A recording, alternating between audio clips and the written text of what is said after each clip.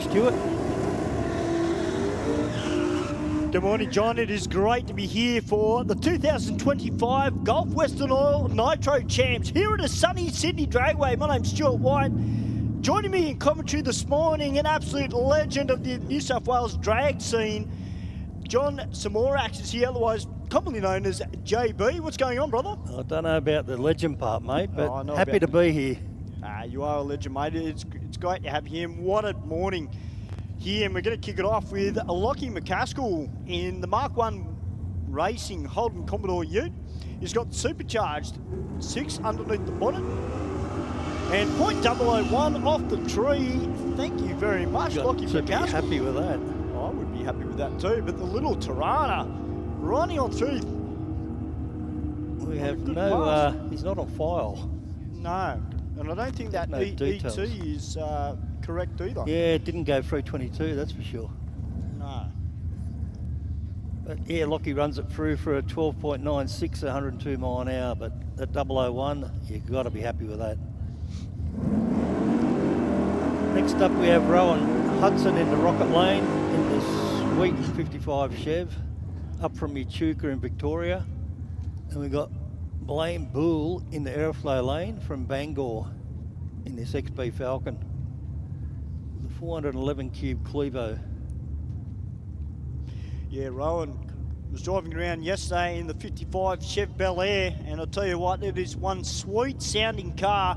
And great to see Blaine Bull in the XB Falcon Shire Automated Mechanical Shire Performance Engines and Machining. You'll hear that name called out a fair bit this weekend, I dare say. But Rowan Hudson, 10.20 with an 8. And an 11.03 there for Blaine Bull.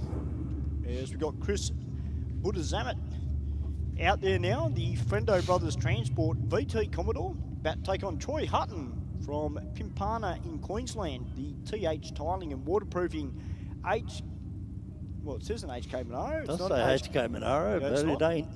No. Tell you what, it's a nice looking ride though, I'll say that. Well guys, we've got a massive weekend of drag racing here at Sydney Dragway. I can tell you that the pits are full, and I mean from front to back. That's awesome. So we've got well over 200 entrants for this weekend. Close to 300, I believe. Chris gets away with an 034 light and Troy with a 158. Yeah, 1.55 and the 60 there for Chris. Troy running on through with a 1084 with the 4 at the 121. Yeah, still not 100% sure what's happening with the ETs for the Rocket Lane. It's a bit of a blog, but we've got John Massey from New Beath in Queensland, the Styromax fiberglass and panels AMC Hornet. Unusual car. Very unusual. Tell you what, it's a nice looking car though. Yeah. Taking on the VT Commodore. He's also not on file. No, not at the moment. I will have a look. 1107 is his race number.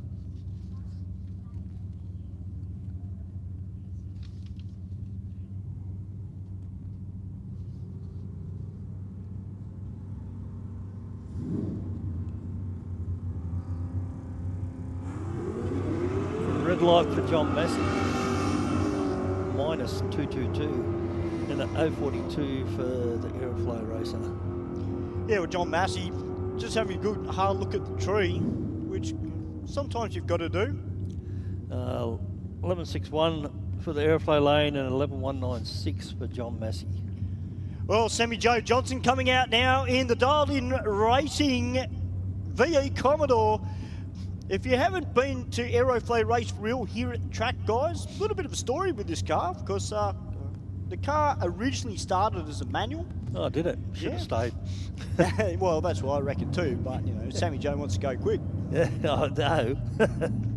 So Sammy Joe, they took the manual out of it, put a turbo 400 gearbox in it, and Sammy Joe's normally an official here, is that right? Yeah, she is an official, as is her partner Brian. Yep. But Sammy Joe, very, very consistent car, this one. Of course, her partner Brian has got a black earlier model Commodore, and he runs a little bit of nitrous in his. He's actually got the old rear end out of Brett Stutchbury's old Commodore. Oh, okay. Or Brett's car. So you actually see Brett on the start line there, dialed in racing. Oh, the whole team's down there. Mark's got the swagger on this morning. He's feeling good. The drag racing name, he's hard at it. Gives us the signal. Well, Sammy Joe, normally consistent low 11s in this car, or mid 11s, I should say. Apparently the air out there is quite good, and thankfully got a little bit of sun, so the track will have a little bit of bite to it. And she's up against this really nice looking Falcon. I actually had a look at this down in the pits when I went for a little drive around, talked to some drivers this morning. That's a great looking car. All right, just waiting for both these cars to make their way into full stage. We welcome everybody in the crowd who has come in early this morning to watch the event. Sammy Joe, a bit of a red light there, 0.155, 1.64 in the 60, but I'll tell you what, the Falcon out, 1.52. And Rod's on through with a 10.16, and Sammy Joe in a happy place, an 11.57 with a 5. Next up on track, as part of Dialed In Racing as well, we've got Adam Bowers, who's back out in his freshly rebuilt HQ, because he's sponsored as well by Force of Performance and Cryo Blasting. And in Aeroflow Lane, we have Cooper Lay, all the way from Big Rewarders in Queensland, sponsored by Peter Lay Custom Imports. Falcon XR6. Well, good light for Adam, 065, and a 0.133 for Cooper. Adam Bowers, our reigning New South Wales state champion in Super Street. And wow, well, you know what? He hasn't had a chance to test the car since he's had it rebuilt, JB. So he wasn't sure where it was going to run. Well, that just answered his 988, question. he should be running Supergas. Great run there. Lockie, I've never seen you so pumped. I'd be stoked with that, I'll tell you. All right, next up, Dave McGlynn. Great to see Dave back out racing, and Aidan Stutchbury, also part of Dialed In Racing as well, and engine work by Shorty's Performance. Both these guys, fairly regular runners here in Sydney. A 1080 from David McGlynn and a 10.74 for Aidan Stutchbury.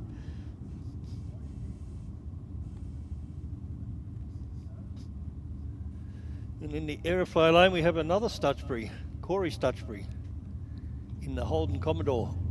And Henry Spickak, who's been racing for 100 years, in the Rocket Lane, in another Commodore. Well, Henry was telling me this morning, JB, that the Utes actually up for sale. Oh, really? Yeah. Don't tell me he's thinking of retiring. No, he's not thinking of retiring. Oh, okay. But he said the Ute is up for sale. Yep. Which is a shame, because it served him very, very well. But Won a Christmas tree down at the Bend a couple of meetings ago. Yeah. Very impressive. An 036 red light for Corey and a 115 on the right side for Henry. Henry runs it through for a 12.12 and Corey goes 10.628. All right, Tex Griffiths from the Northern Beaches of Sydney, the Tex Automotive and Favour Vineyards in the Swan Valley sponsored Plymouth Satellite, and taking on Richard Matosevic from Brungelli in his modern style kitchens XY Falcon. One of our regular races here at the Track Championship rounds. Goes very well, Richard. Yeah, so does his brother, just quietly. Yeah, all the boys do. Yeah, they don't want to, most people I don't think want to verse these two in competition because they're so sharp on the lights. Yeah, very tough. But Luke Griffiths, he does travel around. And it just goes to show at 0.035 in the tree, both sides of the racetrack. Luke Griffiths just slightly ahead, I think, in the Plymouth. And Rod's on 2:10.38 with a 2 at 129 to a 10.77. That is a great run from both sides of the racetrack. As Craig Warren comes out now in the Sydney Scrap Steel LJ Tirana, also sponsored by Power Plus Race Fuels. And Mark Rosso from Booville in Queensland in this sweet looking Chevy Camaro with a 502Q big block.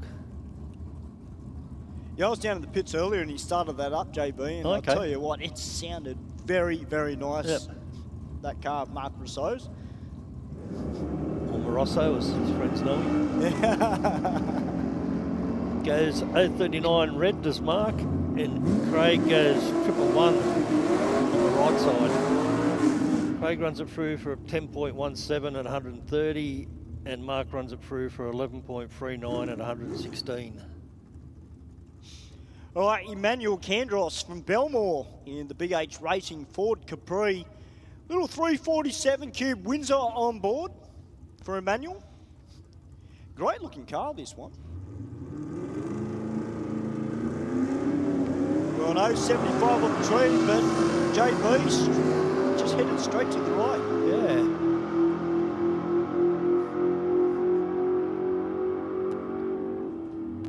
Runs through for a 10.66, 126 mile an hour. And that's the end of Super Street, I believe. Yep, now we're getting into one of our...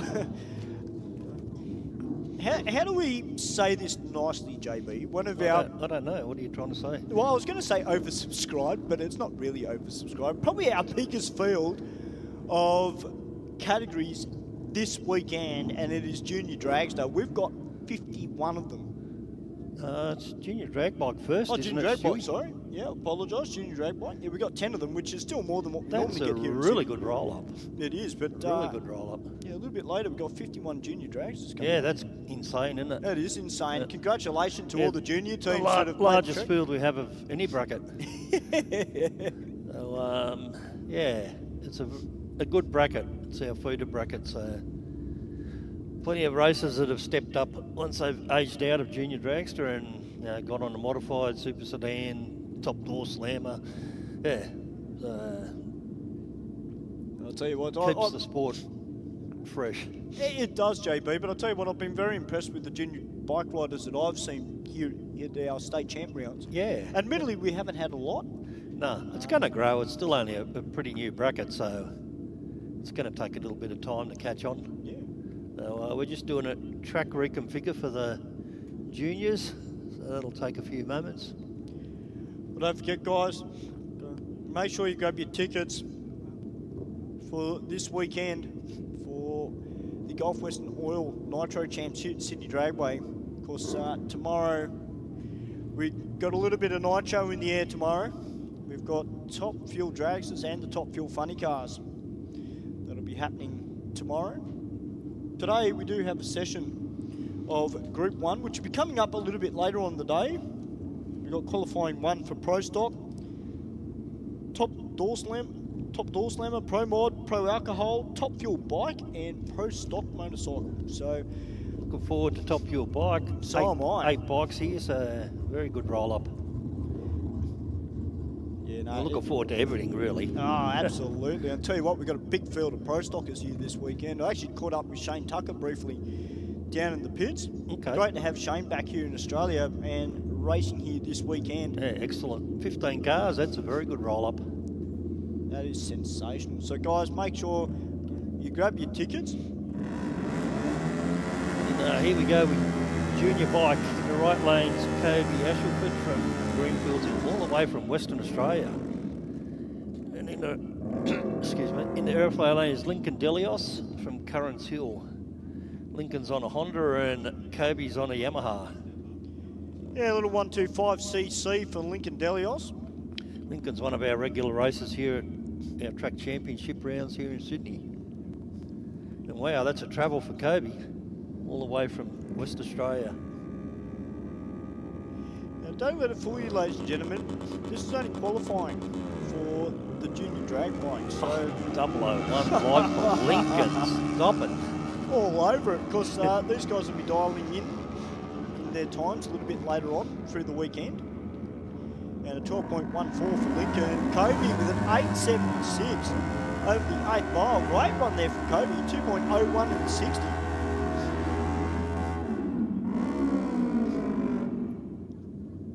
It's a great category, this one. It seriously is one of the better concepts that we've had for a long time in drag racing here in Australia. Absolutely. Cooper Ashelford out now. Also from Western Australia. Yeah, he's on board the Kawasaki Ninja.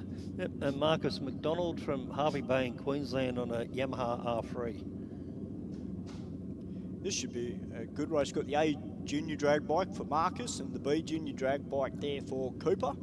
Marcus sponsored by Carter's Custom Hot Rods, Staunch Liftwear, Benny Stevens and Fueled Motorsport.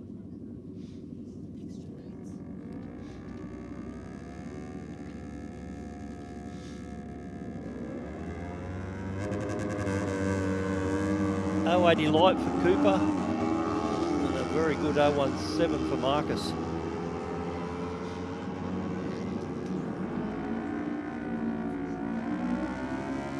Marcus goes through for a 8.82 and Cooper a 10.28, 71 mile an hour and 76 mile an hour for Marcus.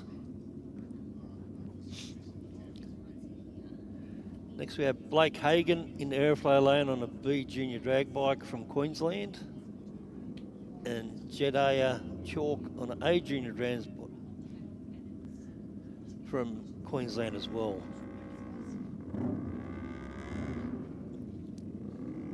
Blake gets away with a .441 light, and Jet with a .555 light. We've got plenty of Yamahas and Kawasaki's represented in junior drag bike. Absolutely. I remember one of the first times I saw this class, and there was a young lady who was racing, and she did some of the biggest burnouts I've ever seen on a bike.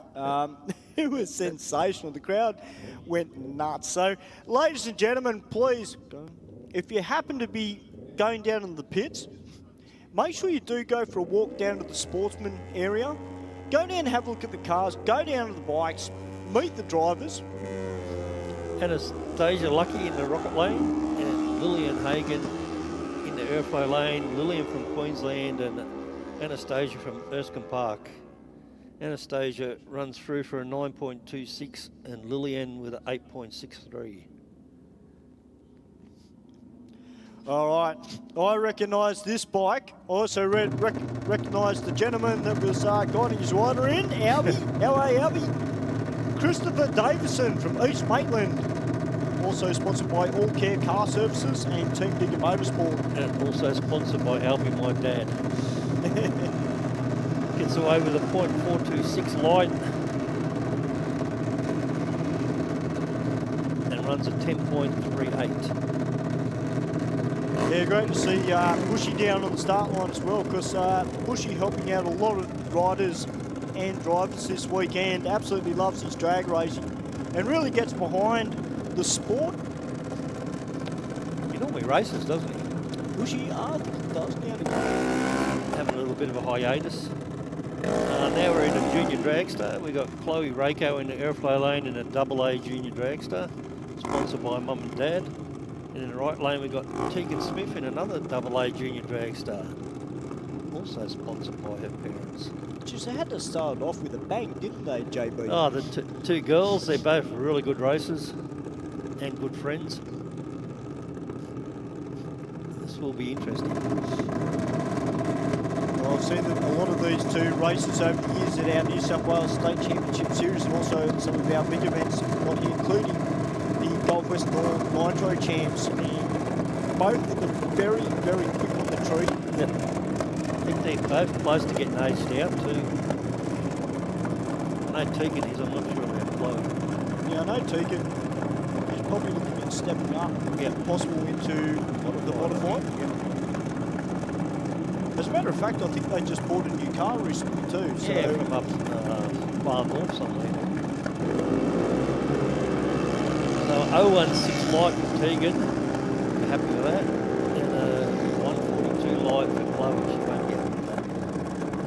Chloe runs it through for a 781 and Tegan runs through for a 775, both at 82 mile an hour. So throughout the day, ladies and gentlemen, if you're on Facebook Live, throughout the day we'll be putting up a QR code, and that way you can purchase your tickets online and you can come out here on Saturday and Sunday and you get to see our headline acts, which is Top Fuel Dragster and Top Fuel Funny Cars. So you'll see that throughout the day on your screens. You scan the QR code on the NDRC page and I'll tell you what, guys, you don't want to miss it because That'll be a good show for sure. I'll tell you what, I haven't seen the pits that full for a very, very long time. So Very impressive. We have Georgia lifting, one of the many lifting girls in race. Aeroflow Lane and Alex Dragway. In the Rocket Lane, Alex goes 275 red. Georgia goes 0.0973, 799 for Alex and 801 Georgia. now, of course, over the weekend, guys, as well, particularly tomorrow, there will be some signings from drivers. So they'll be happening down in the pits, probably around the Aeroflow trailers. Yeah, are you doing any? Well, I haven't been asked. I think you should. You're the most famous person I know. No, I'm not the most famous person. The most famous person here at Sydney Dragway is behind me. Stephen Bush. Stephen Bush is famous. You're absolutely He is correct. He is 100%. He's been around the sport longer than I am. That just means he's old. No. So we have Riley Uto in the Aeroflow Lane from Greystanes and Johnny Lucci from Menangle in the Rocket Lane. Yeah, Dom down there, his dad. Now, Dom's big in the burnout scene, I think. do you know how many cars that guy's got? Plenty. Seriously. And they're all quick too. Yes. I'll tell you what though, JB, one thing I did want to touch on, which I have done at some previous rounds here in Sydney. The overall presentation of some of these junior dragsters is just amazing. I saw one yesterday and it had like flames going up. It blue flames. Jeez, it was sensational. I don't know if it's come down from Queensland or up in Victoria, but man. Okay. 797 for Riley and 952 for Johnny. Yeah, they're all good looking cars. And all proper race cars. Oh, they are. Did you ever think about having your drive one when you were young? I'm too fat to fit in them. And they weren't around when I was a kid. Oh, okay. Because I'm even older than Bushy. Well, Cody Sedmak down on track now in the Aeroflow Lane from that Munrooban in Queensland, the JTS Racing and McGee Power. And his dad Omar down on the start line. Kylie. They'll be running later in Pro Stock. And Jacob Longo in the Rocket Lane. Yeah, great to see Jacob here this weekend. I'll tell you what, 009 on the tree there for Cody Sedmak. Pleased with that. All over it. 8.59 for Cody to a 9 flat. And 092 on the tree for Jacob. And Omar looks happy with that. Yeah, I don't blame him either. 099 Omar, come on. He's trying to ignore me. Well, I think he's deep in conversation at the moment. We've got Paige King from Rosedale South, Queensland. He tops fiberglass. Bowden Zone, Rosewood Veterinarians, AEB Services Trucking, Jim Penman Agencies, and Revolution Race Gear. And Charlotte lifting in the Rocket Lane, another one of the lifting girls. Oxley Island in New South Wales. Yeah, it's a nice part of the world up where the liftings were. I actually was driving Port Macquarie one day after an event and happened to see the whole flotilla driving up. So give them the thumbs up and a wave when I drove past with the Rocky. Awesome. Great family and a great bunch of races as well. 052 for Charlotte Beach. Paige King though, 0.116 at the Beach in Dragster. And Charlotte got into an 827. A 957 with an 8 there for Paige. Yeah, Dad races supercharged outlaws. Charlotte lifting's parents or father. Next we have Zane Condello. He's got number 1 on the car. He has been doing some winning around the countryside, that's for sure. Zane. Running from Fine Line Motorsports. And in the Aeroflow Lane we have Abel Walker from Yuriputa in South Australia. They were sponsored by DreamWorks Garage and Moonta Bay Holiday Park. We've got plenty of travellers here this weekend. Yeah, it's fantastic to Good see. to see, yeah, absolutely. Big commitment to go racing in the state, huge. Oh, massive. But we welcome all our interstate races here to Sydney Dragway as part of the 2025 Gulf Western Oil Nitro Champs. currently in qualifying number 1 for the junior dragsters. And as I mentioned, we've got 51 of them here this weekend, and that is sensational. Fantastic turnout. Oh, it certainly is. All right, Zane Condello, Fine Line Motorsports. They'll be out a little bit later on this weekend as part of the post for alcohol as well. 003 light for Zane. That's why he's number 1. And not too shabby 061 for Ava. And Ava goes 793. Zane goes 807. Well, I don't know about you, JB, but I get very excited for the qualifying for Junior Dragster because some of them are just sensational on the tree.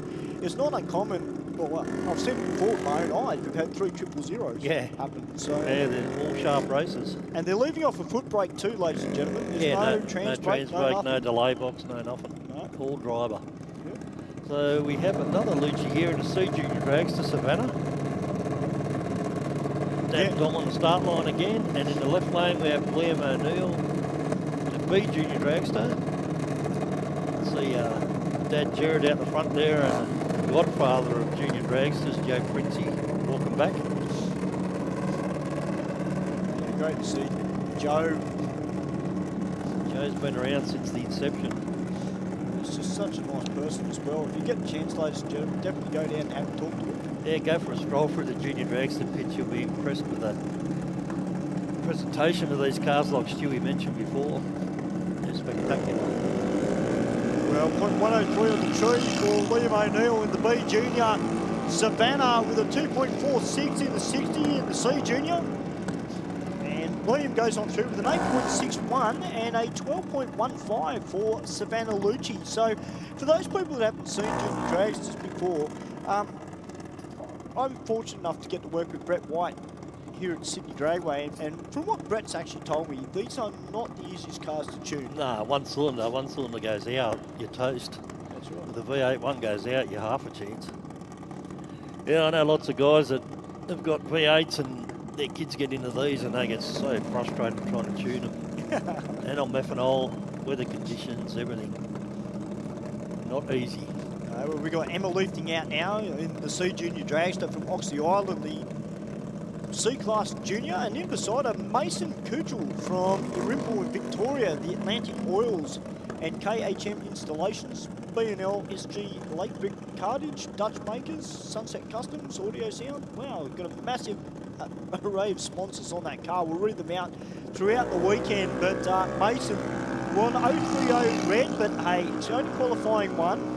It's better to get it out of the system now. And the 221 green for Emma. Mason runs it through for 8197 at 77 mile an hour.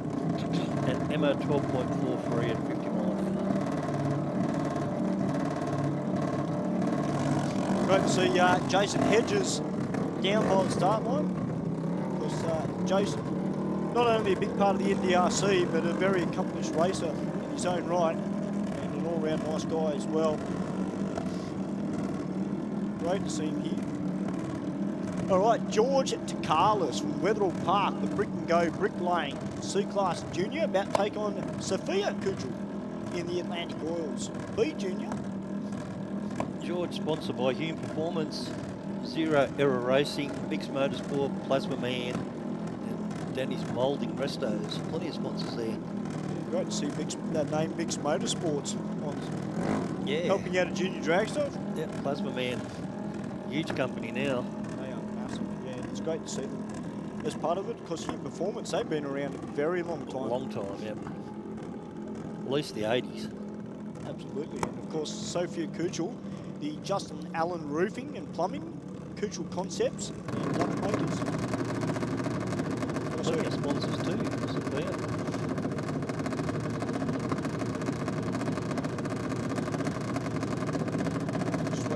Cars to make their way up towards the line. One of Sophia's sponsors is Dutch Makers. I don't know what that is. Oh, I don't know.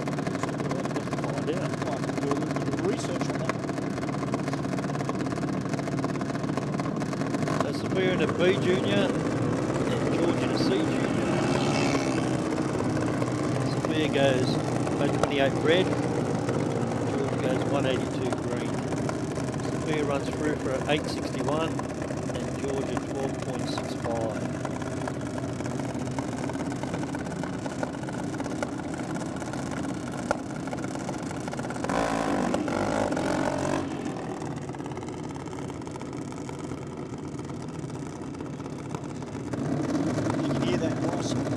Sound of those Oh, I can hear that, yeah, you might. You know, they sound pretty good, these junior dragsters. For a single cylinder, billet motor, runs methanol, as JB mentioned. Some of them actually, depending on the style of exhaust they've got on, some of them sound awesome. I mean, they pop and crackle, they sound fantastic, they really do. We have Madeline Datsun in the Aeroflow Lane up from Ross Trevor in South Australia. Now, that's a good sponsor. Is it? Oh, Paradise Mazda. Absolutely. Okay. Absolutely. Benjamin Addard in the Rocket Lane, both in A Junior Dragsters. I might have to go down and see Madeline's team a little bit later on today, because those people that are regulars here in Sydney Dragway, they know that I'm a bit of a Mazda. I'm not a Mazda. So Paradise Mazda is an aftermarket supplier, or? I dare say that it'd be a Mazda dealer. Okay. Yes. We're going to have to do some walking later, Stewie. Well, I think we're going to have to get a golf cart, mate. Yeah, that'd be a good game. There's too many cars down there. Yep. Oh, Benjamin Addard, 017 on the tree. The ITF high at Pro-Tilt Towing. A Junior. Oh, what a great side-by-side drag race from those two. 8.05 with the 6 for Madeline. Madeline's on fire straight off the trailer. Benjamin with an 8.24 with the 7 at 78 miles per hour. That's the funny thing for those people that are watching via Facebook or here at the track. You know, you think a V8 Commodore's quick, a standard one? You put it side by side with one of these A Junior Dragsters over the 8 mile, and the A Junior will whoop it. We have Jake McNamara, the AA Junior Dragster in Aeroflow Lane, sponsored by Bank of Pop and Princey Motorsport and Fine Line Motorsport. Now, unfortunately, there for the car in the Rocket Lane Was like it dropped a little something. yeah, dropped a little bit of fluid out of it. Just never. Thankfully, it's only going to find number 1. Jake McNamara, 0.126 on the tree, 1.75 and 60 for Jake, and 7.97 with an 8 at 82 miles per hour.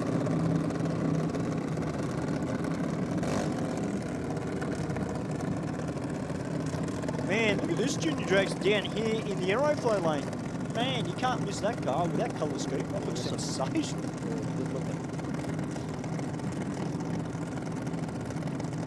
I think that car that broke is the setback car as well. The JTS written on the side of it. See Omar at the cage. They'll figure it out. They'll be back for the next qualifying. Probably just something small. So next we have James Barlow from South Australia as well.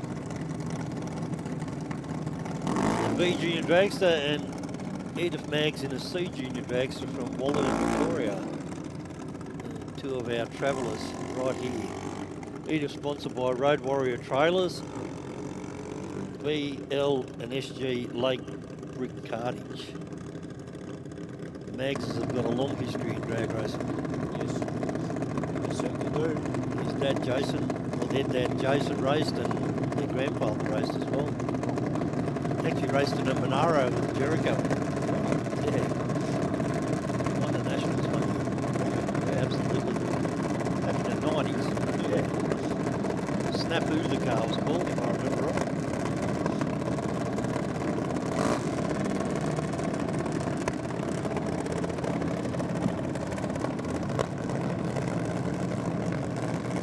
Waiting for James just to come up to stage, just slowly creeping forward. Edith pretty much ready to rock and roll. She's got the signal. We've got James in the B Junior and Edith in the C Junior. 104 light for James and 0.140 Nitro for me. Oh, great run there from James Barlow. 8.02 with a 5 at 82 miles an hour. And Edith with a 12.45 at 53 there in the C-Class Junior. So great stuff there from the Barlow team. Really good qualifying time because a lot of these cars are restricted as to how fast they can go in qualifying.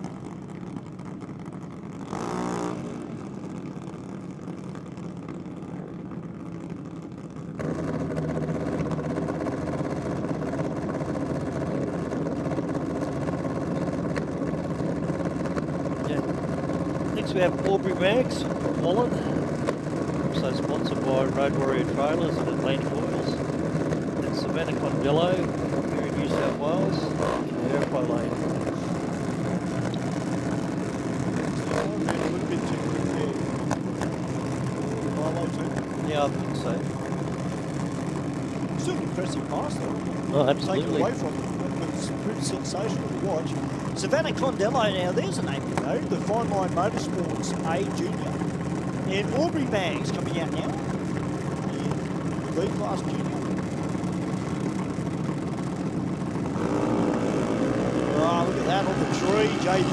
They are on fire this morning in the juniors. 054 for Aubrey and 088 for Savannah. We have so many good female races. We certainly do. Speak about good female races, you'll see one of them that might come out this afternoon. Yeah. Brittany Olive might come out in the AC Pro Alcohol Dragster. Yeah, another race with a long family history in the sport. Dad raced Top Fuel, granddad raced AA gas back Castlereagh days, raced on Altered. So yeah, long history in that family. Speaking of good looking cars, Piper Bennett in the Aeroflow Lane. If you get a chance to go look at this car, it is mint. It is mint. I totally agree with you, JB. And Joshua Maggs.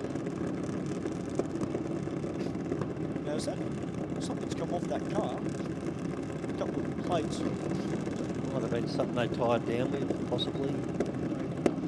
Joshua Maggs from Wallen. 3 Maggses have all raced in a row. Makes it a little easier on the crew. Keep your eyes on Piper Bennett. He's been racing this car for a number of seasons now. She is our current New South Wales track champion too. Gets away with a good A73 light. Joshua with a .229. Josh runs through for a 7.72 and Piper for a 8.08.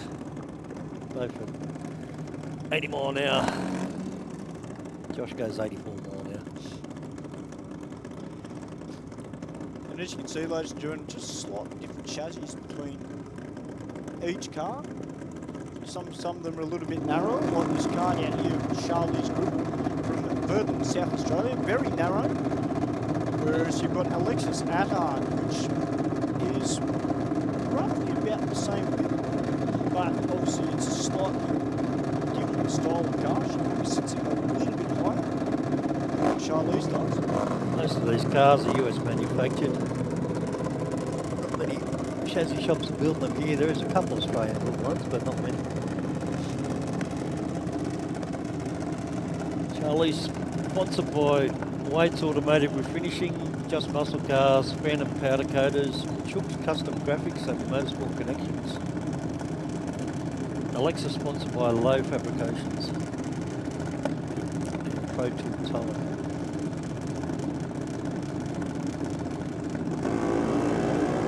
O15 light for Charlie's.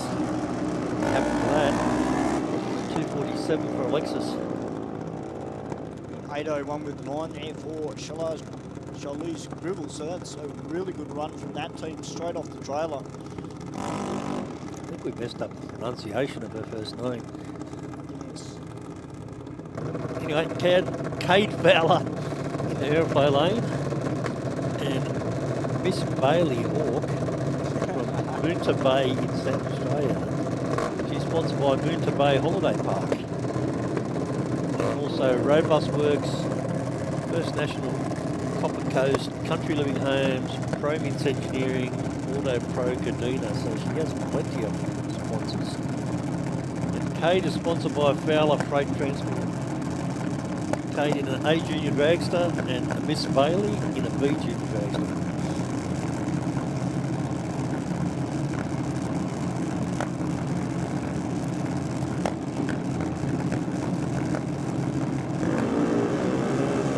Well, 0.56 there for Cade and 0.37 for Bailey.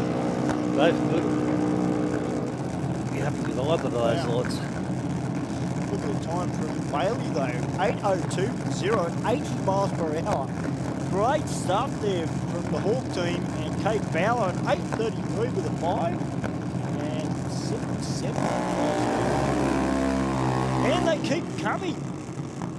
Yeah, we have Dakota Bray, yet another third generation racer. Dad Ben there on the start line. Griffin in Queensland, sponsored by Century Batteries, and Taylor Smith in a AA Junior Dragster, sponsored by Mace Family Customs and Armidale Windscreens.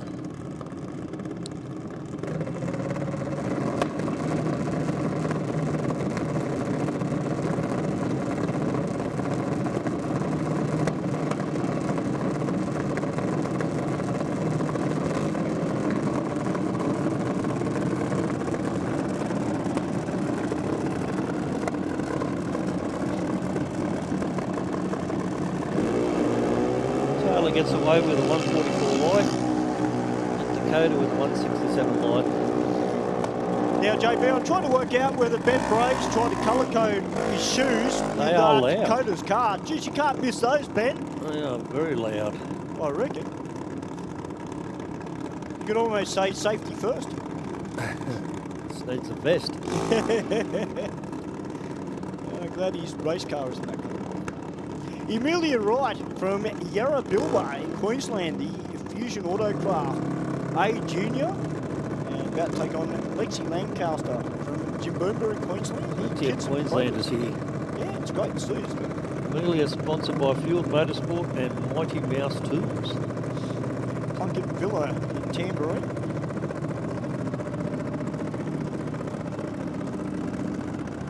So these are two names that I'm not overly familiar with.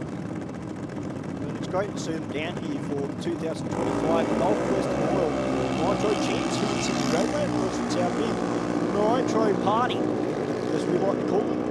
110 red light for Amelia and 255 green for Lexi. Lexi runs it through for a 7.74 and Amelia with an 8.105. All right, Charlie Nazensky in the Rocket Lane in the JB Automotive. That's not you, is it? No. Oh, just Air in Queensland. That is a long travel. Yeah, Tommy Dawson from Meninga in New South Wales, the Northwest Parts and Performance, Armidale Windscreens and Mace Family Customs. C Junior. Charlie sponsored by JB Automotive, which is John Barbagallo. Sponsored by Armidale Windscreens and Mace Family Customs. Looks like we have a car on the track. It's just getting removed. I think it just the red's on. I think it just overshot.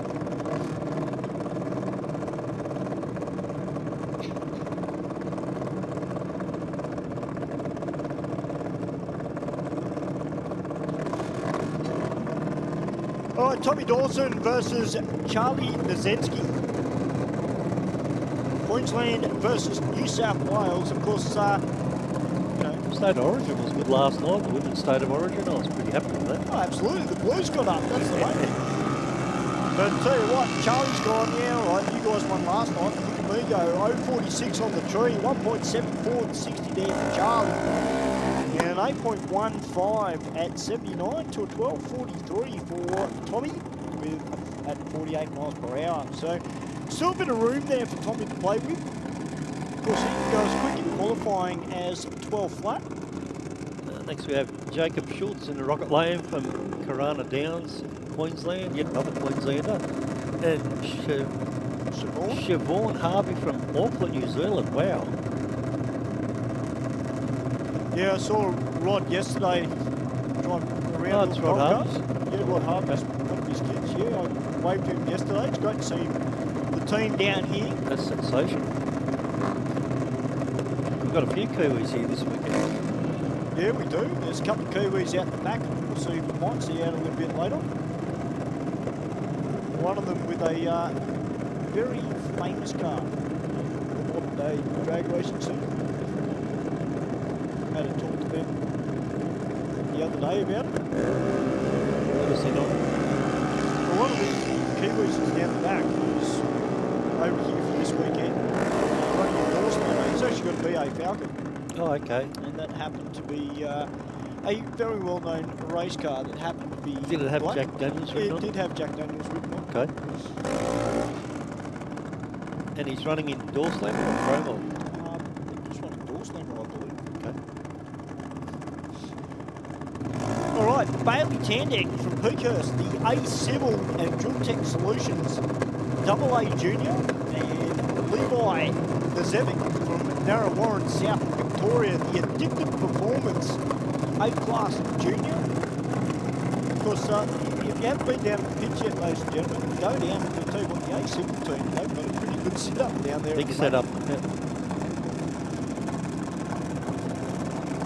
Yeah, NASA doesn't muck around. Oh no. Neither does Samuel. Nah. Racing family hard. Well, I really love this concept that the IHRA put together with this AA junior drag. I think it's really, really good for the kids. Especially the older kids who want to step up. And the 781 there for Bailey to a 777 there for Levi.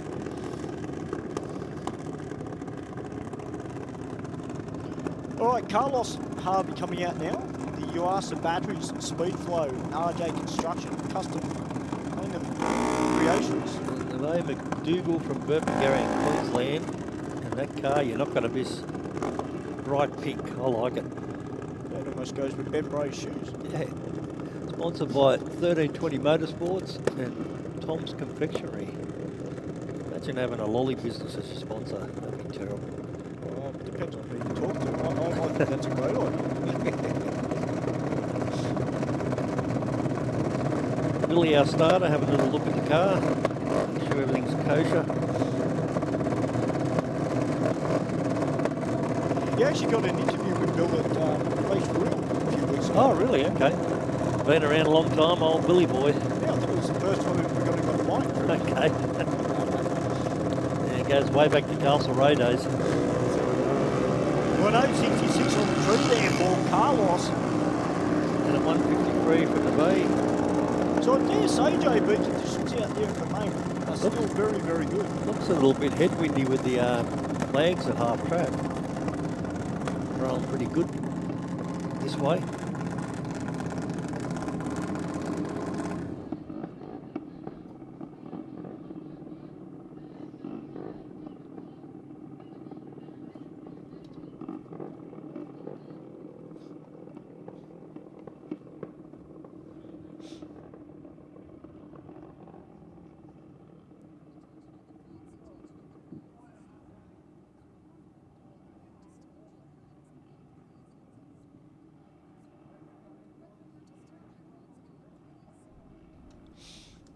Next we have Christian Canuli in the Aeroflow lane in an A Junior Dragster.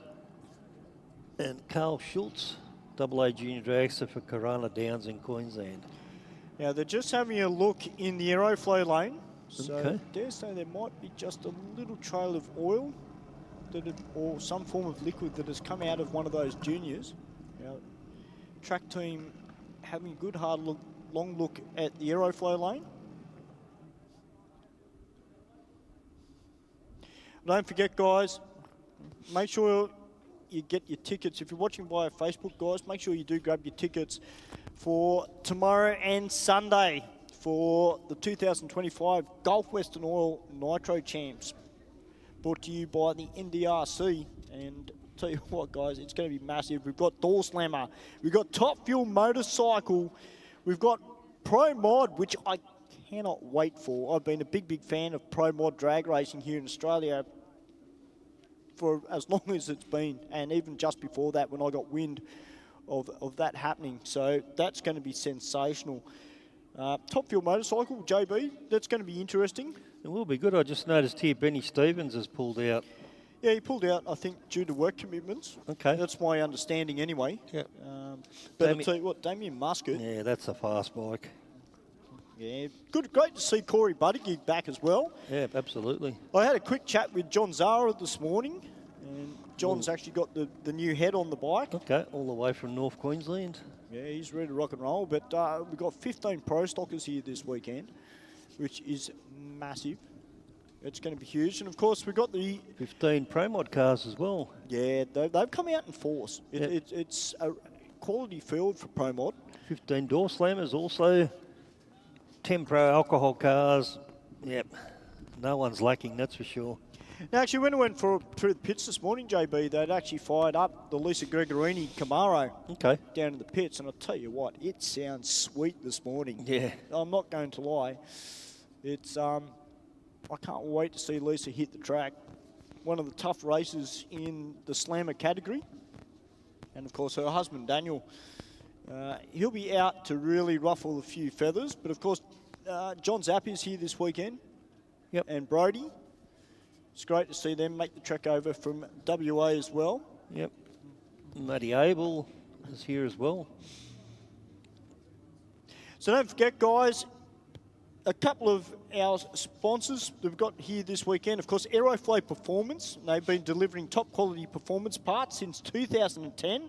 From fuel systems to air filters, they've got everything for hot rods, drag racing and more. You can grab your catalogue as well. So if you're down in the pits, if you go down to the scrutineering shed, you can grab yourself a copy of the Aeroflow Performance Parts catalogue. We've actually got one up here in the studio, and one of my fellow, well, two of my fellow co-commentators, Stephen Bush and Mark Thomas, they've got pages up here that are actually got little markers on them. One's red, one's blue. So I know the blue's for Steve, and I know the red's for Mark. So yeah, me, I stay out of it. Of course, X-Pro and the Nitro funny cars are using X-Pro ignition leads. You can check out the X-Pro range, including distributors, fuel pumps, and more at the Aeroflow trailer, which is down the back. Of course, bank shift shifters, which is a bit of a mouthful. Designed for Aussie cars, these modern shifters are built for right-hand drive, and engineers love them.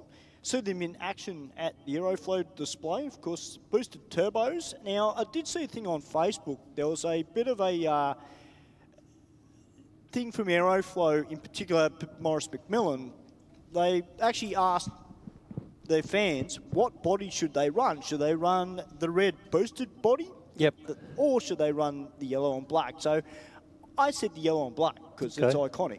Yeah. But I would have said the other way around personally. I really like the other paint scheme. Well, that's coming out this weekend. It was voted that they're going to run the boosted signage on the car. Yep. So, as an old North Sydney Bears supporter, absolutely. I'm pretty stoked about that. But of course, well, the Bears are back. Well, I hope they are. Yeah, it's not concrete yet, but I hear you work for the Magpies too, Stewie. Yeah, I work for Magpies Waitara. Yep.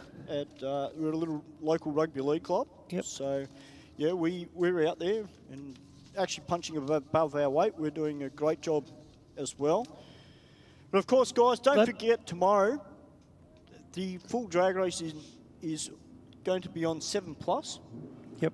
So if you want to watch a lot of the pro stuff, you have to go on to 7+. But this afternoon for the pro classes, of course, we've got Wade Auger, who's be here. We've got Matt Nolte, who I'm really pleased to catch up with Matt. I haven't caught up with Matt for a very long time. My mentor and Chad Nolan. Of course, Chad taught me a lot about commentary in my very younger days. Yep. And yeah, I've got a lot of respect for everybody who is part of the commentary team this weekend, because without them, I wouldn't know as much about this as. Well, I'm the rookie here, mate, so I'm relying on you. Don't rely on me, mate. But no, it's going to be an awesome weekend of racing, ladies and gentlemen. So make sure you grab your tickets Saturday and Sunday this week now. Looks like we've got the tractor out doing a little bit of a drag. So we've got about 2 minutes roughly until we start back and get into racing. That's not something you see every day. No, very unusual for a junior to haul the track. Extremely unusual. Yeah. Steve said they only hold about 600 mils. Oh, oil. okay, yep. That's enough. Wow.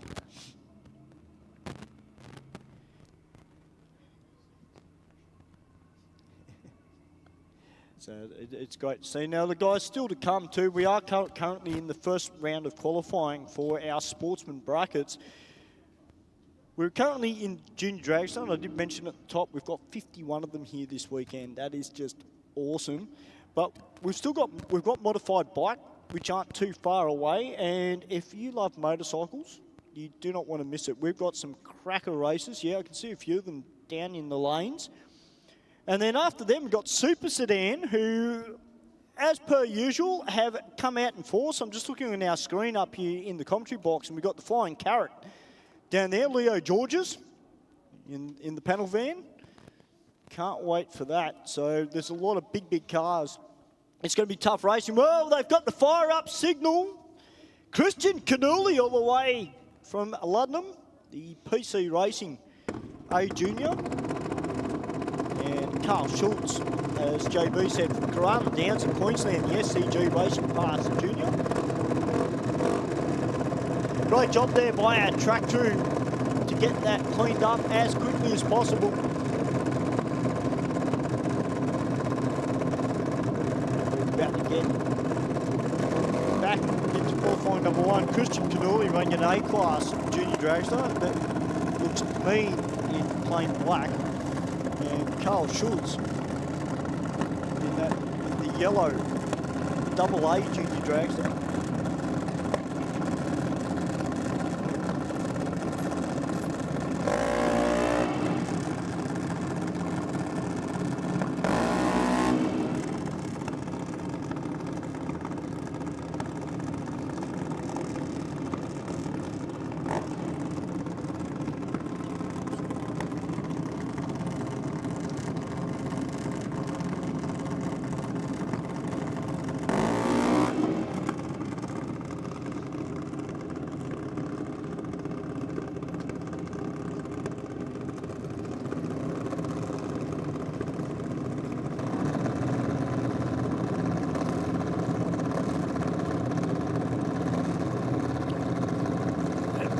Going the stage, the Aeroflow lane, and Carl in the rock lane, both just about to put their top lights on.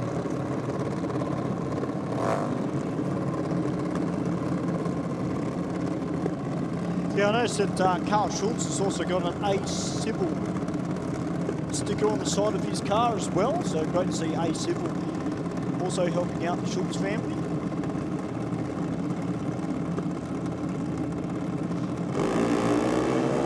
No 21 on the tree for Carl, no 37 for Christian. Outstanding. Great start. And a 7.85 for Christian. And Carl with the AA junior, a 7.74 with the SIDS. 83 mile an hour for Carl and 81 mile an hour for Christian. Now I can see Phil Lamatuna making his way out, so I dare say that we'll soon be seeing one of the little Carrot King. Yeah, it's Luca Lamatuna in the Aeroflow lane from Women in Victoria, and Blake Taylor from Wallen in Victoria, a pair of Victorians. Yeah, great stuff there from the Victorians, making all the trip up for the 2025 Gulf Western Oil Nitro Champs. Big thank you to Gulf Western Oil for their continued support of the Nitro Champs here at Sydney Dragway. I did see their big truck, or big army-looking thing floating around. I don't know if you can call it an army thing, but it was on one of their ads, and I saw it the other day. It's a wild piece of kit. I'll give it to Gulf Western Oil. All right, Luca Lamatino, no 36 on the tree, 082 there for Blake Taylor. 1.72 and 60 for Luca, and an 808 with a 4, 80 miles per hour, and Blake Taylor in the B Junior, a 95 at 67. So still a little bit of room to play there for Blake Taylor. But a good way to get the first run out the way. Get a baseline on what these conditions are like out here at the moment. As JB said, there is a little bit of a headwind. It's died down a little bit. Talon Canooly in Aeroflow Lane and Nixon Canooly. Yeah, Nixon Canooly has been doing some great racing throughout the year in this junior dragster.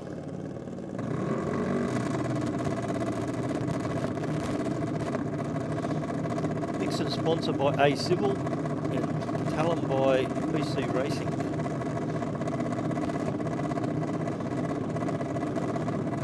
Yeah, see John Canooly down there, just checking the tune-up. Appear to have a problem, they're pushing that car back. So thankfully it's only qualifying one, so at least that's something that they can take back to the pits and rectify, and they'll be able to come out for the second qualifying. All right, Taylor Canooly in the C Junior. Goes quick as 12 flat.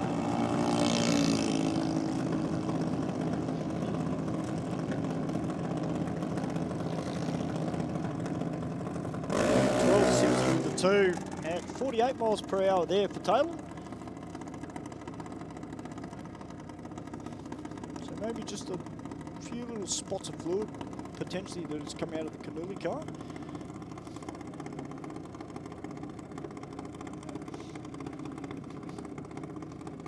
Well, they'll get that fixed. They're a very professional run outfit. Absolutely.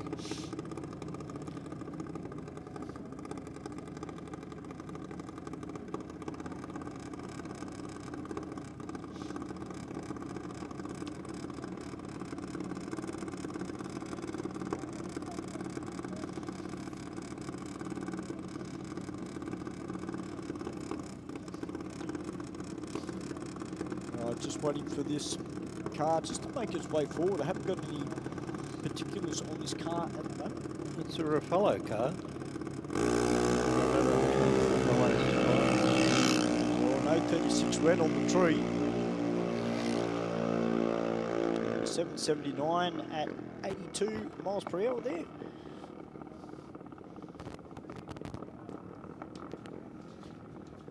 I think that was Alex Ruffalo. Might have been actually. So Zach went down early, I'm pretty sure. Yep.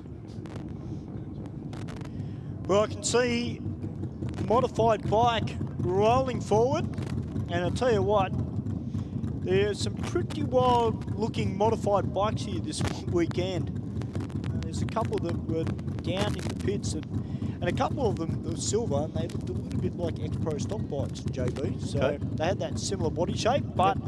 I'll tell you what, there's a gentleman walking out onto the line right now, a face that is very, very familiar around drag racing. I am talking about Chris Matheson. Great to see you here, Matho. Of course, Nitro Voodoo.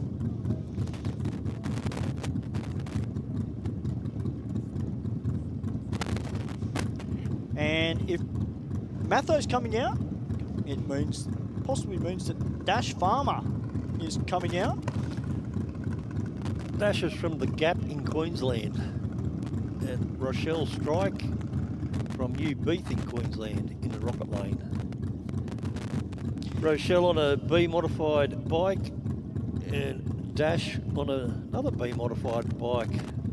Dash on a Harley. Sponsored by Nitro Voodoo and Ape.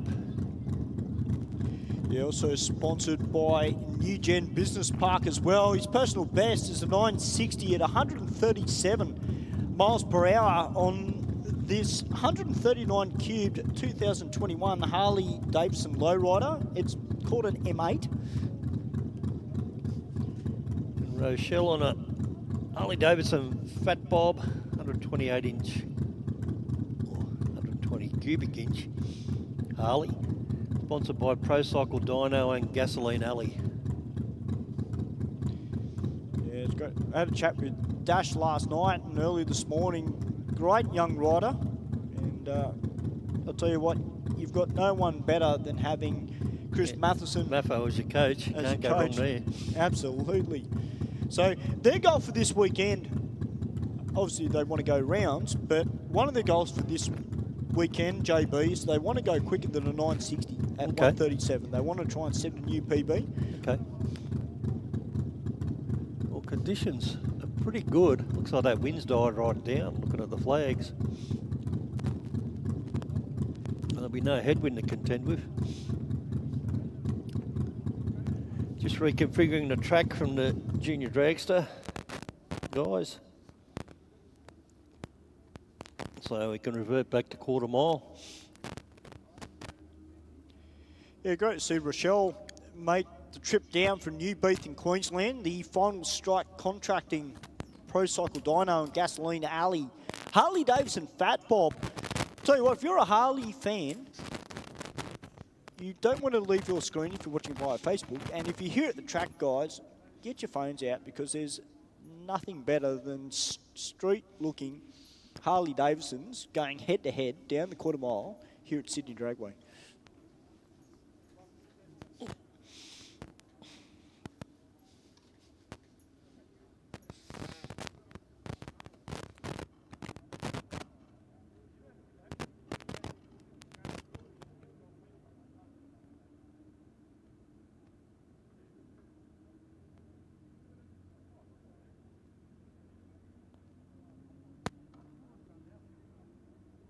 Well, guys, just while we've got this break in proceedings, we might get a few words from some of our sponsors. You're here at the 2025 Gulf Western Oil Nitro Champs. We'll be back very, very soon.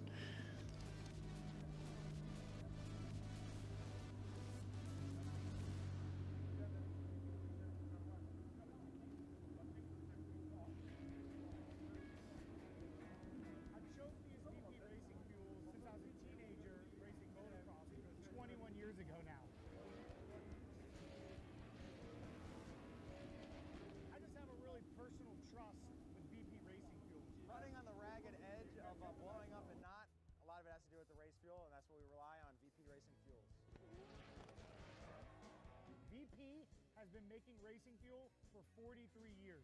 They're the official fuel of multiple top series globally. No matter where we are in the world, no matter what fuel we need, it's always consistent, it's always perfect and exactly what we're expecting and our tuners expecting. They support myself, my Drift Alliance bros, and for that, I'm extremely thankful.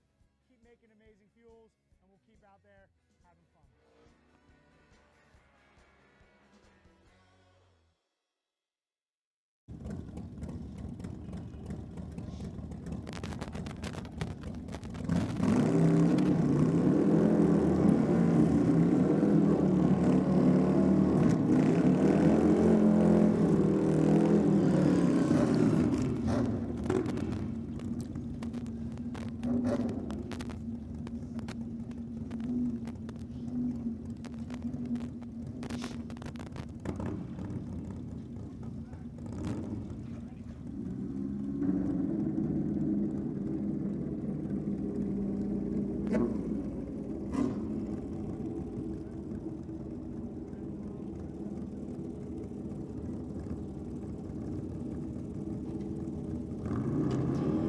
Right, Dash Farmer, Rochelle Strike.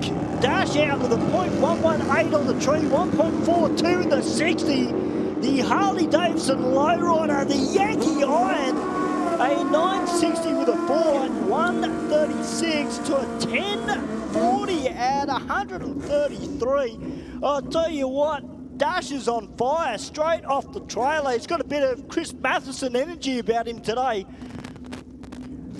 Next up, we got Jeffrey Marshall on this wild-looking Suzuki GSX, 1394 cc's, JB. Oh yeah, now we're talking on-site panel and paint, and David Oliver's motorcycle tyres. And one of our regular racers here in Sydney in the Rocket Lane, Jesse Barnes, Sponsored by ProTune Motorcycles on a GSXR 1300. How cool is this bike, Jeffrey Marshall's? Oh, It's like a post-stock bike, isn't it? Yeah, awesome. Oh, point 001 reaction. Red. Red. It was on the wrong side. That is sensational. An 8.59 with a 5 at 1.53 to 10.38 there for Jesse Barnes. Next up in the rocket lane on another bike. It's just had a freshly rebuilt gearbox in it. Michael Riches, who this weekend is sponsored by we've got Team Digger down there. Of course, Bushy's down there as well. Formation Riders, that was the name I was trying to think of. Formation Riders, he's sponsored by this weekend. Of course, Lucky Stickers and Decals and Riches Racing. Dale Marshall, Gary in Queensland, in Aeroflow Lane. 010 light for Dale and 034 light for Michael. Tell you what, he's not short on CCs. 1,500 CCs there for Dale Marshall. Yep, runs through for a 862 does Dale and a 928 for Michael. I love modified bike. Good variety. Oh, it's just a great class. Phil White, no relation to myself, from McLean Island in Queensland, the Marty Moto at Ipswich, Kawasaki ZX14. Sorry, and Jimmy Jock Stewart, another one of our regular racers here from Ellamore Vale in New South Wales on the Kawasaki ZX14R, 1440 cc's. Now they've just thrown the We've reds got a on. stoppage. Something's going on.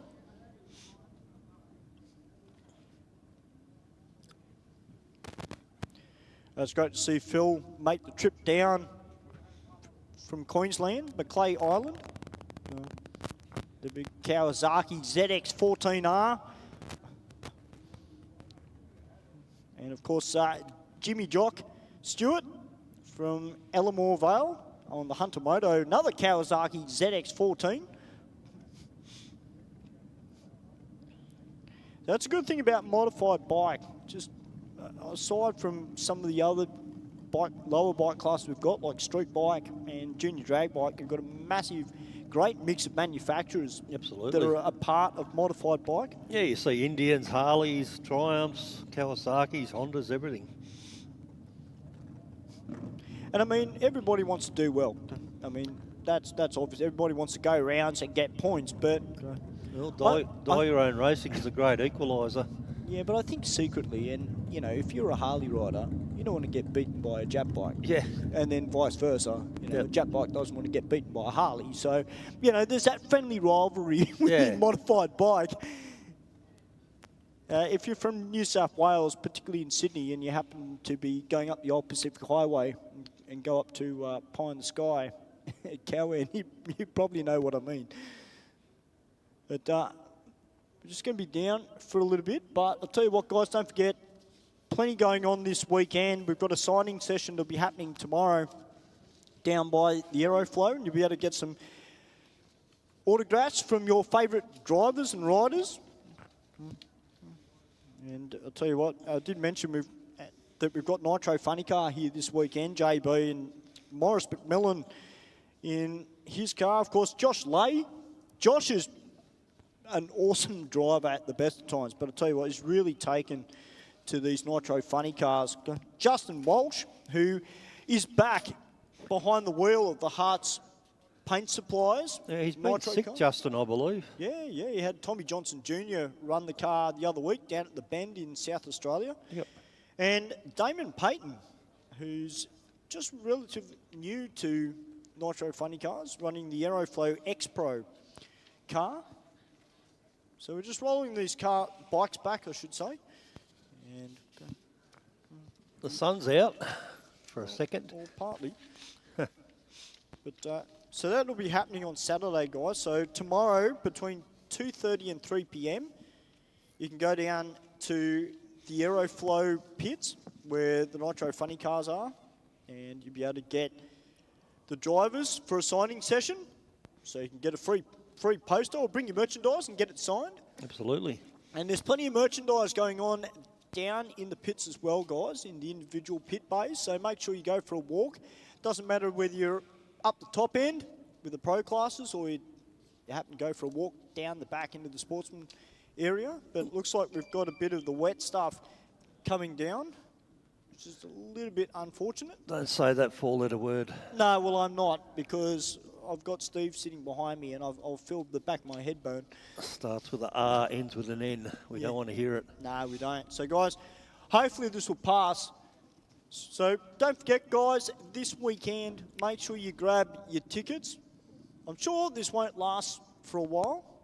Hopefully we'll get this all cleaned up as quickly as possible, and the racing gods will allow us to get back and start racing again, because we're currently only in qualifying number 1 of modified bike.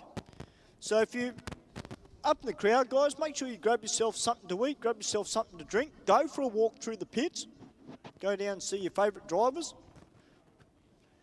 and we'll be back very, very soon here at the 2025 Gulf Western Oil Nitro Champs here at Sydney Dragway.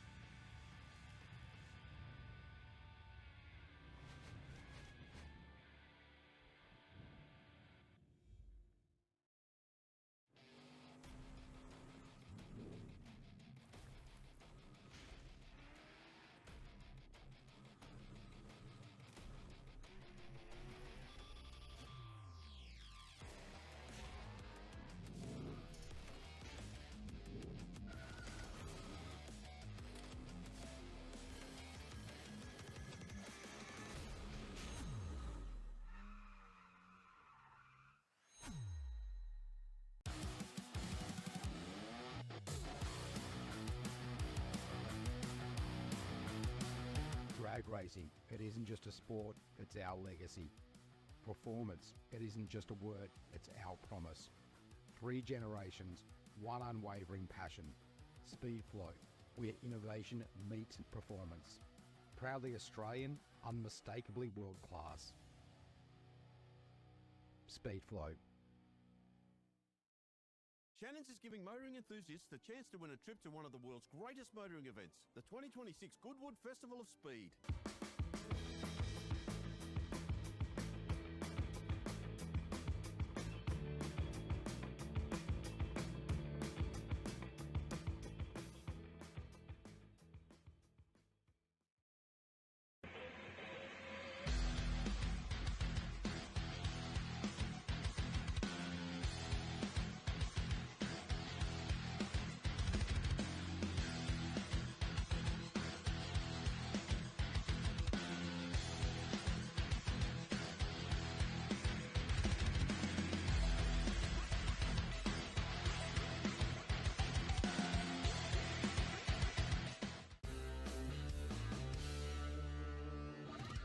Heavy Duty magazine is the proud sponsor of Sydney Dragway Street Bike.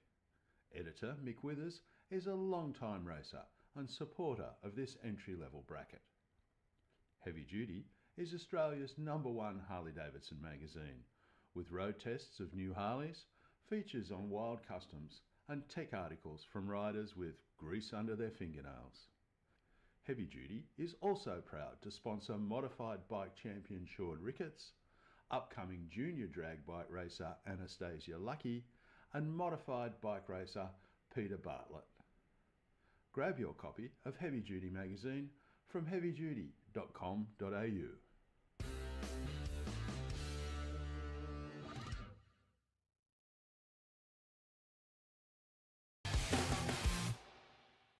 BikeReview.com.au is Australia's leading website for performance and modified motorcycles. BikeReview.com.au is the only motorcycle-focused website to feature motorcycle drag racing on a regular basis. And in the words of editor Jeff Ware, our involvement with Sydney Dragway is our way of putting back into one of our favourite sports. BikeReview.com.au. Simpson Race Products Australia offers the widest range of safety gear, including helmets, Simpson hybrids, boots, driving suits, gloves, harnesses, underwear, accessories, and much more. Whether you're on the drag strip, circuit, or off-road, Simpson Race Products Australia has all the gear to keep you protected. Built to protect every race, every track, every lap. Simpson Racing Products Australia. For more information or to get some of the best safety equipment in Australia, send an email to sales@simpsonraceproducts.com.au or contact them directly on 0407 108 103 or 02 9545 6662.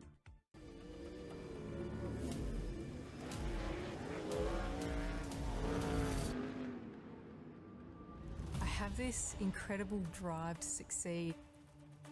I've just got this ambition, I want to get on the podium.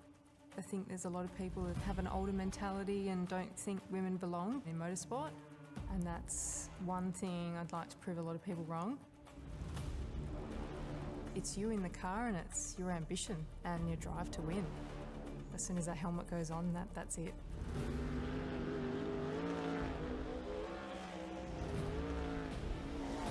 I'm Brooke Newson. I'm a sprint car and outlaw car driver.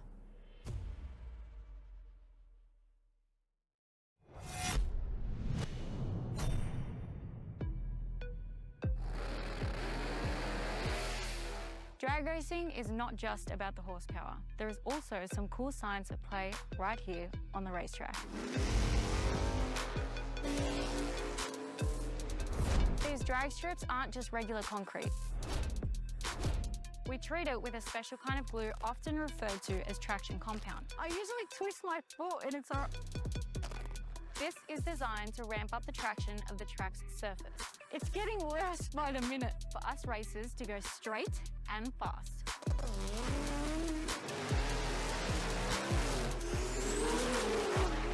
In drag racing, every millisecond counts.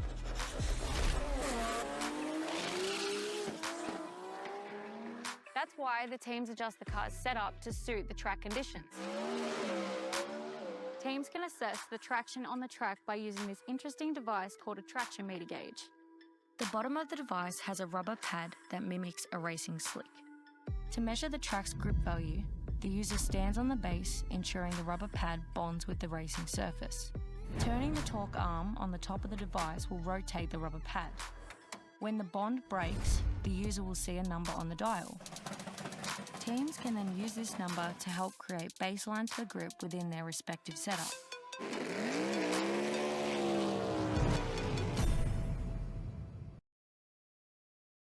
Building a street car through to a race car? Be sure to think of Aeroflow Performance. The ever-increasing range that started with just hose, fittings and fuel system components has grown to include boosted turbochargers, bang shift shifters, X-Pro ignition and electrical accessories, Bosch motorsport products, fabrication parts, as well as driveline and engine components. With an exceptional distribution network and inventory, Aeroflow products are always within reach. With more to come in the future, be sure to keep an eye out at aeroflowperformance.com.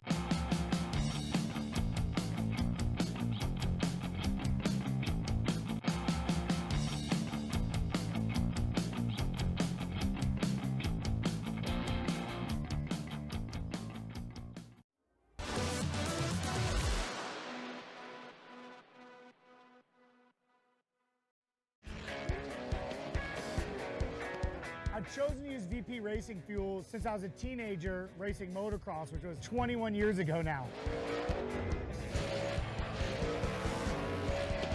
I just have a really personal trust with VP racing fuels. Running on the ragged edge of blowing up and not, a lot of it has to do with the race fuel, and that's what we rely on, VP racing fuels.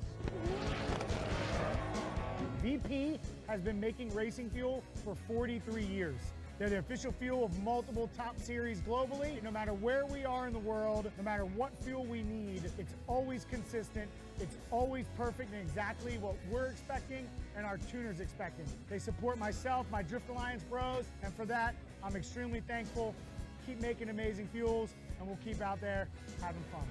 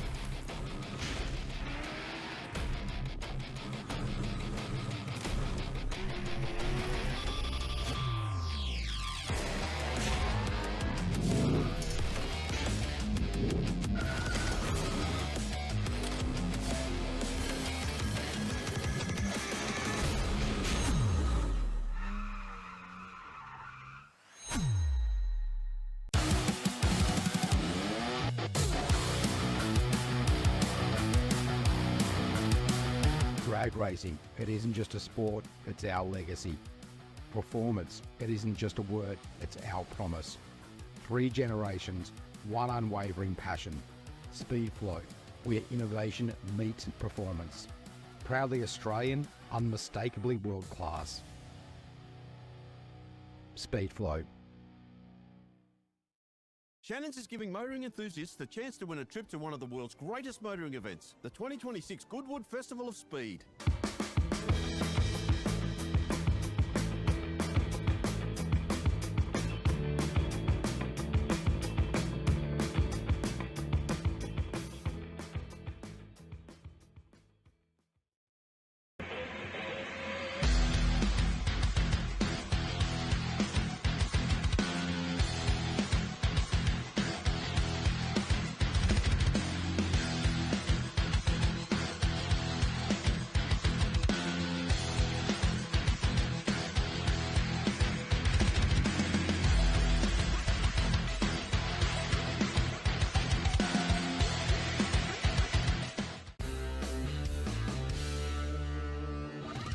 Heavy Duty magazine is the proud sponsor of Sydney Dragway Street Bike. Editor Mick Withers is a long-time racer and supporter of this entry-level bracket. Heavy Duty is Australia's #1 Harley-Davidson magazine, with road tests of new Harleys, features on wild customs and tech articles from riders with grease under their fingernails. Heavy Duty is also proud to sponsor modified bike champion Sean Ricketts, upcoming junior drag bike racer Anastasia Lucky, and modified bike racer Peter Bartlett. Grab your copy of Heavy Duty magazine from heavyduty.com.au.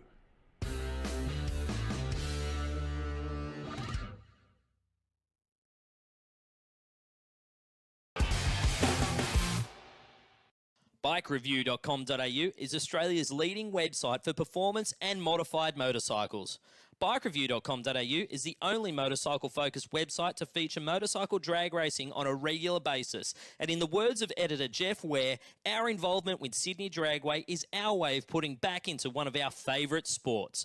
BikeReview.com.au. Simpson Race Products Australia offers the widest range of safety gear, including helmets, Simpson hybrids, boots, driving suits, gloves, harnesses, underwear, accessories, and much more.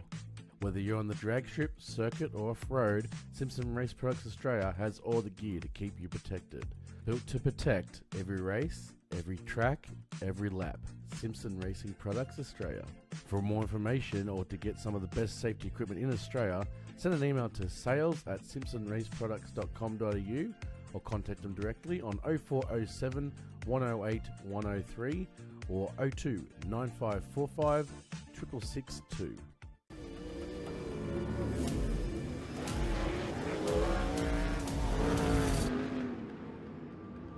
I have this incredible drive to succeed.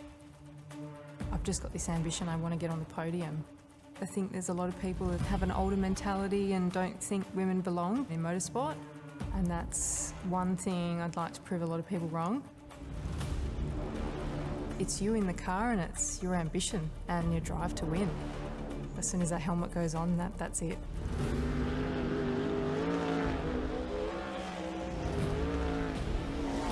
I'm Brooke Newson. I'm a sprint car and outlaw kart driver.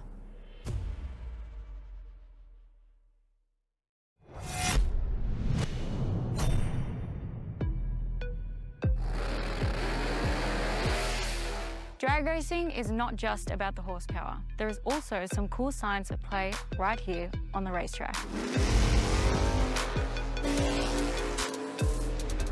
These drag strips aren't just regular concrete. We treat it with a special kind of glue often referred to as traction compound. I usually twist my foot and it's all... This is designed to ramp up the traction of the track's surface. It's getting worse by the minute for us racers to go straight and fast.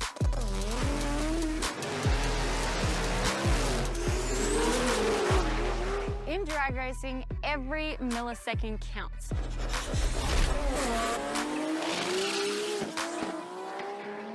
That's why the teams adjust the car's setup to suit the track conditions.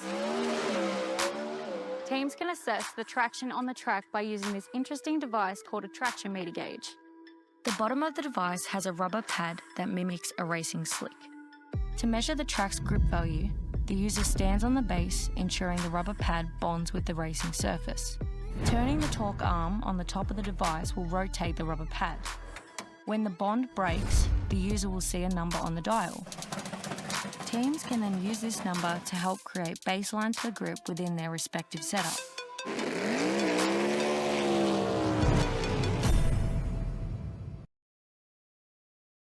Building a street car through to a race car? Be sure to think of Aeroflow Performance. The ever-increasing range that started with just hose, fittings and fuel system components has grown to include boosted turbochargers, bang shift shifters, X-Pro ignition and electrical accessories, Bosch motorsport products, fabrication parts, as well as driveline and engine components. With an exceptional distribution network and inventory, Aeroflow products are always within reach. With more to come in the future, be sure to keep an eye out at aeroflowperformance.com.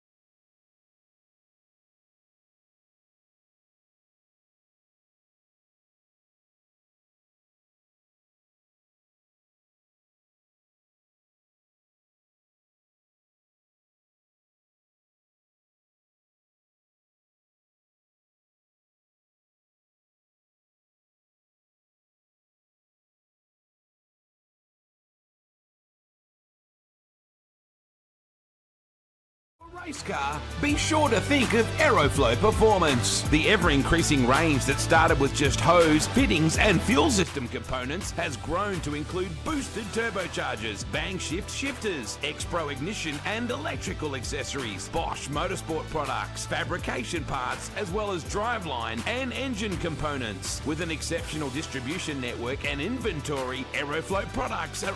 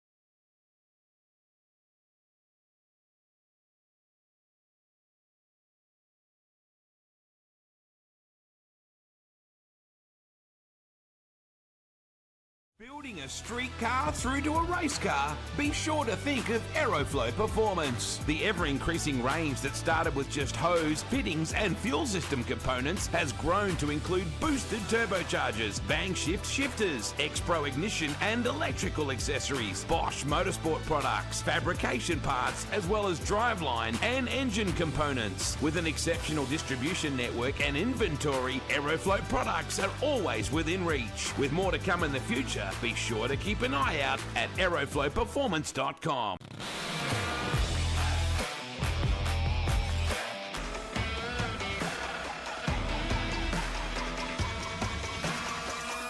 Great career choice. Stop thinking and just go for it.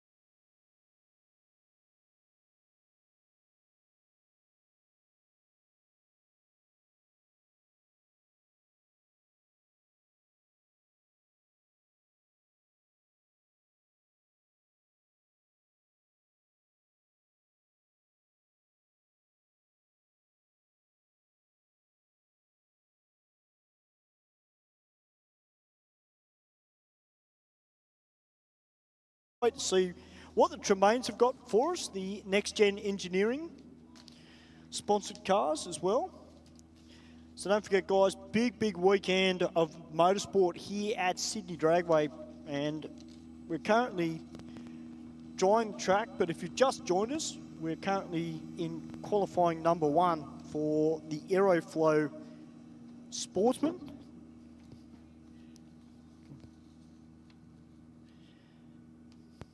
So top fuel bike this weekend, of course, we've got Damien Muscat, Australia's quickest and fastest top fuel motorcycle here this weekend, the Nitro 4-cylinder. And I actually caught up with Damien earlier, a couple of days ago, and he was nice and relaxed, smiling, joking around. He's ready to go, but I had a look at him this morning. He's got the race face on. As I mentioned earlier today, Corey Buttigieg, great to see Corey back. John Zara, of course. I'm very happy to see John back. Because him and Josie, great bunch, great family. And they've come all the way down from Northern Queensland for this event.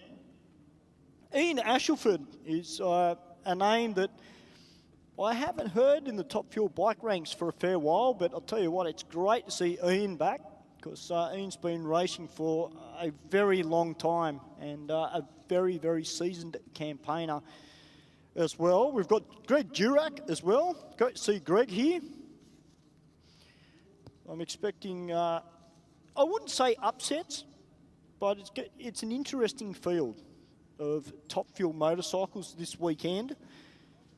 Now, of course, Doorslammer, well, I was floating around the pits last night. As I mentioned, I was down with the Sadie team.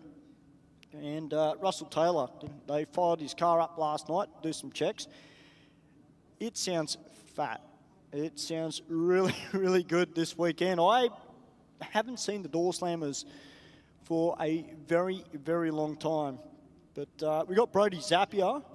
He's a young kid who's got a bright future in our sport, and we're very lucky to have the two Zapier Racing Monaros here this weekend. Peter Lovering caught up with Peter. He's pitted next door to the Sadie pit. Peter was telling me he's got new carbon body on board his Doorslammer. He was saying to me it's still a little bit overweight.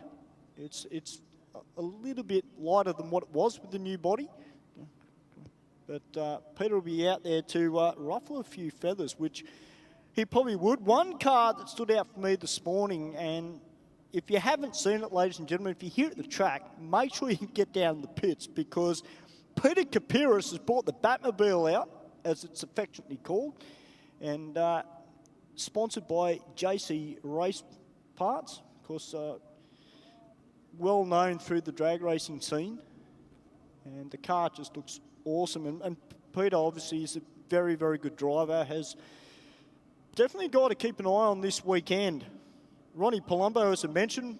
Jack Danaher's here. Oh, I love Jack Danaher's car. Matty Abel. Great to see Matty here as well.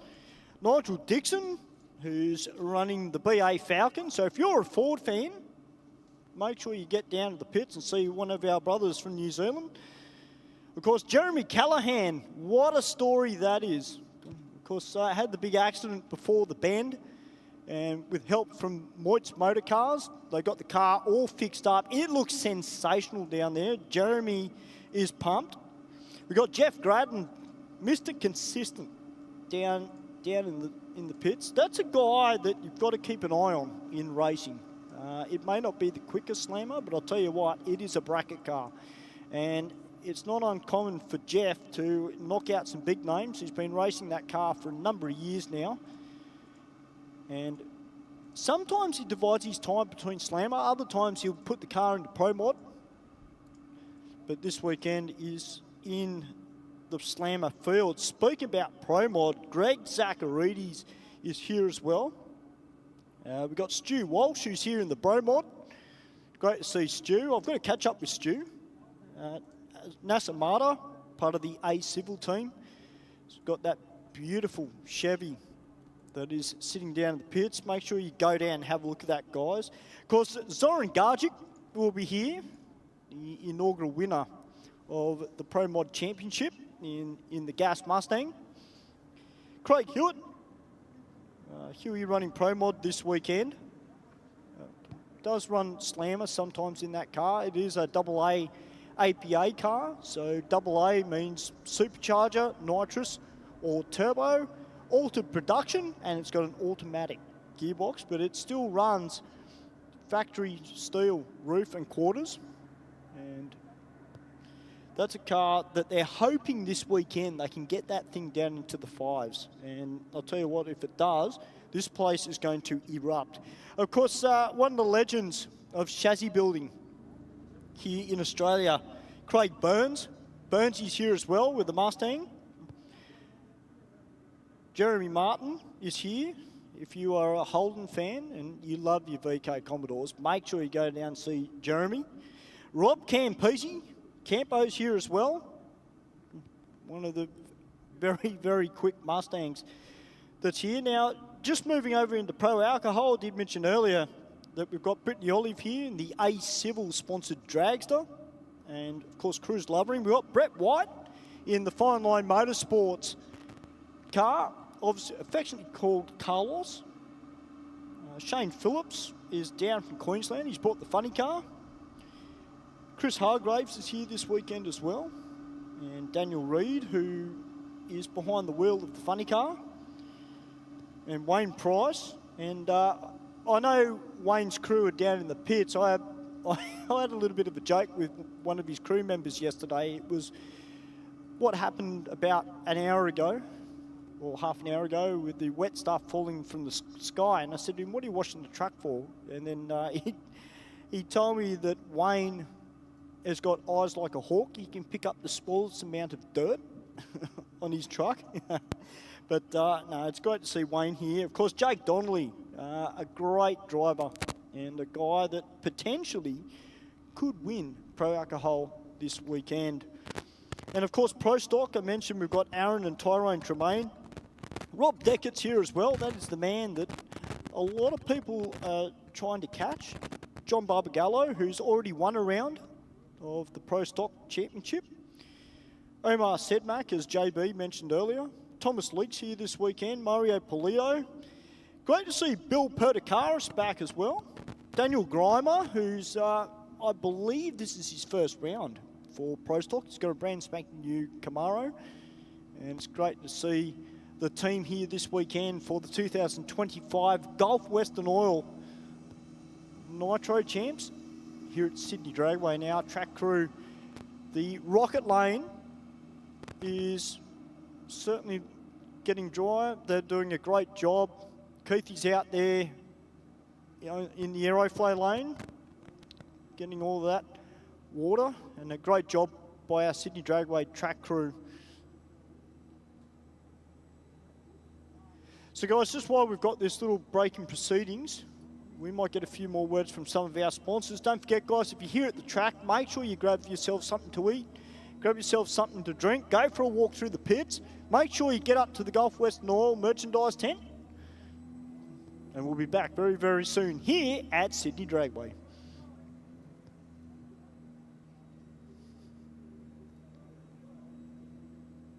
Building a street car through to a race car, be sure to think of Aeroflow Performance. The ever-increasing range that started with just hose, fittings and fuel system components has grown to include boosted turbochargers, bang shift shifters, X-Pro ignition and electrical accessories, Bosch motorsport products, fabrication parts, as well as driveline and engine components. With an exceptional distribution network and inventory, Aeroflow products are always within reach. With more to come in the future, be sure to keep an eye out at aeroflowperformance.com.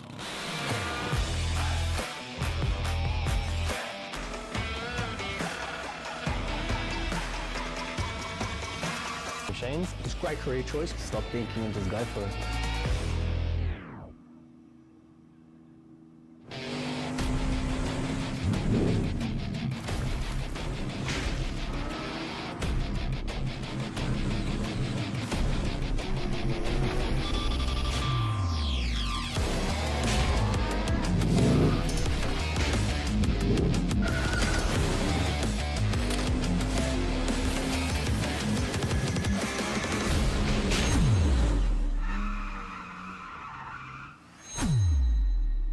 Building a street car through to a race car? Be sure to think of Aeroflow Performance. The ever-increasing range that started with just hose, fittings and fuel system components has grown to include boosted turbochargers, bang shift shifters, X-Pro ignition and electrical accessories, Bosch motorsport products, fabrication parts, as well as driveline and engine components. With an exceptional distribution network and inventory, Aeroflow products are always within reach. With more to come in the future, be sure to keep an eye out at aeroflowperformance.com.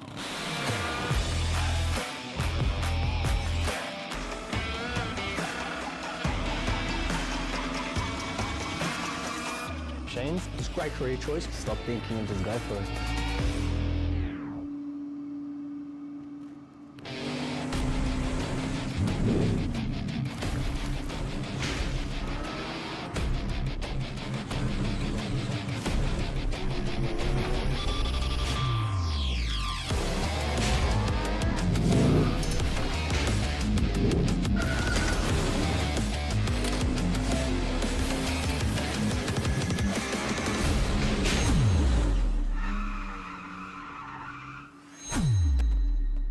Building a street car through to a race car? Be sure to think of Aeroflow Performance. The ever-increasing range that started with just hose, fittings and fuel system components has grown to include boosted turbochargers, bang shift shifters, X-Pro ignition and electrical accessories, Bosch motorsport products, fabrication parts, as well as driveline and engine components. With an exceptional distribution network and inventory, Aeroflow products are always within reach. With more to come in the future, be sure to keep an eye out at aeroflowperformance.com.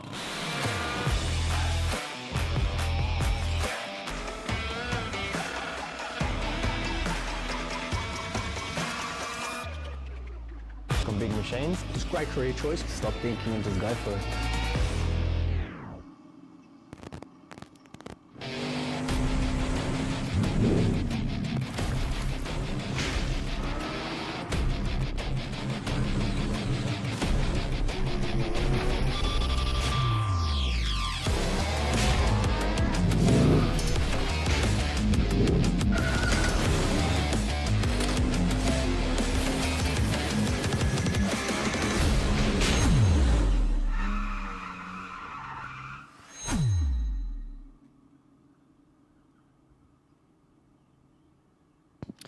Well, welcome back to the 2025 Gulf Western Oil Nitro Champs. Just give you a little bit of an update.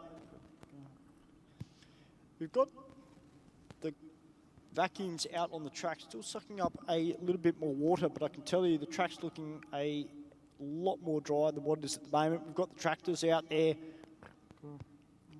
Just going to start putting some rubber down. And then start spraying the track when it's feasible. So great effort by the Sydney Dragway team. Of course, Justin Simpson, who has been here all day yesterday and to late last night and early this morning, he's been on the tractor putting down lots of rubber, doing a lot of prep. And you can't thank Justin enough for the work that he's put in to get this track up to spec for the 2025 Gulf Western Oil Nitro Champs here at Sydney Dragway. So we will get back to racing, guys. It is just a matter of time. We do have to get this track 100% right before we can start resuming racing.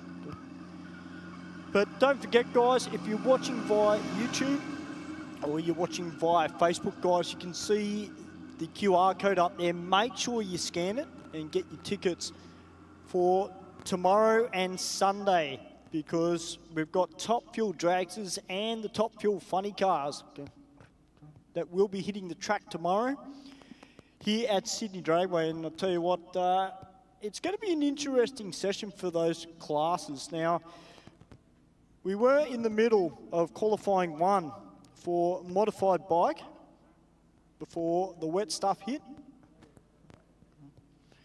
But we are in the process of getting this track back up and running as quickly as possible.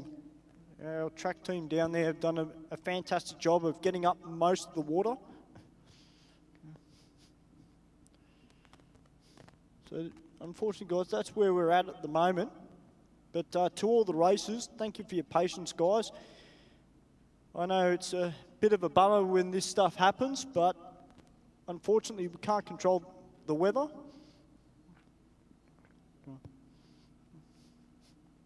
I mentioned to our fans that are here, thank you guys for coming here on Friday. I know it's generally a working day, but why would you want to miss drag racing, especially with a 3-day event here at Sydney Dragway? And don't forget, you can get all your merchandise from up the top. Next to the corporate boxes, we've got the Gulf Western Oil stand up the top there. They've got all their merchandise. Make sure you grab yourself some hats, shirts and jackets.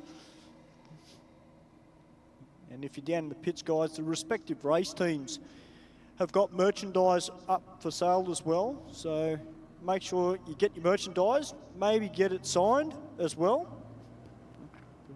Just having a look at the chat on YouTube, a lot of our regulars that tune in to Aeroflow Race for Real are online. Of course, Cliffy, g'day Cliff.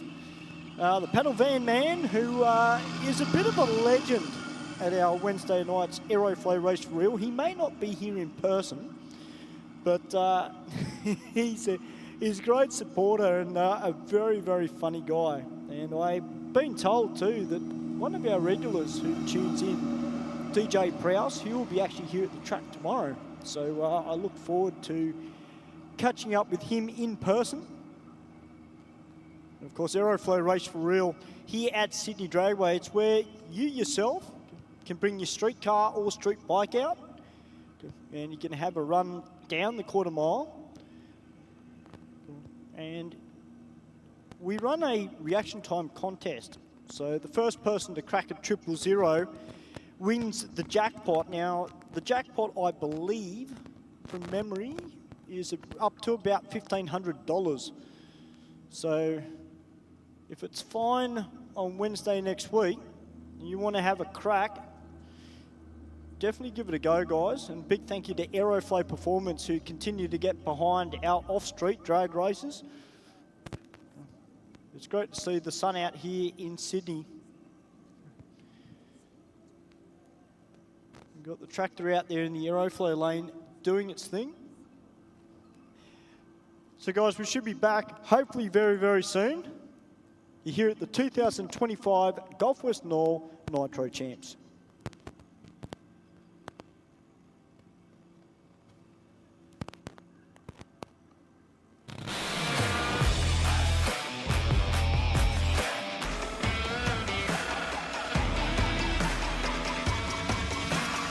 Big machines, it's a great career choice. Stop thinking and just go for it.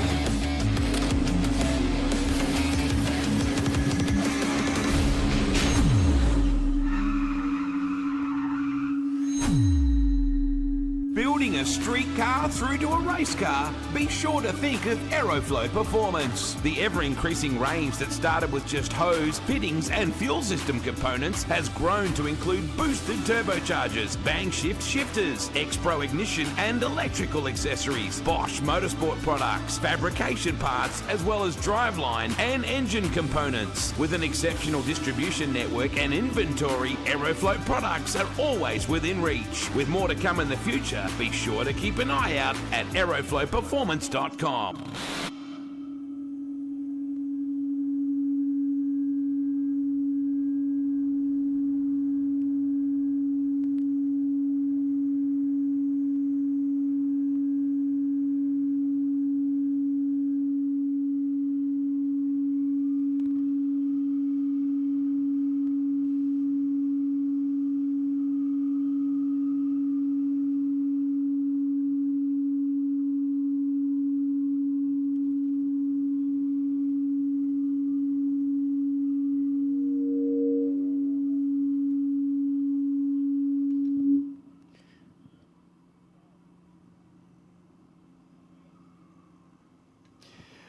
Well, guys, welcome back to the 2025 Gulf Western Oil Nitro Champs here at Sydney Dragway. And I brought up a very, very special guest. Now, we are in the midst of the Aeroflow Sportsman Series qualifying. And I'd like to welcome Brett Stutchbury from Dialed In Racing. How are you, Brett? Good, sure. Yourself, mate? Mate, fantastic, fantastic. Mate, you're downstairs for the first round for Super Street. Obviously, yeah, mate, yep. Down the end of the track. For those people that are up in the crowd, Top Fuel Street, yep. as it's affectionately called. That's where all the Super Street cars are. What was your take on that first qualifier, Brett? Mate, track conditions were great there this morning.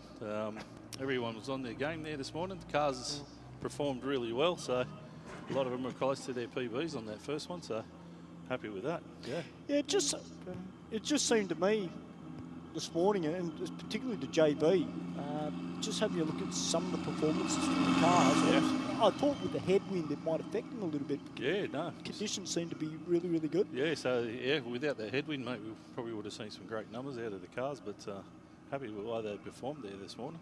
Now, we were a little bit surprised with Adam running into the 980s. I actually called it. I thought he might have done a 970. Yeah? To be honest, yeah. I mean, he didn't get a test day in prior to today with the two washouts. Yeah. But, yeah, she made, I don't know, for like 50 more horsepower and about 100 foot-pounds of torque more on the dyno the other day. So, wow. Yeah, so we knew it was going to be on a number. So, yeah.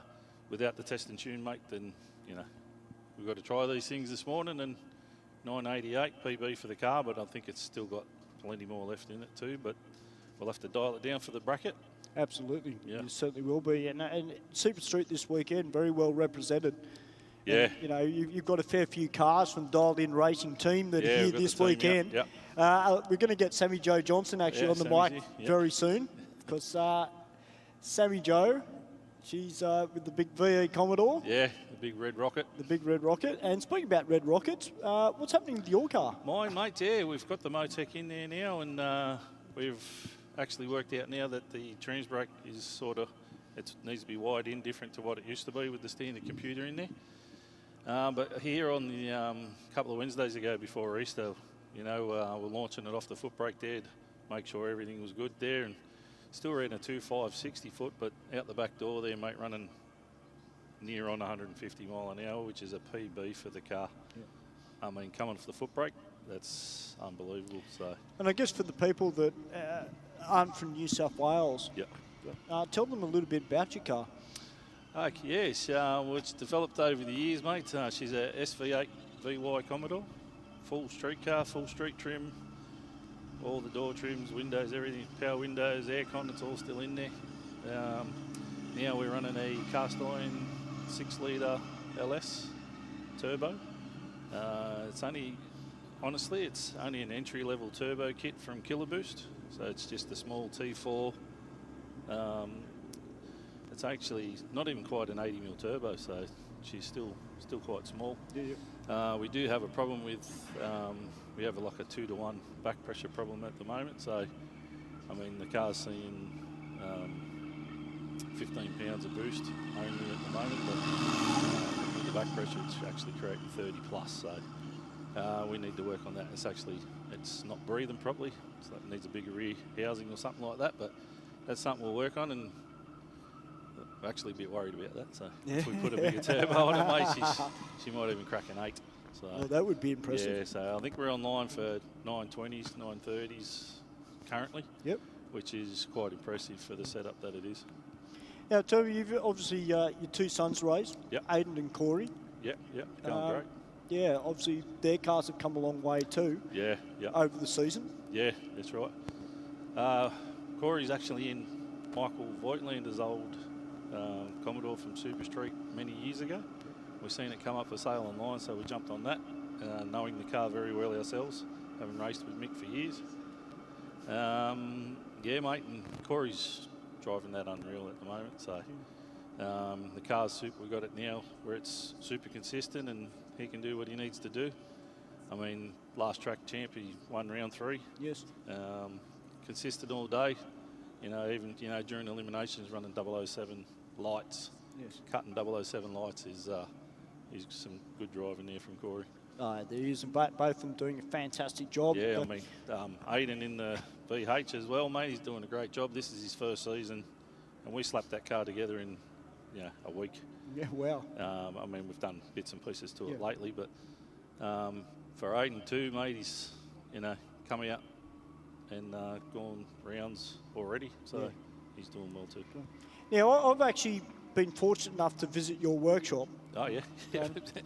And I must thank you for doing the brakes on No my car problem too. at all, But one thing I should touch on, you've got a few cars sitting in the workshop. Yeah, in the works. Yeah, there's a few in the works. Just the people that don't know your business. Yeah. What is your business? So what we're do you have actually planned? called Dialed In Automotive.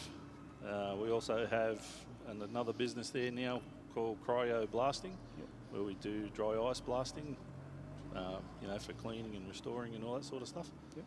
So that's it's actually therapeutic, to be honest. It's quite good. Yeah.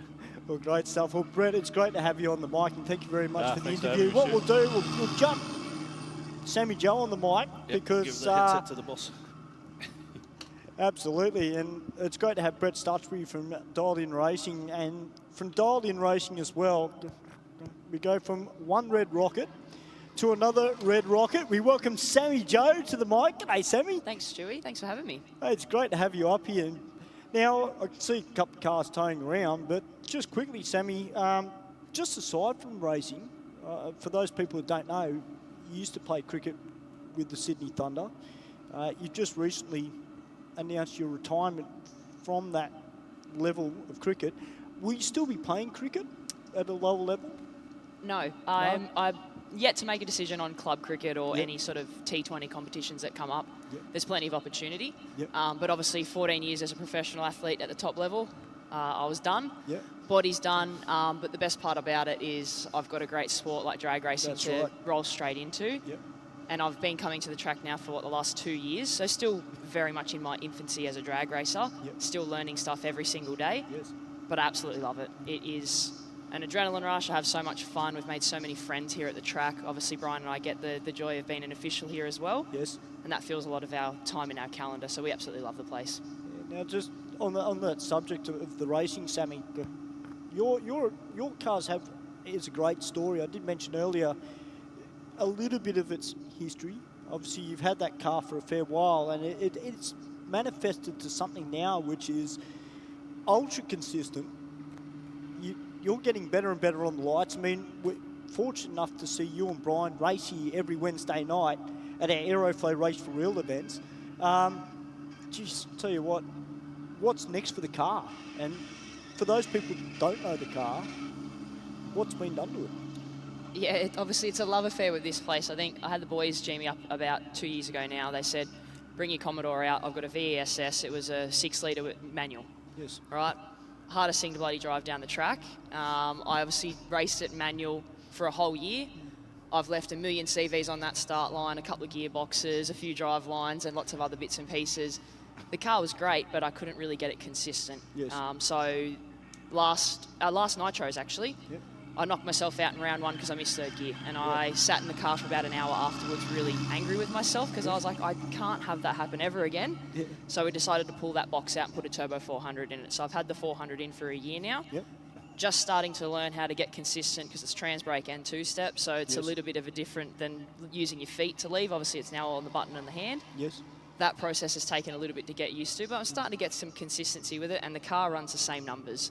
I know what it's going to run generally during the day, and obviously, you know how much time I spend here on a Wednesday night. I can pretty much tell you what it'll run first time on a Wednesday night at 6 o'clock and what it'll run at 9 o'clock because we've got that much data on the car now. But yeah, it's been an evolving space with that car. I don't have a power out on it. Obviously, it's just naturally aspirated. Brian's obviously gone nitrous assisted on his VY, which has been really cool because that's now a 10-second car, street registered, which is a lot of fun to drive, which I got the pleasure of driving. I was just about to bring that up, 2 weeks ago. So I got my first 10-second pass, which is a tick box moment for what the next step is for our racing. We do have another car in the build. Going to keep that on the down low as to what that is because a lot of people may or may not know about it. So I'm going to try and keep that secret. But that should be bottom 10 car, but going to push to run maybe sedan next year with it. Oh, so fantastic. Got to get that on the road. It should be on the track after Winter Nationals. So obviously going to run the VE up there for winters, come back and run another event here in Sydney. And then in that winter break between June and August, the new car will hopefully make a debut for round 4 at Track Champs. That'll be fantastic. And it is to be under the dialed-in racing banner? Definitely under dialed in. And all I can say is you will not miss it on the track. So, nice. Yeah, watch this space. Oh, I can see Bushy smirking, so he's... Bushy might already know roughly what it is and roughly what colour it might be. I won't ask Steve then. I'll keep the surprise. And the boys have been so good, like the whole dialed-in crew, our Top Fuel Street crew have been amazing because they're going to play a really big part in putting that car together.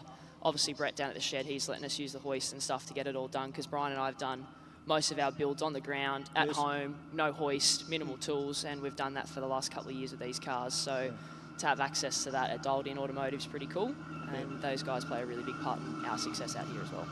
Now, Sammy, you obviously, this is one of the biggest events we've had for a long, long time.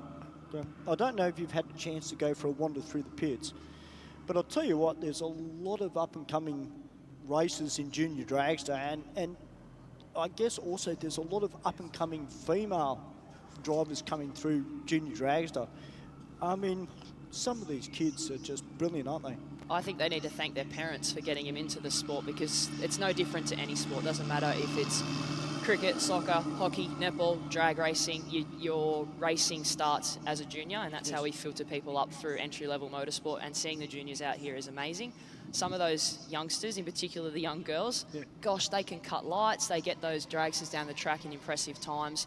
Tegan Smith, for example, she's outstanding. That girl cuts triple O's for fun. Yes. I know that she's obviously got a big sister, Chelsea, who does amazing things in modified, and that stemmed from Dad. Obviously, Trent's a great racer, IHR official. Look, you got a whole family affair, so I think the more kids we can get in entry level, hopefully that'll filter up, and then we're getting kids jumping into a super street car, sedan, and then up into the big stuff. I look at modified.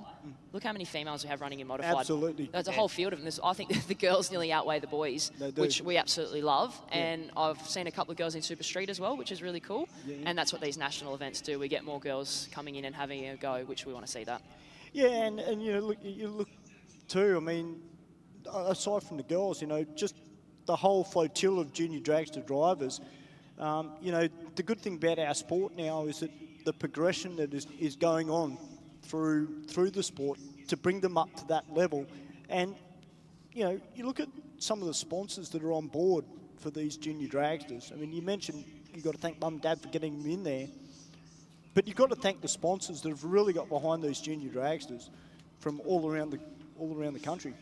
It plays a massive part. Sponsors play a huge part for those kids. Like, if they don't have that, they're not cheap to run. No. It's actually a really expensive thing to try and get into, but the more support that people are willing to chuck at entry-level motorsport, and that starts from the juniors all the way through. We're going to keep filtering through, and you're going to have your next Top Fuel Dragster runner coming out here, or someone running in a Doorslammer, but that's what we want. We've got to keep filtering through the juniors up into our entry-level stuff at our track champs. Yes. Even the numbers at track champs that we're getting, we had over 200 cars last round, and that's what we want to continue to see. Keep getting more people, but that stems from Aeroflow Race Real on a Wednesday night. Absolutely, and that's, I think, Brian's story and my story of how we come through to track champs and are now running at a national event.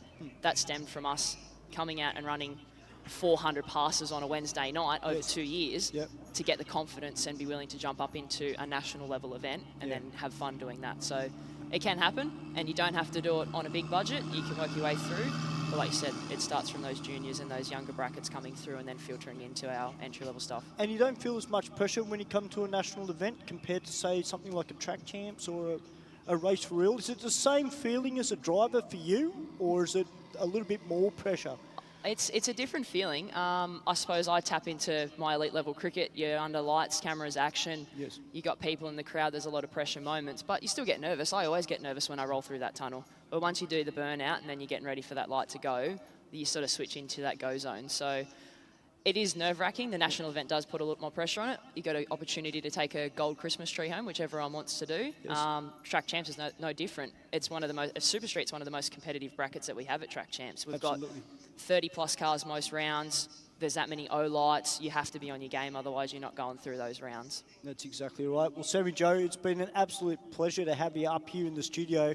Good luck for the weekend, and we look forward to seeing more of you and the Dialed In Racing team throughout the year and next year as well. Big plans coming for Dialed In Racing. Well, there you go, ladies and gentlemen. Brett Starchbury and Sammy Joe Johnson from Dialed In Racing, part of the Super Street category this weekend here at the 2025 Gulf Western Oil Nitro Champs. We've still got the tractor out on the track, putting down some rubber, but I can tell you that the track is looking fairly dry and they're doing a fair bit of prep. So we'll try and find out how far away we are from resuming racing. But until then, guys, if you're here at the track, guys, make sure you grab yourself something to eat. And I do suggest you go up to Go Nuts for Donuts. Grab yourself some hot cinnamon donuts because they are sensational, I'll tell you.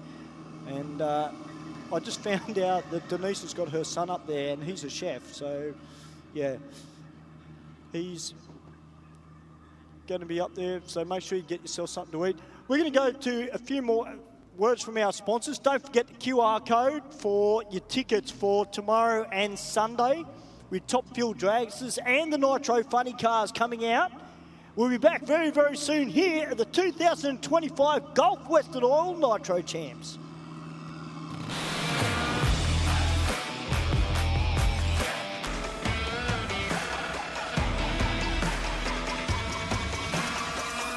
I really enjoy my job. You get to work on big machines. It's a great career choice. Stop thinking and just go for it.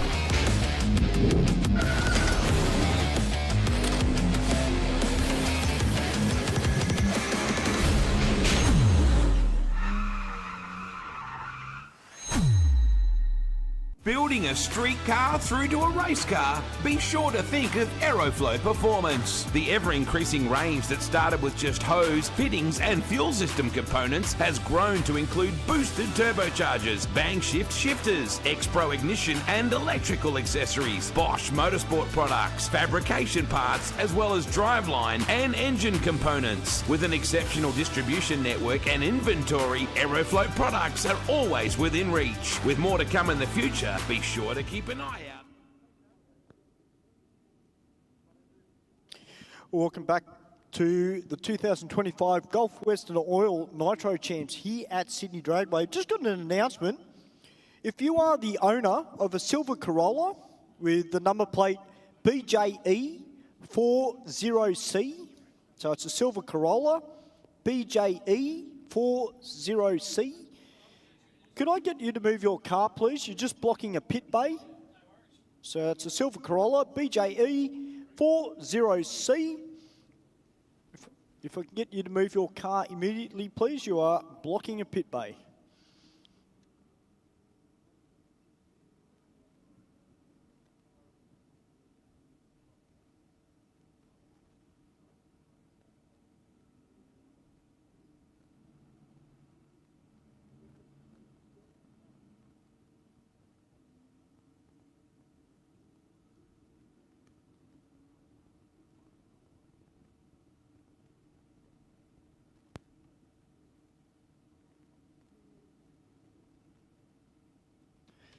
So at the moment, ladies and gentlemen, we're just keeping an eye on the sky. The track is dry, but we've just got to keep an eye on it because there's been a few tiny little spits.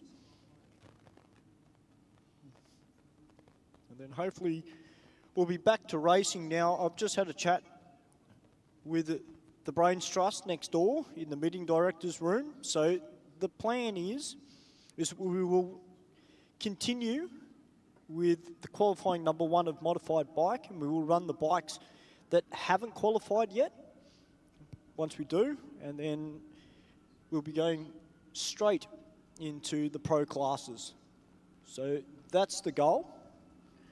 We've just got to keep an eye on this weather above us, and then hopefully we'll be back into it very, very soon, because I know it's a bit frustrating, but obviously safety comes first in our sport. We've got high-powered vehicles. There's a lot of money invested into all forms of drag racing, no matter if you're a super street driver or you race a top fueler.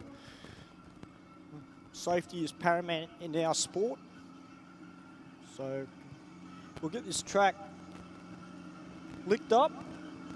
Hopefully that'll be the last big delay that we have. And we'll be back to racing very, very soon. But we do thank everybody for their patience. We're sorry, guys, but we unfortunately can't control the weather. Don't forget, guys, if you are watching via YouTube or Facebook, or if you're here at the track, guys, and you haven't got your tickets for Saturday and Sunday, make sure you scan that QR code.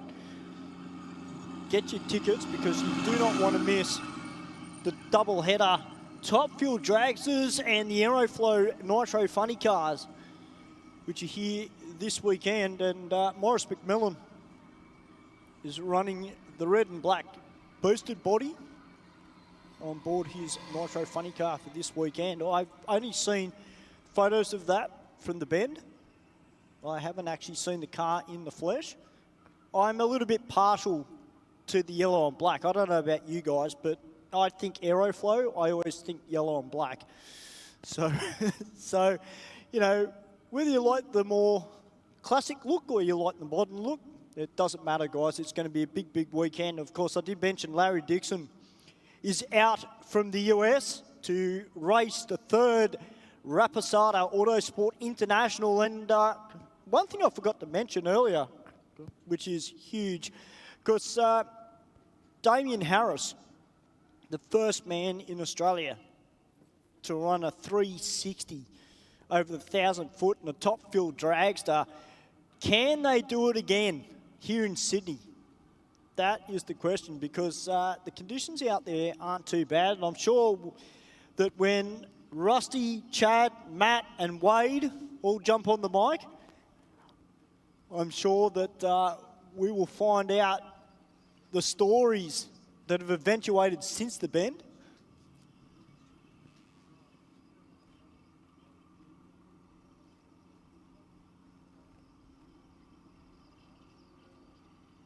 All right, guys, I'm going to throw up to some great clips of Top Fuel from the bend. Magical things keep happening. Ground shaking and record breaking. Dragway at the Bend has gone from a blueprint to a blue ribbon place to skid. Everyone agrees it's Australian drag racing's shiniest new Nitro crown jewel. Today, we write another chapter in the book of the Bend. There have been 3 different winners from 3 rounds: Reed, Harris and Gibris. Though he leads the championship, Wayne Newby has yet to grab a gold Christmas tree this season. And Phil Lamartina looking to repeat his victory here last year. West Aussie Kyle Putland has made the trip east, and now we have 5 nitro-burning missiles to delight the South Aussie multitudes. It's the 4th round of the NDRC Australian Top Fuel Championship. This is the NDRC.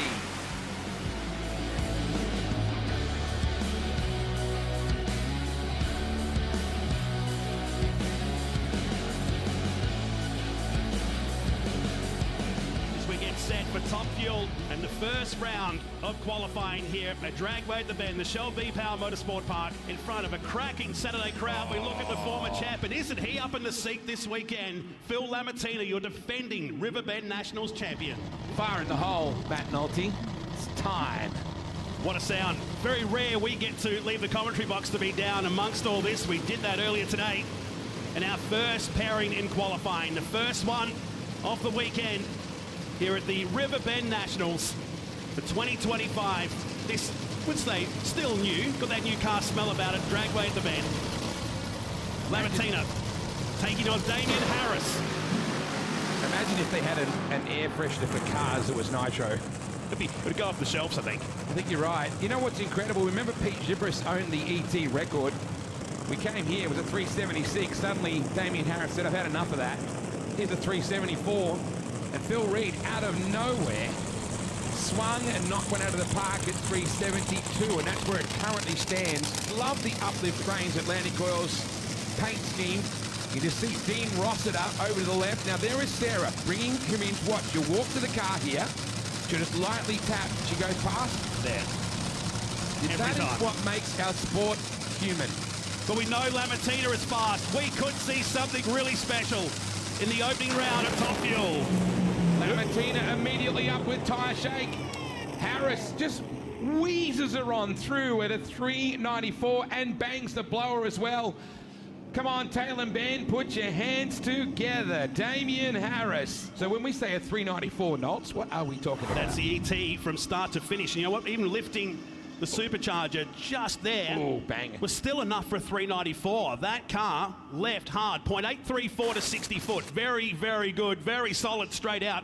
But for Lamartina, straight into wheel spin off the line for the Fuchs Lubricants car. And they'll have to have a think about it on the gear wrench replay. You would have felt that in the stands when that supercharger said bang.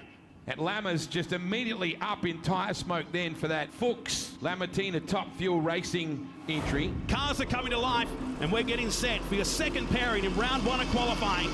Solid way to start. It'll be interesting to check out post-run if or what damage there might be to that uplift crane's Atlantic Oil's Rapasada Autosport International car.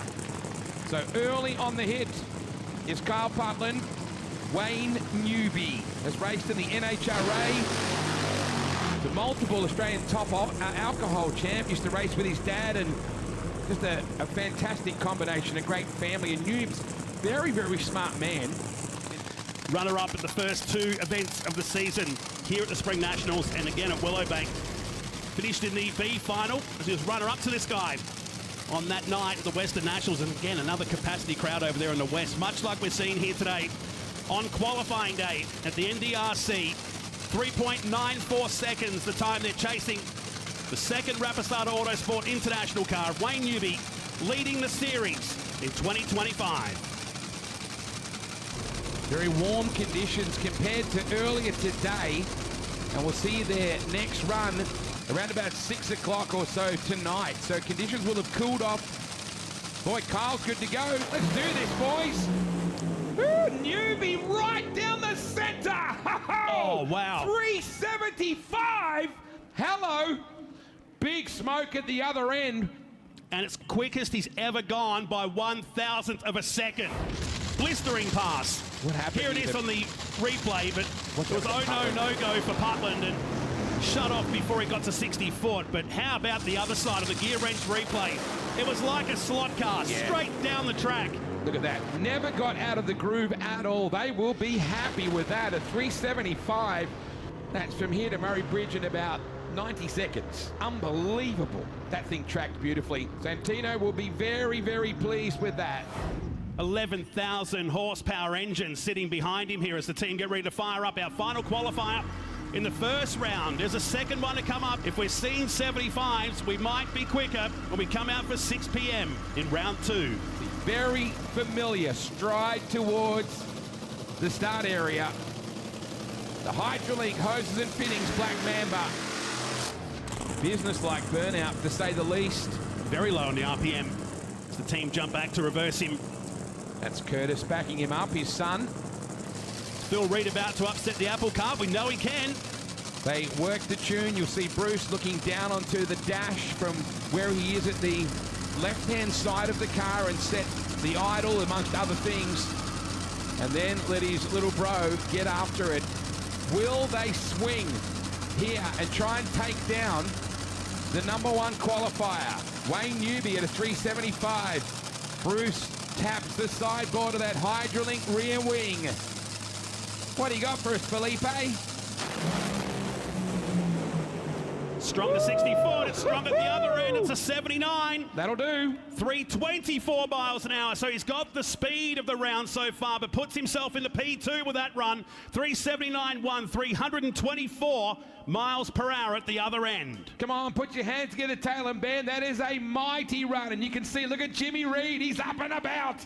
Very looks like my old woodwork teacher there with those glasses on. Here it is on the high gear wrench replay. I knew we were going with that. Yeah. That was a rocket run. Look at this. Just watch the boys in the background too. If you get a chance, we can see through the haze. He was absolutely aero-flying, wasn't he? But boy, it motored towards the end. So there's another sub 3.8 here at the bend. Yeah, that just keeps delivering this new track that's billiard table flat. So that puts the queue in the rack for round one of qualifying for Top Fuel.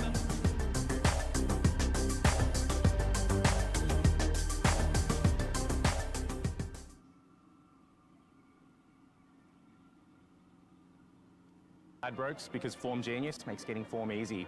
Even easier than Peter Moody teaching a horse how to win. Run, run, run, run, run. Win. Form made easy with Ladbrokes. Go, you good thing. You win some, you lose more.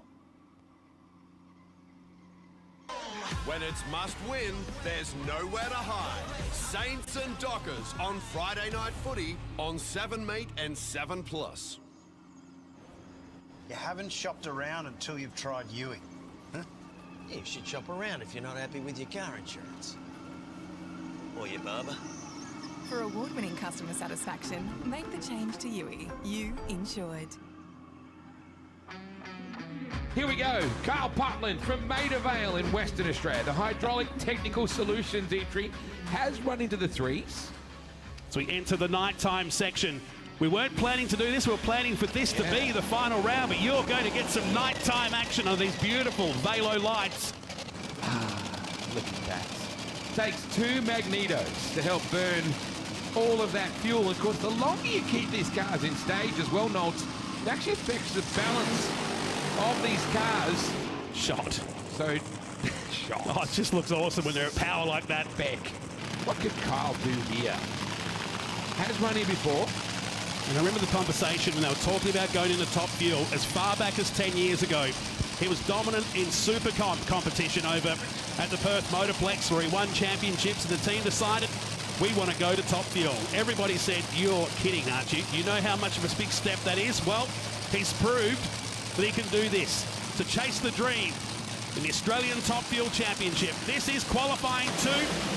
Away goes Putland, big head of flames, dropping cylinders though just at half track, and will wander through for a 442. Wander through at a 442. Wander through. Walked it through. Yes, it was good early. Have a look at the run again, thanks to gear wrench. I thought it came out of the hole pretty stout. Then it started eating up. Just started mixing cylinders. Watch this, it starts to go white. From this shot here, starts crossing over, then gets whiter, starts dropping cylinders. From that point, car says, no, you've hurt me, you've tortured me, I'm shutting down. Fastest or quickest ET in history in Australia over 1,000 foot. A 372, and I gotta say, their earlier run was a good start. 379, I think, wasn't it? Yes, it was. The Lamatina with a very sideways drift burnout, if you like. We know how good these guys are at the bend. Top qualifier here at the Spring Nationals with that 372.5, which is now the quickest ET in this current era, well, overall for Top Fuel Australia. And the speed, 522 kilometres now that day.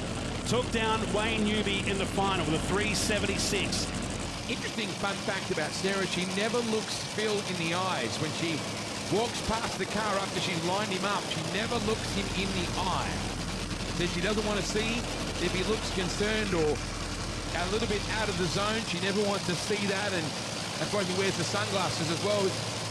She doesn't want him to see if she's looking a little bit concerned in any way. So if you think they're all robots, they're not. Look at that track now. She's taken plenty of rubber today. Lots of lines of racing. Look at this crowd. Capacity watching on, loving their Top Fuel experience. And so are we. This is qualifying session 2, chasing the 375.2 of Wayne Newby. Away. Nope. Oh, both of them. Nope. About the same time, too.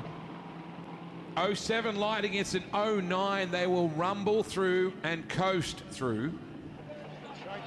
Jim, just a bit of a debrief there. What an absolute legend of the sport. I don't know if we can get a shot of Phil again, but I know that a lot of South Australian fans absolutely love having Jim Reid here because he's an icon of Australian drag racing. 21 Australian championships. We take a look again at that gear wrench replay. Both of them shut off pretty much simultaneously here. Great teammates, but great rivals at the same time. Harris winning the New Year Nitro event. They both ran 3.7 second passes in the A final in what was very humid conditions that night at Willowbank. You couldn't get more polar opposite as people, noobs or wisecracking, cheeky little monkey. Damien Harris, as serious as an accountant in June. And Brooke Rapisada, just that unique running style, because Damien likes to back that thing up quick. He's all business. He's behind the wheel. Now, bearing in mind, folks, the quickest ET in history at this place, 3:72. I've got a funny feeling. There's a couple of experts out there today thinking we might get a 6, a 3.6 maybe. Well, even a 71 would be nice. If it's going to happen, this could be it. It could be between either one of these cars. Look at that. Always the same routine. And they stand as one. Final pairing in the final qualifying session.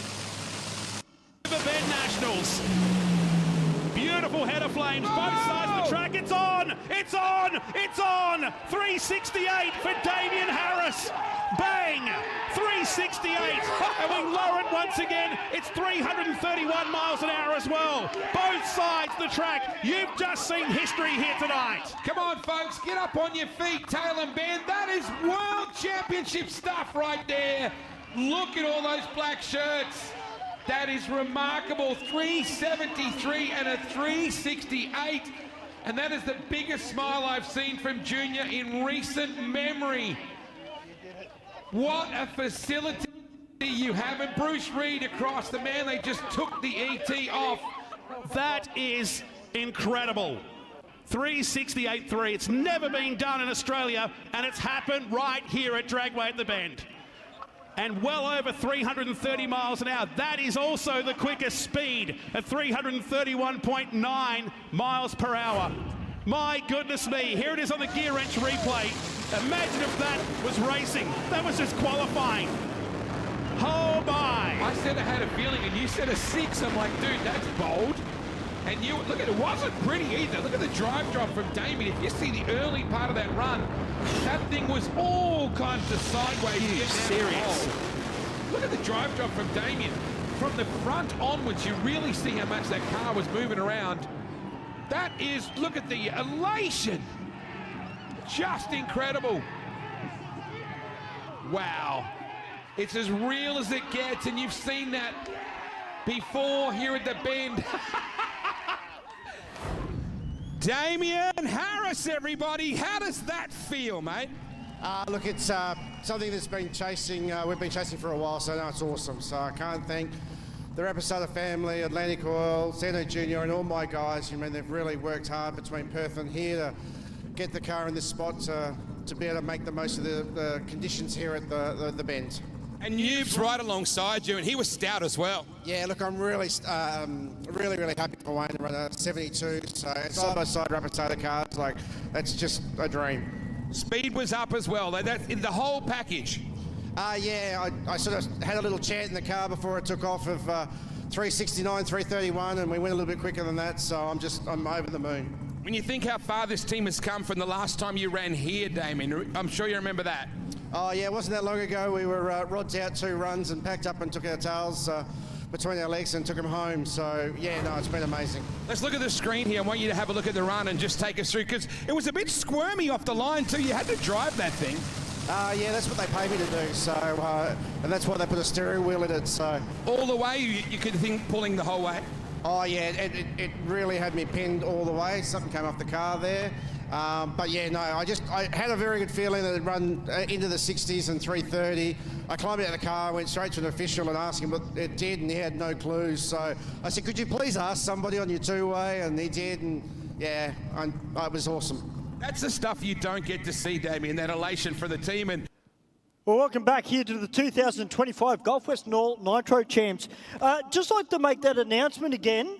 If you are the driver of a silver Corolla with the number plates BJE40C, that's BJE40C, you need to move your car immediately, please. Okay, you are blocking a pit bay, and the team are even thinking about getting the Go-Jacks out and moving it themselves. So if you are the owner of a silver Corolla with the number plates BJE40C, you need to move your car immediately, please. Otherwise, yeah, it might not be there when you come back.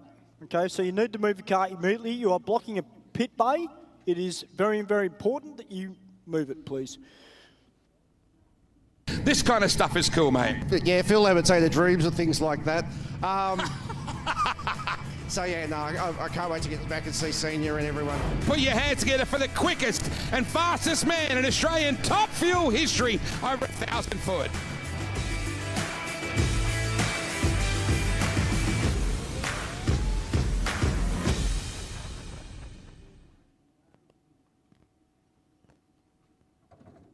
With Ladbrokes because Form Genius makes getting form easy.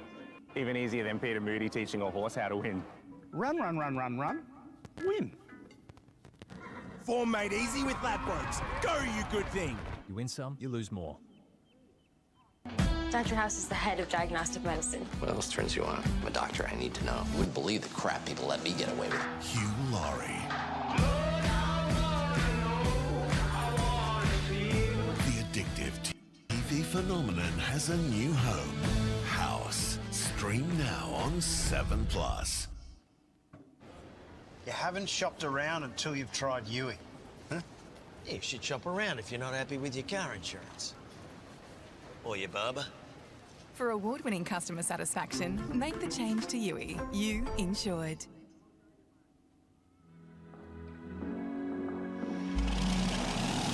Getting this show started on your Sunday morning. So welcome to our coverage on 7 of the 2025 Riverbend Nationals. As our first pairing fire up, Phil Lamontina will take on Wayne Newby for the 12th time in NDRC dating back to 2022. Wade Orr just made his way back up to the commentary position. What an atmosphere it was downstairs prior to this, but now we get serious. Yeah, I love this. I just love it, Nolts. It's so good. Welcome, South Australia. Welcome wherever you might be watching. Across our American friends tuned in as well to get to watch us through the NHRA network as well. So it's wonderful to have your company wherever you may be tuned in. Sarah Lamontina. Now, we talked about this yesterday, Noel. Sarah, when she finishes lining up Phil, she'll walk past that Fuchs signage, and there's a really cool little decal that says Sheridan, which tributes the loss of a beautiful young life who was killed in a road accident. And Sarah just walking towards the car to the right of your screen. Watch this. She blows a little kiss and then she touches that. Looking back at the tree, bit of fluffy clouds in the distance. We're going for a top of 23 degrees here today. Little bit of wind, but nothing to be too concerned about. As your first pairing in this all-run format of Top Fuel is ready for Sunday morning. Lamontina, defending Riverbend Nationals champion. Good launch. Give it to Newby. Fire up on a Sunday morning with a 75. Yeah, there's the wake-up call you want. 375, 325 miles per hour for Newby, and gets it done in round number 1. This team felt that car was on for a 60 yesterday alongside the teammate. Hey, they're coming out swinging on race day. Let's just go side by side to kick things off. To remind you what you saved your lunch money for, left-hand screen on that gear wrench replay. Lamontina was hosing on that left side for a majority of that run, but still ripped it through at a 391. But Noob's continuing with that consistency. He was at 375 yesterday, a 373, and back in the 375s. Peter Pike standing by to have a chat with Wayne Newby. And good morning, Mr. Newby, and nice way to start the day off. 375, 325. Yeah, no, the car's been running killer all weekend. The boys will be happy with that. Could have been a little bit better, but as long as we're going rounds, and that's the main thing, and keep extending our lead in the championship. It was a day of chasing for Rory Taylor and the team from the West yesterday. The battle of the yellow cars in this second matchup. Phil Reid, whose record was stolen yesterday. If that isn't the incentive Bruce Reid and the team want to take that back on race day, I don't know what is. These guys too had a bit of a battle on their hands as Kyle's wife Kira backs him up. His dad Dean went to hospital yesterday, twitched his back, picking something up. So we lost Dino out of the mix. This team will fight on. These guys had their ET, as you said, taken away from them, Nolts. There is something magical about this place. And that's not just a gain, that is a light year gain, what they did yesterday. Oh, yeah. But it's quite possible. Well, you and I spoke to Bruce Reid yesterday. He said we can do it. It's just going to take some work, Nolts. Here we go. Putman up against Reid. Steering to the centre, he's going to get it. And that is an upset, because coming into this round, it was 5-zip in the favour of Phil Reid, and Kyle Putman rewards the team with a 398. And a drive job too. Did you see that thing was loose as a goose? That's a great run of 3. Ooh. Kira gives us the thumbs up. Rory Taylor will be ecstatic with that. Boy, that's a solid drive because it was busy. It was 398. Heading towards the centre line instantly, so it's dropping cylinders. Watch it go white on the right bank. He's trying to drive this car away. Phil Reid was having his own dramas. What a drive job. The front-on shot will show you how close it was. I don't want to oversell that like I did last time. Here it is on the gear wrench replay. So left-hand side, Putland. He got the launch, was behind at 330, and steered that car back away. That is not easy to do from one side to the other, and gets the nod into the second pair-up. Rapasada Autosport International Team Junior. He was all animated. Even Damien Harris was grinning. He almost chuckled, I think. There's a bit of feeling between these guys. Damien doesn't even like himself. He said he doesn't like me, doesn't like himself. I love it. Bit of trash talk. I want more of it. Bring it on from There's only 5 here, but it's got the feeling of a 16-car field, the way the tensions have been this weekend down in the paddock. So your number 1 qualifier, and now the record holder with that 368.3 yesterday, Damien Harris. The benefit of this odd car field, he gets a solo for being number 1 in qualifying. And guess what? He's in the lane that he set that 68 in yesterday. Junior Rapasada and his brother Santino, opposing cars but same team. And this guy is ice cool, Damien Harris. Not leading the points. They had a Barry Crocker here the last time we were here. Both the Rapasada teams. Santa will tap that wing in memory of Louis. What has Damien Harris got for us today? The thing is loaded for bear. It looks very tasty. Boy, that was 372 and again 331.6 miles per hour. Well, welcome back, ladies and gentlemen, here to the 2025 Gulf Western Oil Nitro Champs. And thankfully, the sun is out. And I'd like to welcome up here into the commentary box, Michael Riches. G'day, Stewie. Hey, mate, how are you? Who's racing in the modified bike bracket for the Aeroflow Sportsman Series. Mate, you went out for your first pass. How was it to start with? It was interesting. Yeah. The bikes just had an engine rebuild, so I didn't really know what was going to happen. But we sort of spun the tyre off the line and kept it spinning to nearly the 330. So, yeah, we'll go out in Q2 and see if we can get it to hook up and run a little better. Went a 9.2, so about half a second off where I should be, but yeah. Because you generally run high 8s on that bike, is that? Yeah, about an 880, 888 sort of thing. Yeah. But that was with a sloppy gearbox and some issues with the fuel, so now that's all been fixed, rebuilt by Leonard at Hazard Party Racing, so he did that really quickly for me, so I've got to give a big thank you to him. Yep. But yeah, it was just a bit aggressive off the line, maybe knock some tyre pressure out, and hopefully there's a bit more stick on the track when I go back out later tonight. Yeah, so the conditions out there this morning look very good for all the races. Speak to Brett Stutchbury earlier, who came up for an interview. Yep. You know, everybody seemed to be near their PBs or on their PBs. The air's very good. I felt like if I got it to hook up, it was on for a good number. Yep. It pulled very hard to the finish line. So yeah, everyone's having a good day. You know, Anastasia Lucky in junior drag bike did a PB by a half second. Oh, that's excellent. So That's she's very huge. happy. That's great. Yeah, no, we're all having a good day. It's a shame it's a bit stop and start, but let's hope that that goes away. Well, I think it will. It's looking a bit promising now. Now, this weekend you're actually sponsored by Formation Riders. Yes. And we've seen yourself down on the start line. We've seen Bushy, who's yes. walking around out the back. How is he this morning, by the way? Oh, Bushy's good. Bushy's good. He's enthused as always. Yeah. He's just someone that loves the sport, loves being around it, and any way he can help out, he does, and we all really appreciate what he does for the sport. And yeah, no, he's a big help to me and all the team Digger, and yeah. I was going to ask, for those people who don't know, and including myself, what is Formation Riders? Formation Riders is a social riding group, also a sort of a charity group that, you know, if people are struggling and you know, need a little bit of help with something, clothes for the kids, money for groceries, that kind of stuff, we can sort of help out and get that done for them. So yeah, they've gotten behind me this week, and you know, they're gonna do some things for me, which will be fantastic and exciting. So you'll hear a lot more about them, and yeah, we'll be doing some big things. Well, Michael, this afternoon we're going to qualifying one for a couple of our bike categories in the pro classes. Obviously, we've got the entry list here, pro stock bike, we've got top fuel bike. As a bike racer, yes, is there any names there that grab your attention you think will win or really excel in this Look, weekend? they're all fantastic races. They all do a lot for the sport. They put in a lot of time and effort, and you know, what they do is, I think, is incredible. If I'm going to have to pick one, I reckon my money's on Damien Muscat. That bike and package he's got is incredible.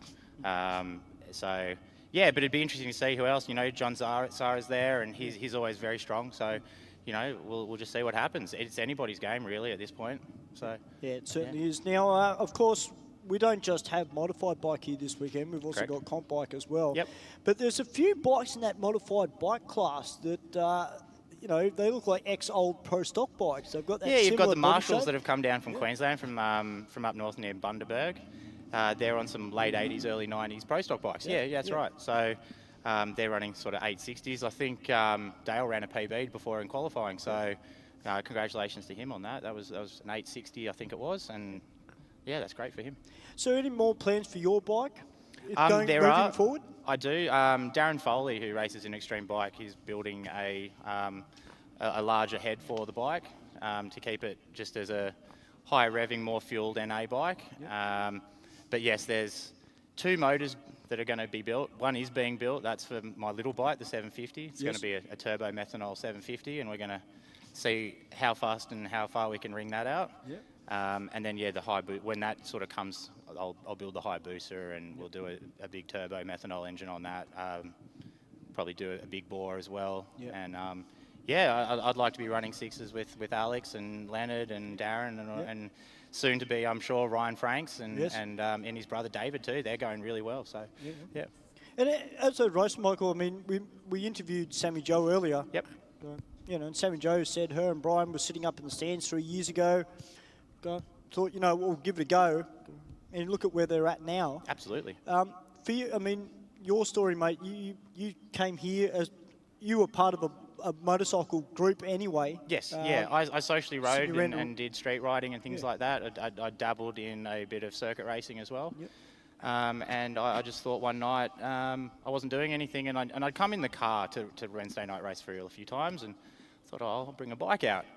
And yeah, couldn't wipe the smile off my face after the first pass, and from then, I think, you know, as you know, I come to most Wednesday night race for reals when possible, and then I've started in the New South Wales State Championships 3 years ago in street bike. I was lucky enough to be the runner-up in champion in street bike. Then I stepped up to mod bike. Same result last year, it was runner-up champion, and now we're just sort of in a bit of a building year, going faster year, so that we can step up to extreme bike in the future. Yeah, and your dad's racing as well. Yeah, He's actually was going to be riding your old bike Yes. through the New South Wales State Championship Series. Yes, that's right. So yeah, we blew up the gearbox, as I think some people who watch Wednesday nights know. So I had to rebuild that. So I went back to the little bike, and my dad went back to his Indian Scout, which is his trusty street bike winning bike. So he does very well on that. And yeah, now he's excited. He's done a few on the 750, and yeah, he wants to go a bit faster too. So he wants to go faster as well. Yeah, so he wants to get into the 9s well and truly. So yeah. Yep. On that bike, or yeah, on that bike. Yeah. Yep. And then when the new motor comes, yeah, we'll see what he wants to do. He's a bit intimidated by it, I think. Oh, look, you know, I think it's really cool. Not only, I mean, for me, your story coming from somebody who'd never drag raced before to where you are now. Yep. And then also your dad now getting involved. Yep. And starting off on the street bike and then progressing his way up as well. You know, it just goes to show that, you know, our off-street Wednesday night events, you know, what they do for the average person that can bring their car or bike out. And like Sammy said, and you know, you've said to me on numerous occasions as well, you don't have to have a bucket load of money to go drag racing. No, you don't. And that's the whole point of, you know, some of the entry-level classes like the Real Street or Street Fighter that they've got for the cars, street bike. You can, you know, bring a road-registered Indian Scout or your Holden Barina or whatever you have, and you can come out, you can work on a dial-in, and you have a chance of winning something. And I think that's fantastic. And Wednesday nights are a great feeder, because how else do you figure out how to, you know, compete in a state championship unless you talk to other people and have track officials or other people sort of give you some guidance as well, which happened for me. So yeah, no, it's great for the sport. Yeah, it certainly is. Well, Michael, it's been an absolute pleasure having you up here in the studio. Of course, Michael running this weekend for Formation Riders on board Red Mist, as it's affectionately called. His red Suzuki GSX-R 1000. Oh, high boost, let's do it. High boost. Oh, man, I always get that wrong, don't I? I chop and change them too much. Oh, it's I know okay. you do. You confuse me. But no, it's great to have you here, mate. And thanks, Stewie. Look, Formation Riders, ladies and gentlemen, make sure you check them out. If you do ride a motorcycle, be a part of it. Absolutely. You'll probably see Bushy floating around at some stage. You will. You'll see Paul Spence bringing me back up the return road. He's the owner of Formation Riders. So, yeah, jump online, and if you ride a bike, feel free to join the page and get amongst it. Yeah, that's fantastic. Well, Michael, thank you. Just an update, guys. We do have the spray ute out there putting down the glue, so I dare say we're not too far away. I can see one of our bikes making its way into the staging area. So we will be getting back into qualifying number 1 for modified bike. And they're the bikes that haven't actually qualified yet. And then we shouldn't be too far away from getting into our Group 1 classes that are qualifying today. And if you've just joined us via YouTube or Facebook, of course, we've got a great bunch of pro cars here this weekend. We've got 15 pro stockers that are here this weekend. 15 Doorslammers. I mean, how cool is that? We've got 15 pro mods as well. So if you love blown alcohol, or if you're a little bit like me and like the import scene, or in Adam's case, one of our production gurus that's up here, he loves the Euro stuff. So turbos, blowers, nitrous. Now, I don't know if we've actually got any nitrous-based pro mods here this weekend. I highly doubt it. But it will be blower versus turbo. We've got pro alcohol, which will be coming up, and we've got a sensational field of pro alcohol. There's 10 cars, but qualifying is going to be hardcore. We've got top fuel bike. We've got 8 of them. I'll just mention who we have here. And of course, pro stock motorcycle, the naturally aspirated bikes. And I know that I'm excited for that class. It's Luke Crowley has run 6s here at Sydney Dragway before, but Scott White, who's just recently jumped over to their team and helping out them with their bike. And Scott's been racing pro stock motorcycle for a very long time. He's an absolute stalwart of the class, and he always does a fantastic job. Lockie Island out the back as well. Great to see Lockie here again this weekend. Tony Frost and Ryan Learmonth. Great to see Ryan back in the class and racing. So we're just getting the track sprayed, and hopefully very soon we will recommence qualifying number 1 for modified bike as part of the Aeroflow Sportsman Series.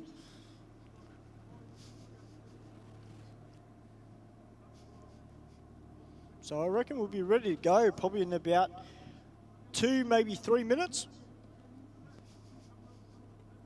Just got to wait for the glue to set a little bit, which doesn't take too long. Thankfully the sun's out.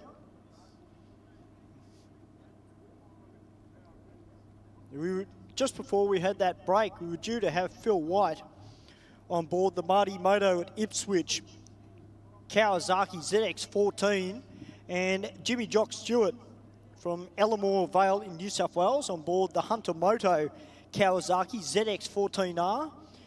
Both those riders had lined up. Unfortunately, the heavens had a different plan, but I'm sure that we'll see those guys out. But it's great to see that Phil's made the trek down from Queensland. And I don't know if Phil can actually hear me down in the pits. Hey, Phil, oh, you can? Great. I actually had a message from Janie from Willowbank, and she feels like she's the only one left in Queensland.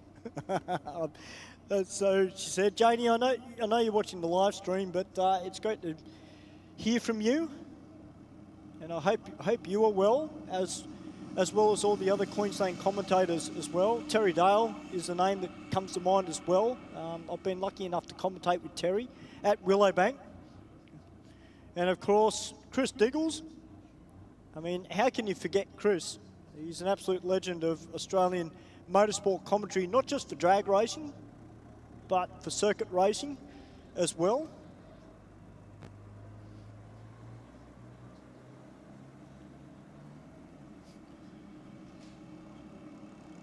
But a great effort by our Sydney Dragway track crew to get that track dry as possible.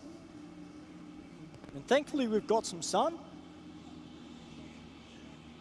So hopefully not too far away. Must say a big thank you to Michael Richards, Brett Stutchbury and Sammy Joe Johnson, who have been able to come up to the studio for an interview.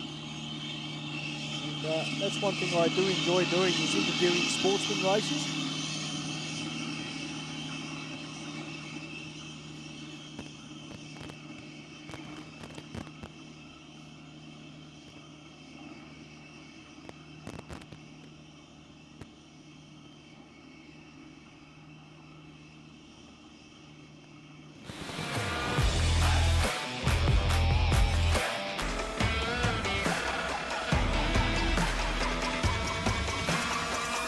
I really enjoy my job. You get to work on big machines. It's a great career choice. Stop thinking and just go for it.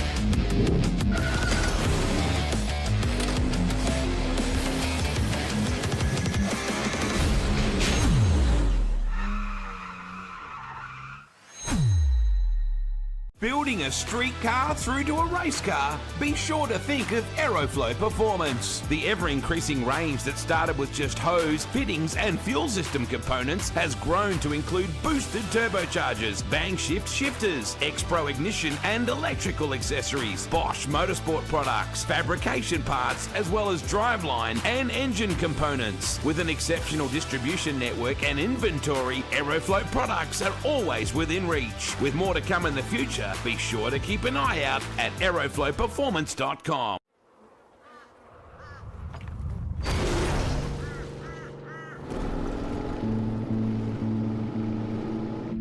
Out here, you get time to think about life's big questions, like where do all the flies come from? Do trains of thought have a destination?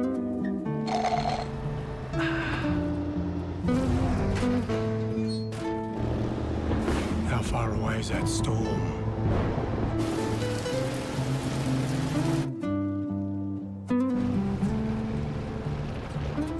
thing. How does an engine keep going?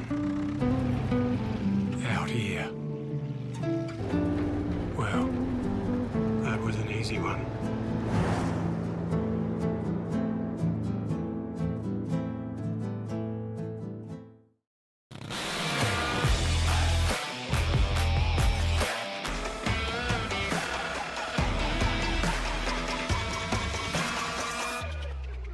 It's a great career choice. Stop thinking and just go for it.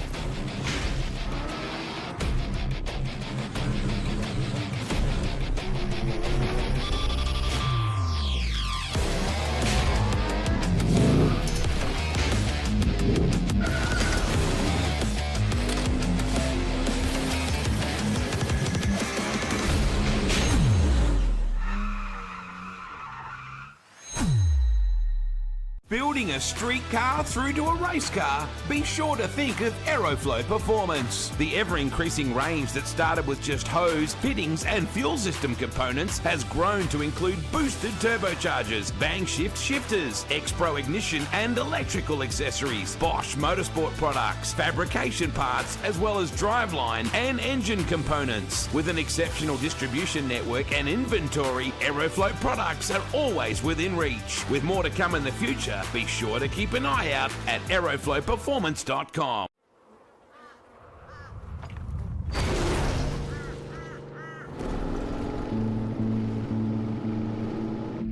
Out here, you get time to think about life's big questions, like where do all the flies come from? Do trains of thought have a destination?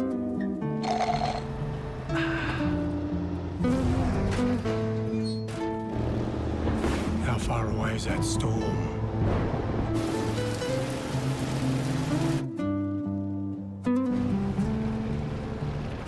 And another thing, how does an engine keep going? Out here. Well, that was an easy one.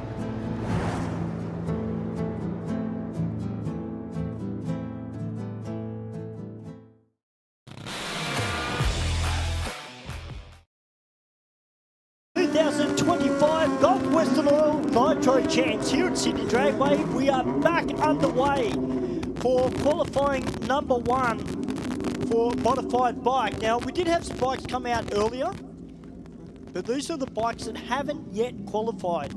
And I can tell you that there are some pro stockers that are starting to line up in the staging lanes. Join me back in commentary, the legend himself, John Samorax.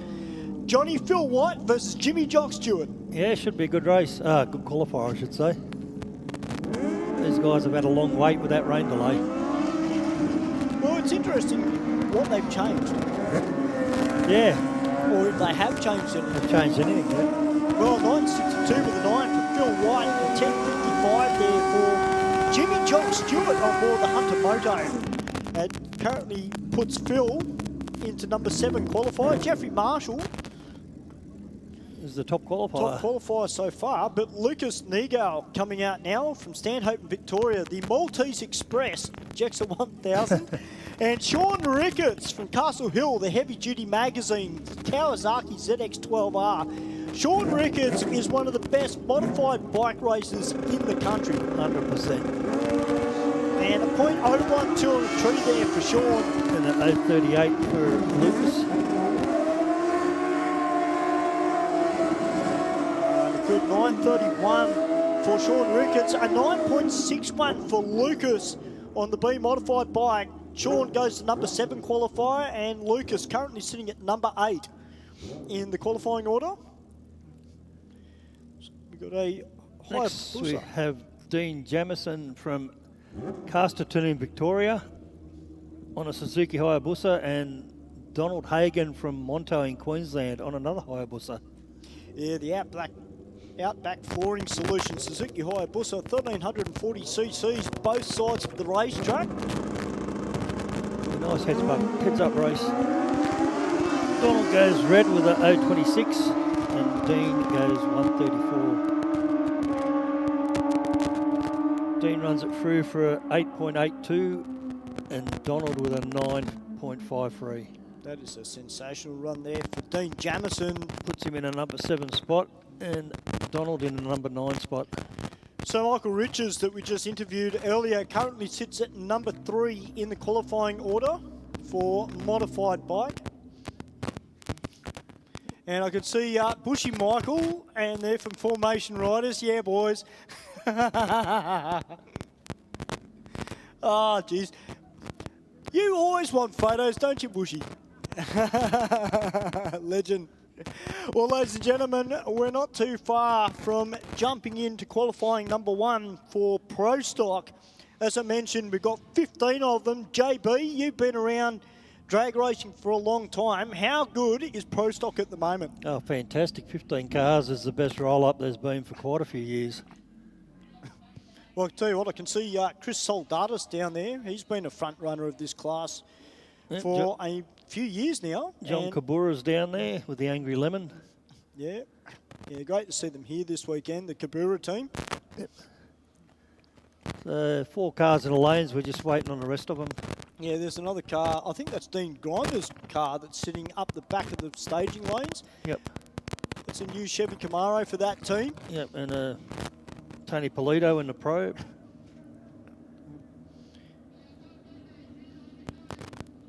I think that's one of the Tremaine, Aaron Tremaine, I think it is. Yeah, it looks like a Tremaine car. Yeah, it looks like Aaron down there. Great to see Aaron and Tyrone. And, of course, going up to talk to his good mate, Shane Tucker. Yeah, Tucker's here from America. Yeah, great to see Tuck back here in Australia. And I'll tell you what, I know he can hear me down there, but I'll tell you what, you make us proud over there, Shane. As do all our Australian motorsport drivers. Doesn't matter whether they're drag racing, circuit racing or speedway. They do us all proud over in the US and overseas. Now Rob Deckert down there as well.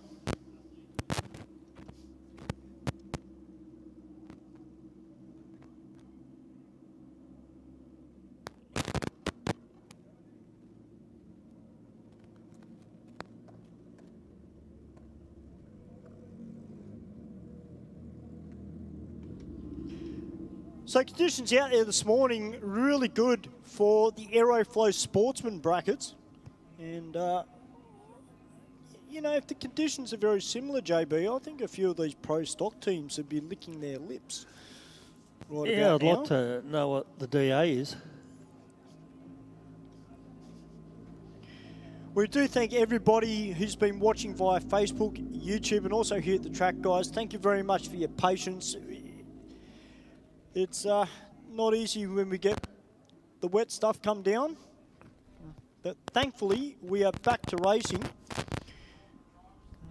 And Rusty Gregory is actually going to be joining us on commentary, and Stephen Bush as well will be jumping on very soon as well for the pro classes.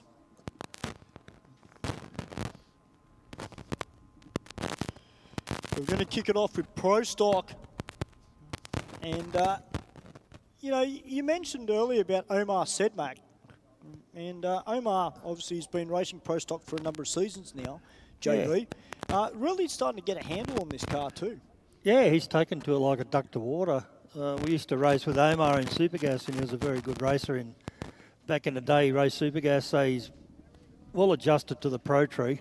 Yes. But yeah, whole different kettle of fish. Pro Stock car, having a shift and clutch and everything else. So yeah, they're definitely challenging to drive, I'm guessing. It'll probably remind you of like a high-powered version of like your little Cortina. You shift yours manually and run consistent 990. A whole heap faster than mine.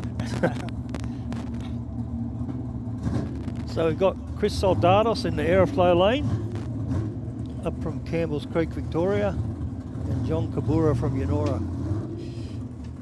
Right, we'll get welcome Rusty Gregory onto the microphone in a second. Chris Soldatis from Campbell's Creek in Victoria, the Tingay Smash Repairs Pontiac GTO, and John Kabura, JTS Towing and DKCJ Logistics. We welcome Rusty Gregory to Mike. How are you, Russ? I'm not too bad, except for the run down the hallway. That took it out of me.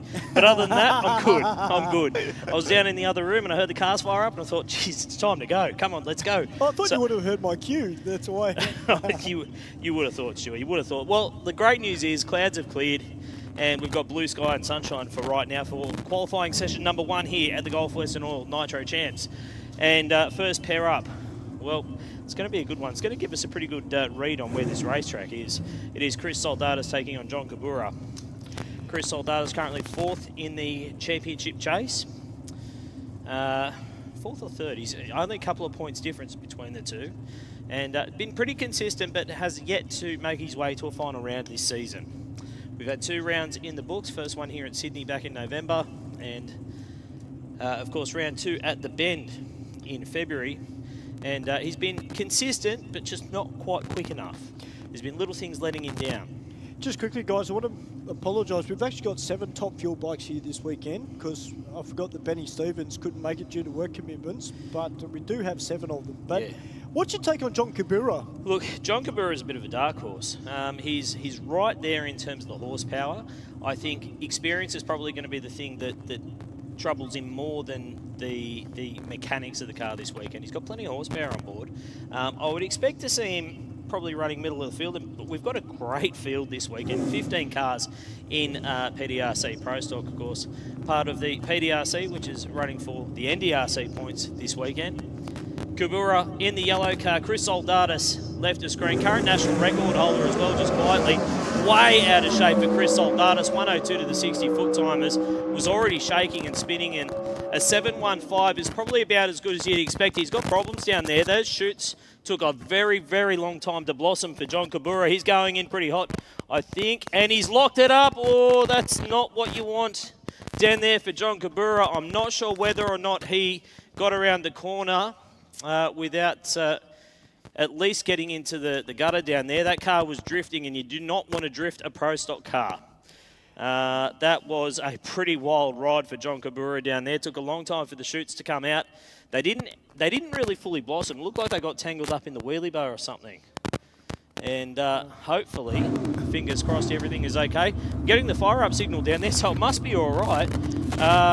The only thing required at the top end of the racetrack might be a change of undies for John Kabura. Well, I just hope he hasn't flat spotted any of those rear slicks either on the car. Well, that's the least of your problem when you're drifting a Pro Style car. It looks like he's pulled it up down there without too many problems. So we're just having a look on the cameras. We're going to move on to our second car now, or second pair, I should say. It is I think he's 8-time champion now, Aaron Tremaine. Well, I call him the GOAT because realistically he is the GOAT. He's statistically speaking the greatest Pro Stock racer that we've seen in this country. He's going to take on Tony Polito this time around. There you go, to see the Tony Polito here this weekend, but more important, it's great to see the Tremaines back because we haven't seen them here in Sydney for a little while, and obviously with their great mate Shane Tucker back in Australia as well, who's driving this weekend. Yeah, there's actually quite a few stories to follow in Pro Stock here this weekend. Of course, the return of Shane Tucker is one, driving Nick's Pontiac GXP this weekend. Also, Daniel Grimer is another one that we'll talk about. He's going to be the last car out in this session, running at the back of the field on a solo pass. A few other guys that I think you're going to need to keep an eye on. Rick Chilton, he is one, hasn't had the best season up to this point, but it hasn't actually been any of his fault. He's had a few engine dramas. They pulled out before elimination. Or before racing down in Adelaide.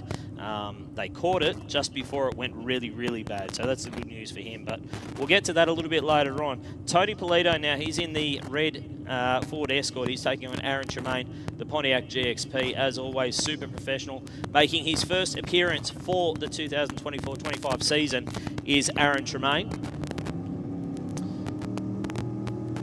Both cars in. Set for a start. The 60-foot times will tell us a lot that we need to know about this. A lot of tyre shake on board for Tony Polito. 0.991 to the 60-foot for Aaron Tremaine. This is quick. And a 693 at 197. I did not think with the water grains that we have floating around today that we would see a 693 in this first session. But there it is up on the board. 693 at 197.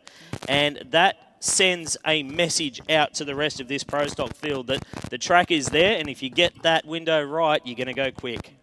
Well, it just goes to show too, because I know they do a lot of R&D on their Pro Stock cars and a lot of their motors as well. And like you said, you know, he's an 8 or 9 time champion.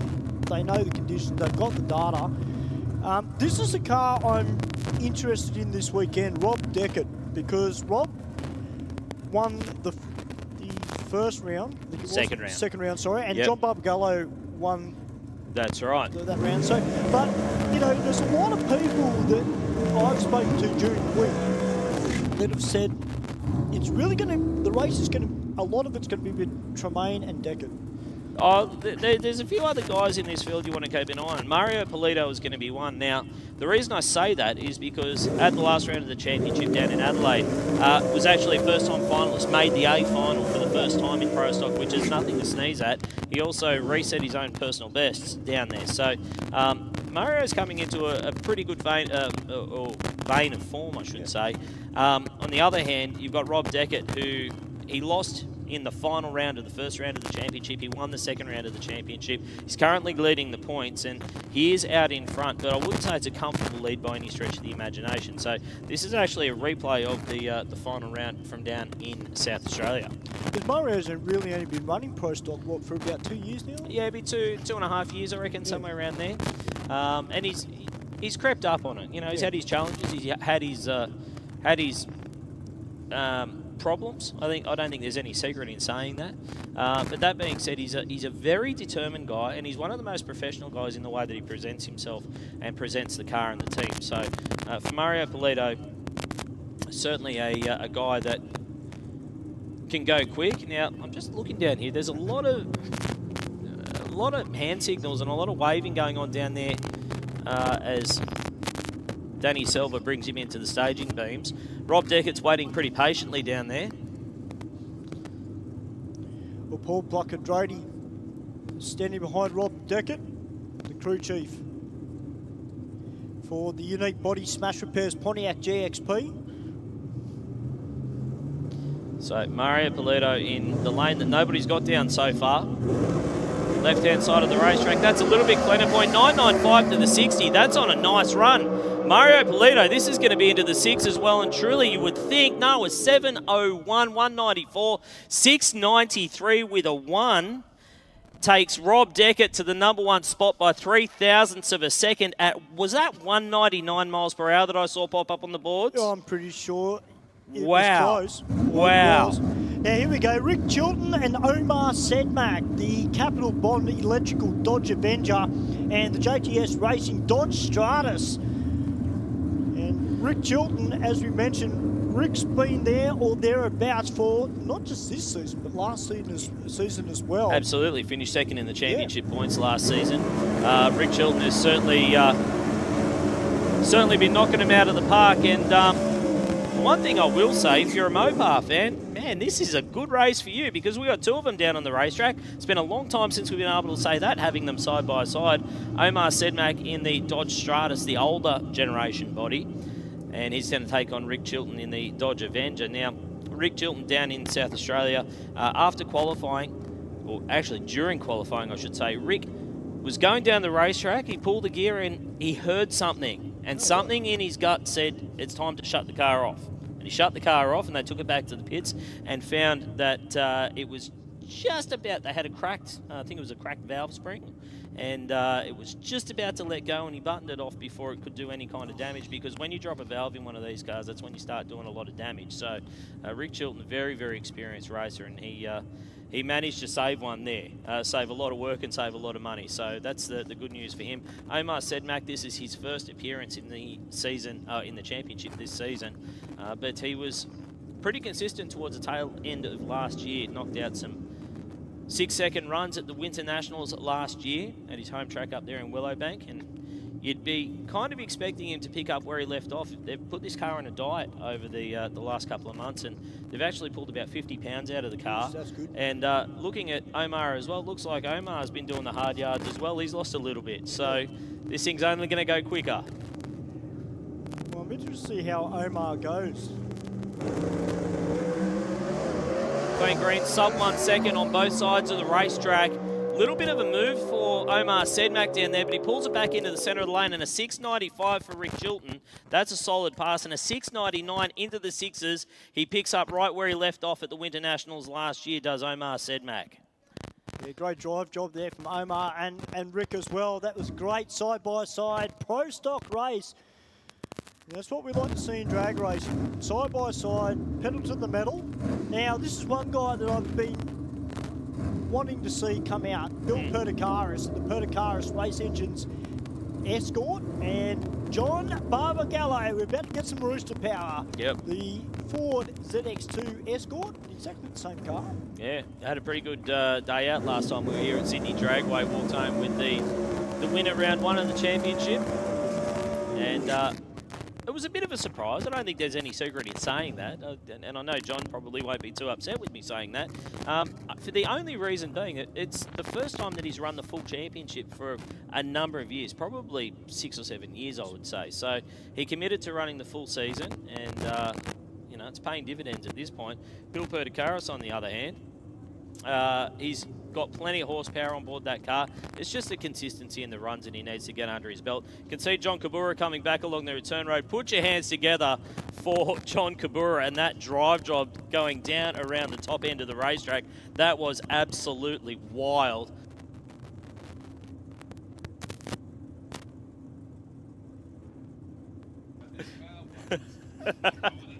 So John Barbagallo. It's always nice when you get a little bit of a back rub in commentary. People don't tend to look after the commentators, Stuart. So commentators looking after commentators. Thanks, Wade. That's exactly Appreciate right. it, mate. So John Barbagallo in the white Ford Escort, taking on Bill Perdicaris in the red Ford Escort. Both of these guys have got the capability of running deep into the 6-second zone. No secret about it. John Barbagallo right at the pointy end of the field. I would expect to see him, all things being equal, he would be up there with Aaron Tremaine and Rob Deckett here this weekend. I'm not game to bet the farm on anyone in Pro Stock this weekend because Pro Stock is so tight. Well, I'll tell you what, just from a fan point of view, not necessarily a commentary point of view, but I really hope Bill Perdicaris has a really good round. 1007 for John Barbagallo. A little bit of smoke out of the car for Bill Perdicaris. Looks like Perdicaris is fading a little bit at the top end, and a 696 for John Barbagallo will be good enough to put him into the number 5 qualifying spot.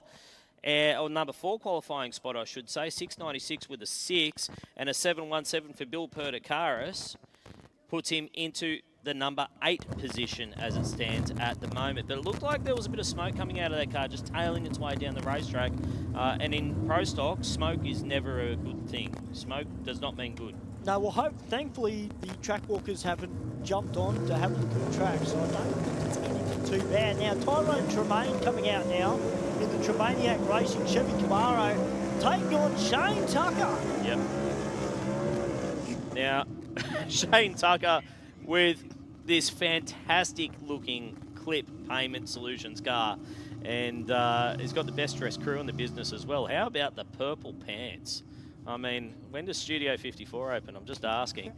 Tyrone Tremaine in the Chevy Camaro. Now, here's an interesting stat for you. Tyrone Tremaine has not run so far this season, but he did run at the tail end of last season. He actually has won the last 4 events that he entered. He is undefeated in 4 race meetings. He's going for 5 this meeting. Well, so we call him the Terminator these days because he just goes out there and mows them down. This is going to be an interesting one. Tremaine coming into this, obviously, with nothing to lose in terms of the championship. He's not running for the series win this year, but he loves putting those event wins up on the mantelpiece. For Shane Tucker, on the other hand, he has got Tremaniac horsepower under the bonnet. Usually Rob Tucker Racing horsepower, but this weekend he's got Tremaniac horsepower underneath the bonnet, a last-minute deal that was done. And based on what we've seen so far, 693 for the other car running out of the Tremaine stable this weekend. That was Aaron Tremaine in the second pair.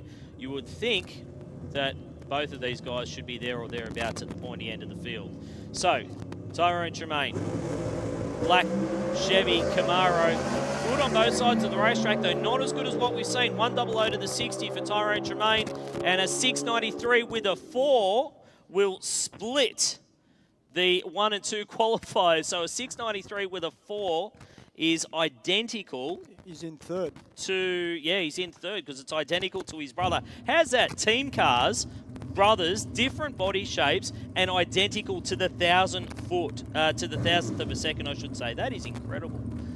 So 693 with a 4 puts him in third. Shane Tucker, on the other hand, a 7005 will slot him comfortably into the field as well. I wish we could go back to that qualifying list. Well, Ray Oxley coming out now, the Oxley landforming Chevy Cobalt. Of course, you'll see the other Oxley car coming out a bit later over the weekend in the Aeroflow Sportsman Series, of course, running in comp. Yep. Absolutely. Now, Ray Oxley was actually slated to take on Thomas Leake in this first qualifying session. Looks like he is not fronting for this one, so they've moved Daniel Grimer up from the solo pass at the back of the field in alongside Ray Oxley. Now, how would the nerves be for Daniel Grimer right now? First ever start in a Pro Stock car.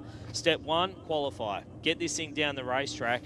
And as it stands at the moment, this is a pretty quick field so far. The slowest car that we've got in the field is a 717. I would expect that's going to get quicker. And look, potentially, you could see an all 6 second field. That's not out of the question here this weekend. Bump spot doesn't matter because it is the all-run format here this weekend. So don't pay, if you're looking on any of the paperwork and you see a bump spot, don't pay too much attention to that because it is the all-run format. But Daniel Grimer looking to, I think he'll just be happy if he goes from point A to point B here. Just put it down the racetrack, get some data, get some runs under his belt. Just knock those butterflies down, you know. They're probably pterodactyls in his stomach at the moment, not butterflies. But Ray Oxley, on the other hand, he's coming into, I think it's about his third season in Pro Stock now with the Chevy Cobalt. And he's been running really consistently around that high 7.0, mid 7.0 second zone.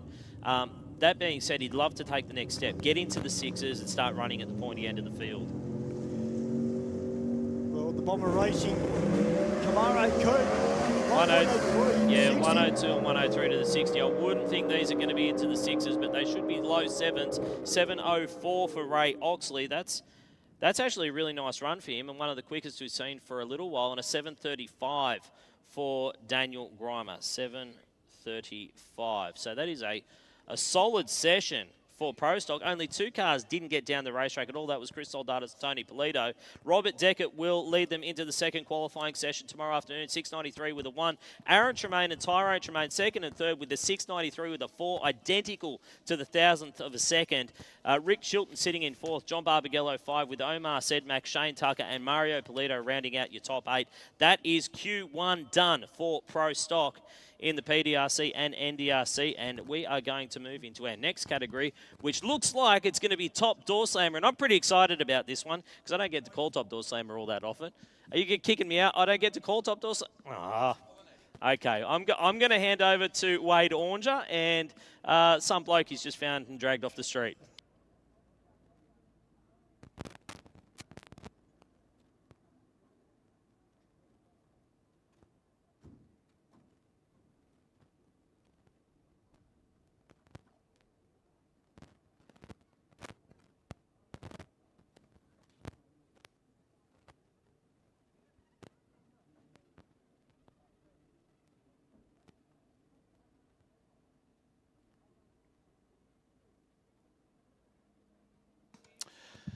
Looking forward to this for a couple of different reasons. First, because it's Doorslammer, and that's what you do. Good afternoon, everybody, and welcome to the 6th round of the NDRC Australian Top Doorslammer Championship. I promise you, I didn't mean to boot Rusty Gregory out. I just brought a special, it's Bring Your Dad to Work Day. So I found a top fuel driver walking aimlessly around, which he is wont to do. Felipe Reed. I'm not supposed to call him that because everyone at work is calling him that now. Hello, Yeah. Phil. Hello, Phil. Hello, mate. Well, I am older because I've been called Jim Reed about 4 times today. Especially when we go to Adelaide. Yes. People in Adelaide, geez, looking good. They still think Dad's driving. And for the record, Rusty didn't want to call Doorslammer. He said, here, you have this. He's very good at throwing people under a bus. I travel across the country with him. So Matt is standing down there from NDRC, keeping an eye on things.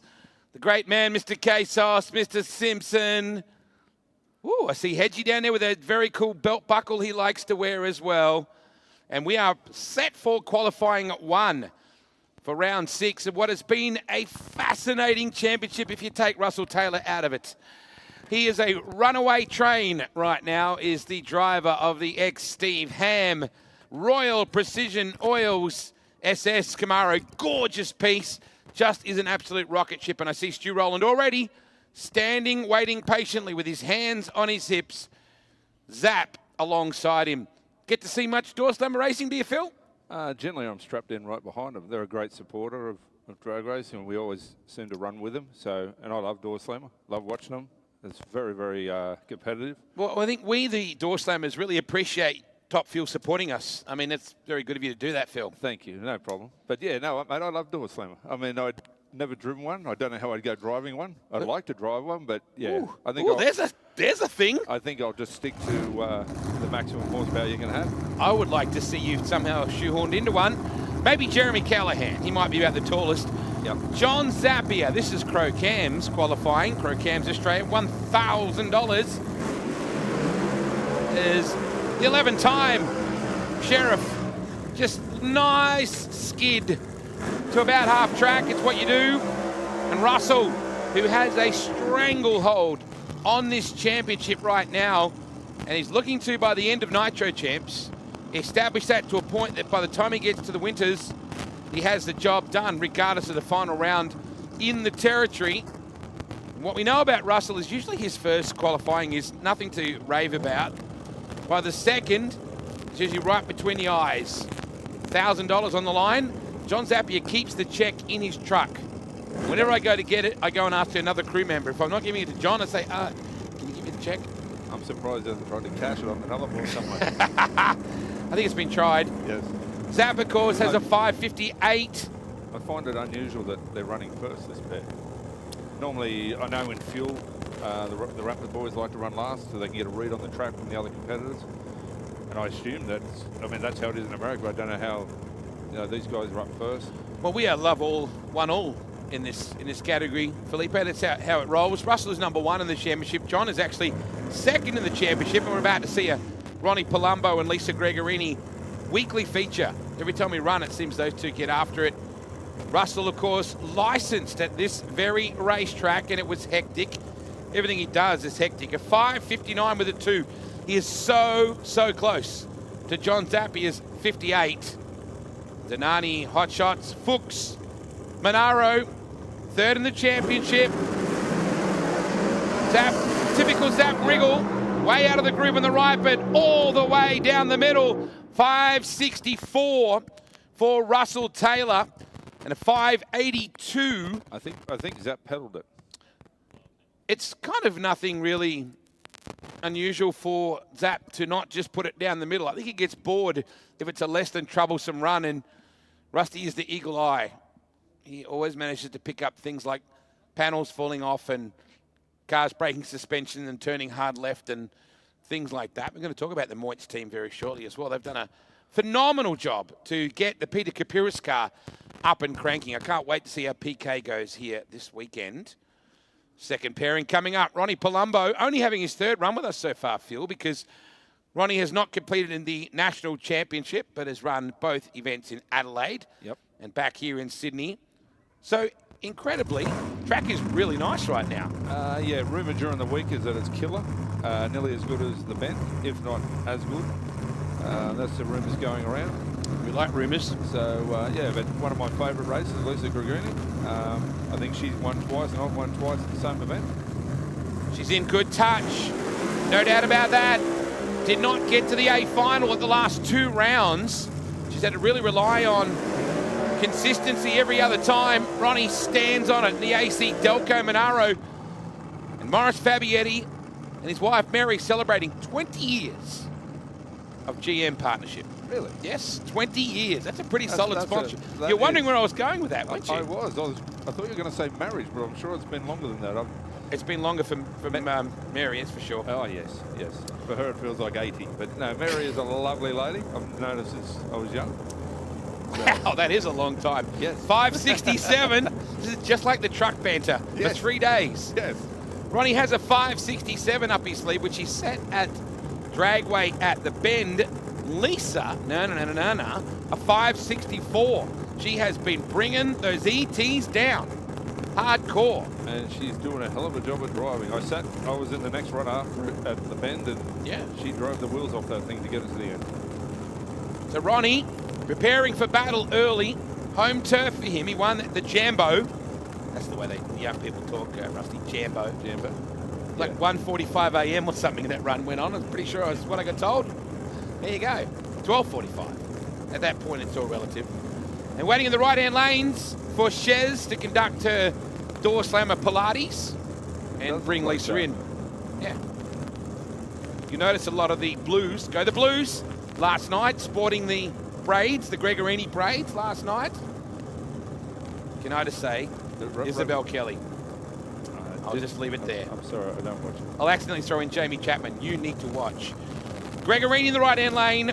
Palumbo in the left. It's Crow Cams Australia qualifying for Doorslammer.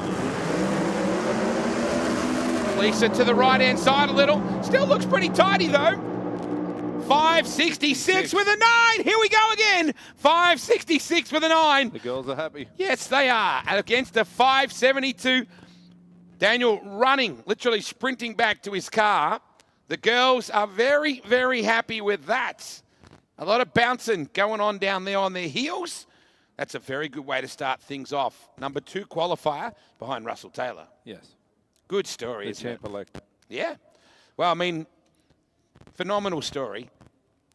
Very nimble, very wild little Tirana.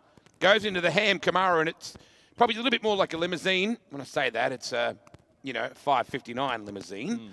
But he has been just an incredible story since he joined the championship last year. Nitros has not been his event in the past. You're looking to change that. Our defending champ is Daniel Gregorini. Nigel Dixon's going to roll in from Hamilton. Larry's brother? No.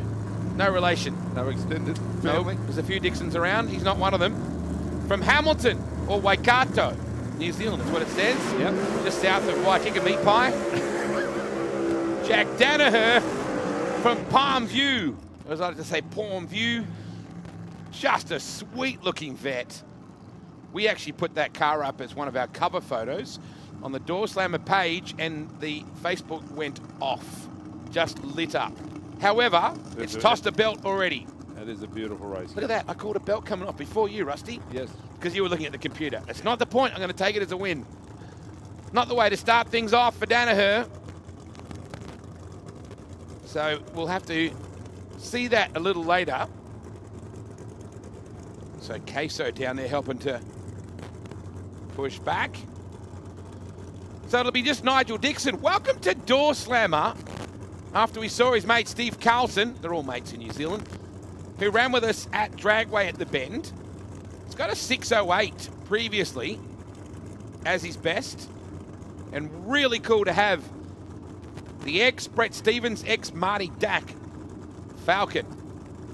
A lot of the Kiwis seeing it as a bit of a bucket list to run with us Aussies. New Zealand is the best country in the world until they move here. Well, they do it a lot. I've got no comment. Well, they do. I was going to ask, is he a farmer? Half of Aeroflow Nitro funny cars from the land of the long white cloud. Yes. All right, Nigel, welcome to Doorslammer. What have you got for us? Solo pass. Nothing to distract you in the right-hand lane, like a gleaming 57.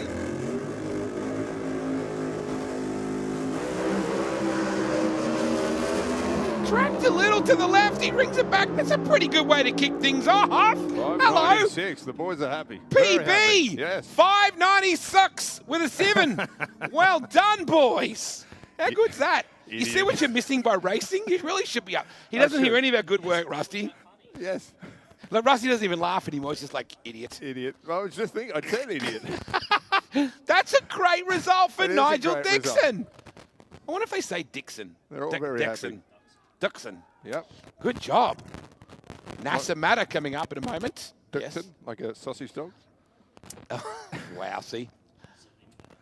Yes. So it's not Salim, though. It's NASA. Ah, see, look, that's twice. I'm on fire. I've peaked too early. That's what's happened. The rest of the weekend, I'll go back to being myself. Don't worry. No wonder they gave the mic to me, Rusty. Yeah. NASA is going to drive the car. Salim did not get to get his licensing sorted. So it will be NASA Matter in the very nice looking, and I just ran through some stats, the ex-Moits Cannuli entry of 590 is his PB. And Jeffrey Gradden, what a legend. If you lined him up in a couple of different classes, Jeff Gradden would be multiple champion if you rode bikes and Doorslammers in the same class. The Sigra, Saratoga, very, very sexy. Another very nice looking vehicle. Oh, yeah. The door stops, they just look mean, don't they? Aerodynamic. They look like a brick that's been turned into aerodynamic. Like a doorstop. Pretty much. The Chapos have the golden doorstop. I wish they'd come out and run with us too. Zap coming back down the return road. Things to be done for Zap. We don't expect his first run to be his best one either. Matter. At a Roselands in New South Wales. I can tell you right now, it takes 5 hours to drive from Maitland to Roselands. Jeff Gradden, it takes 5 hours to drive from Maitland to Penrith as well today. Yep. Thanks to a unlucky truck driver. No, it was unlucky for the 15,000 of us that were behind him. 110 flat tyres. No, I heard 300. I didn't hear the news after 11. It was over 300. Yeah. Mint. Yeah. Either way. Did the transport company own a tyre company? That's what I want to know. Imagine paying that bill. Absolutely. So, Mr. Gradden, we were talking before, he thinks he's in the 5.7s as his PB. He also ran at the Jamboree. Just a fantastic competitor, tied up over the years with Fabulous as well back in the day. And mind you, we've all had that experience. We've all been tapped in the past. You stick around here, you know, long enough that you don't ignore that sort of stuff. You just forget, Phil. That's actually Russell Taylor's info from before. Yeah, 5.59 with a 2 happened at Willowbank when he dominated final round of the championship. Neither one of these guys has run with us in the NDRC as yet. Grado's good. But let's do this. Now waiting on NASA, who is on his way to becoming Kalita Racing. The amount of cars they've got. Jeffrey. Woo, look at NASA get that thing going. Oh, smoke towards the end of it. 582, a 575. We were just talking about how Jeffrey is pretty solid around that mark. I was just saying that thing got motoring towards the end, but NASA, I thought he kind of was, the boys are all pumped, no matter what. Salim was even like, yeah, all right, I'll give it to the old guy to run this one time. Aaron Hambridge down there as well, just scoping out. Black is the new black in drag racing, isn't it? I don't think NASA's car was too healthy going across the finish line. It did look a little... Lovering and Callahan. Interesting connection between these two, Phil. Is it? Mm-hmm. Pete Lovering's been around a long time. True. Jeremy hasn't. This car was originally Pro Mod. Well, it's actually built as a Doorslammer, ended up as a Pro Mod, and then Lovering bullied him emotionally for such a long time that he went to the screwblower instead and said, all right, we're going Doorslammer. The interesting part about it is that Lovering delaminated the passenger side door window at the bend. Very random. They had a vibration, shook the left side window out. In order to fix it, to get it back out for the run, they raped and pillaged the Jeremy Callahan golf cart windscreen, cut it off and made it fit. Is that about the most random thing you've heard lately? It is, other than you getting a 5-hour trip from Maitland here. Oh, but that was so good. So did it... it worked. Still in it. Really? Yep. The window out of the golf buggy? Yep. So if he drives past a pond, it doesn't turn left and go in? Yes, it would with my golf.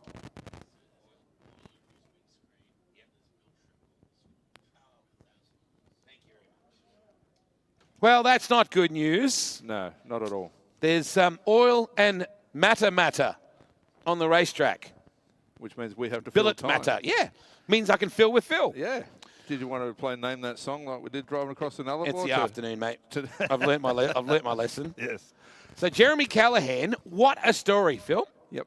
Rolled it over in the first round of round one, the first battle at the Westerns.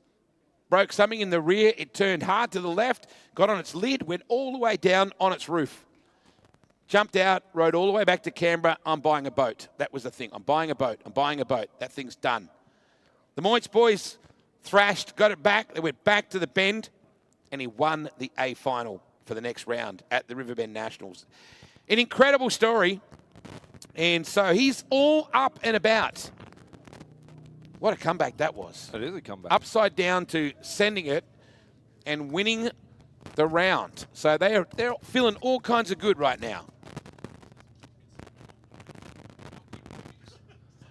So do you take something positive for this when they say bits of metal but no liquid?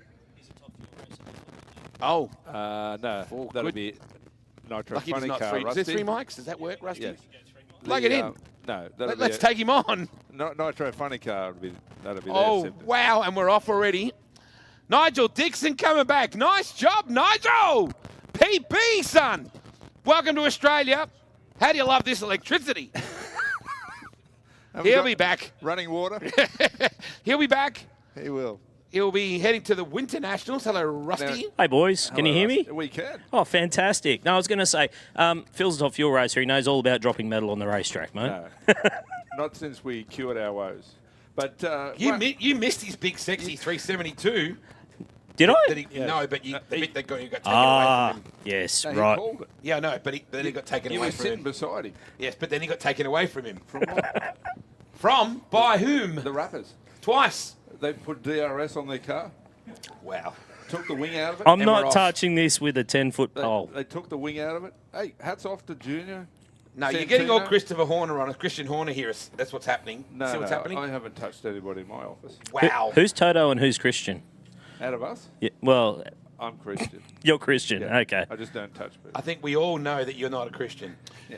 So waiting for Jeremy Callahan and Pete Lovering to come up here shortly. Getting back to Mr. Dixon from New Zealand. Yes. A lot of good drivers. Larry, Scott McLaughlin. You're going to get Larry New Dixon Zealand. then. Scott Dixon is who you're talking about. Yeah, that's him. No, That's what I deal McLaughlin. with. No, but You're getting confused, mate. Then you've got SVG. yes. So Google New Zealand IndyCar drivers just for a moment and humour me. If you ask my daughter, I can't. Go on, use- Rusty, help me out here. Hey, I break, Right? I'm only half listening. What are we arguing about, I boys? break Google when I use it. Yeah, he gets really filthy when it's So he's just naming off all his fantastic New Zealand competitors, and he's like Scott, and I go Dixon. He goes, no, McLaughlin. It's like yes, Right. yes. SVG. Yes. What's add the name Keith Dixon? Urban. Add the name Russell Crowe. Add the name Dixon to the group. IndyCars. Just Google the Indianapolis 500. I can't Google. Bruce McLaren, Ivan Major, Major. Barry Briggs, Michael Pickens. We could go on. Google it or just type it in. I can't Google. Okay, type it in. You saw me on my phone driving across the Nullarbor. Siri and Google do not I work know, for you're me. screaming at it. Ronnie Palumbo wandering down on the right-hand lane, just doing a bit of... Oh, that's a very cool wave. That's a very, like a flicker wave situation for Ronaldinho, who's looking forward to performing strongly on home turf. Now, Lovering has the new, much lighter body on that car. Oh, here comes NASA. NASA, metal but no oil is what I'm hearing. Jeff Cuttajar will sort it out. Jeff's wandering down to him right now. And JC's race stuff, they'll do the handshake, the obligatory shoulder bump, a little bit of the holding of the fingers towards the very end. They do. So as you do. I got to tell you, you need to have a Jeff Cuttajar coffee. I don't really drink coffee, Wade. Sorry. It will, mate. Jeffrey makes the most phenomenal coffee. It's like literally like motor oil. It's that thick. And he does a little Vienna, puts a bit of cream on top. Spectacular. Any moonshine in there? Could be butterscotch. Butterscotch moonshine? Yeah. Very nice. So Jeremy Callahan also has Lucy Civil and Espresso Room, different to the Panic Room that Rusty hangs out at. The Espresso Room is a very good coffee place as well in Canberra, in Garran, in the ACT. And we get the fire-up signal. Good. Very good job by the boys, the track crew. Yeah. Quick clean-up. Well, it's a little bit like the M1, just metal, apparently, no fluid. Yes, but there isn't 110 cars Isn't parked it on the side great of the that road. a truck can shut down the entire major artery between Sydney and the rest of the world? Just grouse. Hello. Pete Lovering coming out in the much lighter-bodied with Harvey driving shoebox it. with Harvey. Shoebox. This guy's a character. You're gonna love this when I say that he had exhaust pushrod issues. which took him out of the Dragway at the bend after they solved the problem with the golf cart window. And Cruz, his son, who, well, let's face it, he emotionally bullies his father all day, every day at work about the fact that he's got a quicker ET than his dad. So Pete's got a 585. I think Cruz is a 584, thereabouts. Just checking. You've got an embroidered Duna case with the ETs in this place, surely. 584. He gets very close to it. Now, Cruz is actually normally, in fact, there he is, standing at the front of the Callahan car, but Cruz is racing as well here this weekend. So, he is very cool to see him doing that. And the boys in the at-call group, 55. Phil's writing stuff. Yes, there you go. You can say it. You're allowed to. Top alcohol. Yeah, I think he's driving for my uncle-in-law. Is that right? Correct. Your uncle-in-law? Uncle-in-law. That's why I bring him. I know. Yeah, carried the one. It's incredible to think there's been like some kind of a broken, twisted Christmas tree and family tree in this sport. Callahan. Well, it is a family sport. Last start winner. How good has he been? He's run a 569. And Pete, a 585, but he feels like they've got something. Everyone says that. We got something.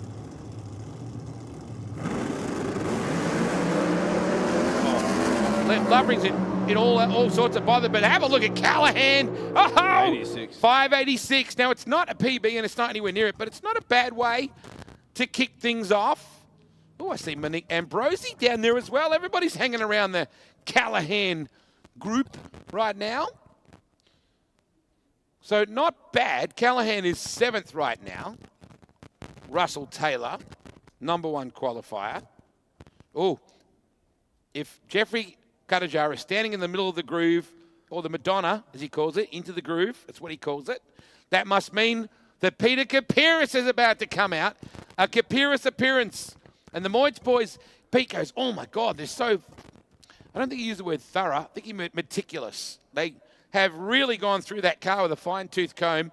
They had 4-link issues massively at the bend. They packed her up early. Matt Abel is on a rip lately from Morlow's Lagoon.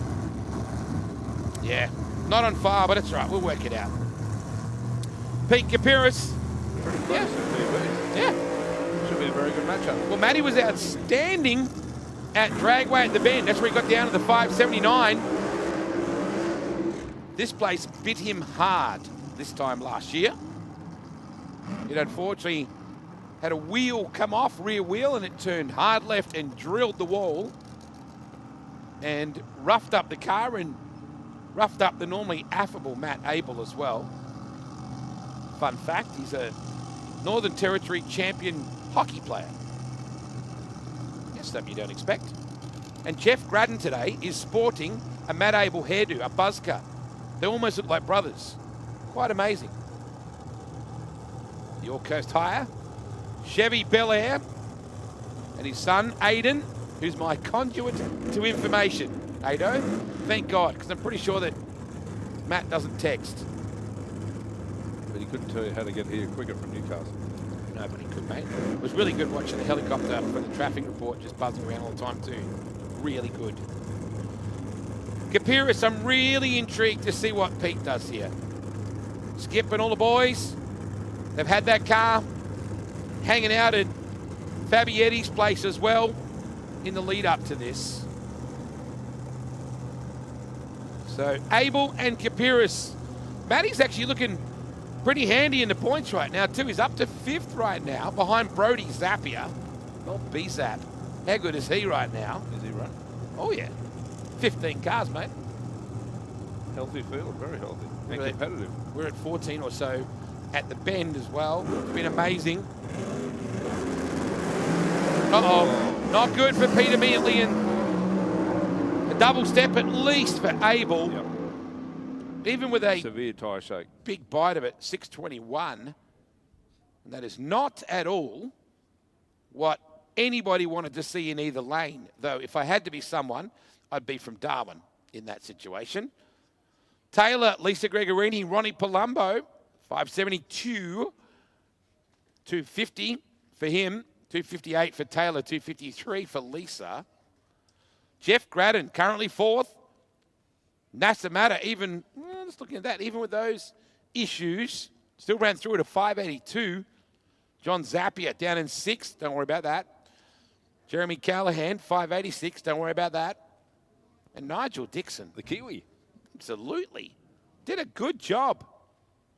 I remember sitting outside a Airlie Beach entertainment venue about 2 in the morning with your mate Max Dumsney, and a very large Maori gentleman came out. We had our pie set on the road, and he booted Max's pie. He was in a rage. I said, do you think he comes from Waikika Meat Pie, Max? One of those moments in your life you remember forever. B-Zap. How good is this guy? Brody Zappia. Second youngest ever to do this. Some guy called Bray was pretty handy in these things too, and I mean Bray Mark II. Emilio Spinozzi. That's how they told me to say that. I would love to see the Brays back out here. Oh, we all would. And Doorslammer. We all would. They still got all the gear. Professor Marriott scratching around. Just trying to find some telltale drag marks. As little Paige Deary backs up Brody. Husband Aaron, very hands-on with this car, and a man who could bench press a Doorslammer. He's actually the current Winter Nationals top fuel motorcycle champion. Those guys are crazy. They're brave. And crazy. Sure. Years ago, Ethel Williams told me I was crazy. Yeah, good. Another famous Kiwi. Yes. He came up, it was a quarter-mile track. Have you met? We ran 2 450s in a row, and he came up and he said, I've been watching you, I think you're crazy. I said, me? You think I'm crazy? Wait till you meet Damo Muscat. He is great value. We were going to have Benny Stevens here this weekend, but Benny has work commitments back home. So Deary bringing Brody in. Marriott, that distinctive crouch alongside the Chevelle. Had to tell Emilio he had an SS on the front. He didn't even know. We had a bit of a chat. Makes good coffee, that team too. It's all in the last syllable. Waiting to go, the Terra Civil. Minto Mall sponsorship on board. Oh, hey, Brody. Oh, look at Emilio. Who do you think you are, Emilio? Oh, 574. Eagles his PB. Yes. And look at Michael Marriott. He's up and about. The Spinozzis, they're pretty pumped about that. Good job. The Canoolis are down there as well. Little Canooli Jr. without that radical haircut. I'm partly responsible for that. You had the old double rat tail. For a lot of stuff. Well, I'm irresponsible. Some of it you can't admit to. Responsible and connected are two different things, Phil. I was irresponsible with that hairdo. Yes. No, I did notice. Now, Rusty's going to watch this a million times ago, but I did watch little Charlotte with a fluorescent marker colour in the rear, the wheelie bars on the back, just to make sure. Yeah. So it's green, right? So then they can actually, with the video, work where the car planted on that part of the wheelie bar. And like, does everybody do that? He goes, I don't know, but we've always done it. Normally it's chalk, so you can see the mark on the tray. Yeah, well now this is green because it matches up. Jeremy Callahan coming back. Nice job for Jeremy. The comeback kid from Canberra. Cruz Lubbering just rolling back as you do. Good job for those boys. Now Daniel has had issues. They believed it was a fuel issue. Good burn. That's a good burnout. It's a good start. Not till the laundry comes out. How good is this situation? He posted his 10-year wedding anniversary photo the other day. Only 2 things have changed since that photo. Daniel had hair, and his wife at the time was not going to be kicking his A55 every time she rolled out onto a racetrack. Incredible. Daniel has slipped back just a little in the points right now. He's currently 5th, but he is the defending champion for the Gulf Western Oil Nitro champs. So let's hope they've solved those fuel issues where he basically ran qualifying. It went kaput. He didn't run for the rest of the weekend. They just focused on Lisa's car. wonder whether he envisaged it would be this good this early with Lisa. Quite incredible. In a year and 3/4, second in the championship. Before that, she'd driven a Toyota Kluger. Creating his own pressure. Yeah. From within his own team. Well, it's helped him sell merch. A lot of it. So just waiting for Daniel to come in. He'll be the final car in this group. Crow Cams qualifying. Australia. Big thanks to them for our Rio. It's $1,000. Just so that you know that. Rio Grande. You got to fuel. Sorry. Daniel has a very tasty PB, and it's not going to be this one. Ooh, yeah. More tyre shake. You can see the marks on the track. Yeah. We were hoping Methanol Moonshine would step up for the #1 qualifier in top fuel. It could be a contra deal. It could be. You like the butterscotch? I do like the butterscotch. You were a moonshiner. You were like a, what was the term we were searching for when you drove across with a truck full of it? A bootlegger? Yes. Taylor is your quickest at 5:64. It's still pretty handy. He has a 5:69 with a 2 at Willowbank and a 5:69 with an 8 at Dragway at the Bend. Lisa Gregorini wanders out, looks at her husband and says, amateur. Exactly. She doesn't say that because he pays a lot of the bills. But she's the cook. We know that. She makes these beans, these amazing green beans. And I said to Daniel, what is the seasoning on the spicing? And he said, it's called Narnia. I was like, what, is it like Maltese or Italian? He goes, Narnia business. Narnia business. Taylor Gregorini, Palumbo, that's your top three. We'll wrap things up for Crow Cams Australia. And Matty Abel coming back as well. Nice job for Matt. It's not that current run, but so far he's looking very, very good in the championship. We'll hand you back to some professionals. Yes. Thank you, Phil Reid. I didn't say much. Out of all the commentators I have worked with, you talk a lot. You are definitely the quietest, the most recent. Exactly right. Turn your microphone off, you puffhead. Phil Reid, my Nullarbor mate. How good.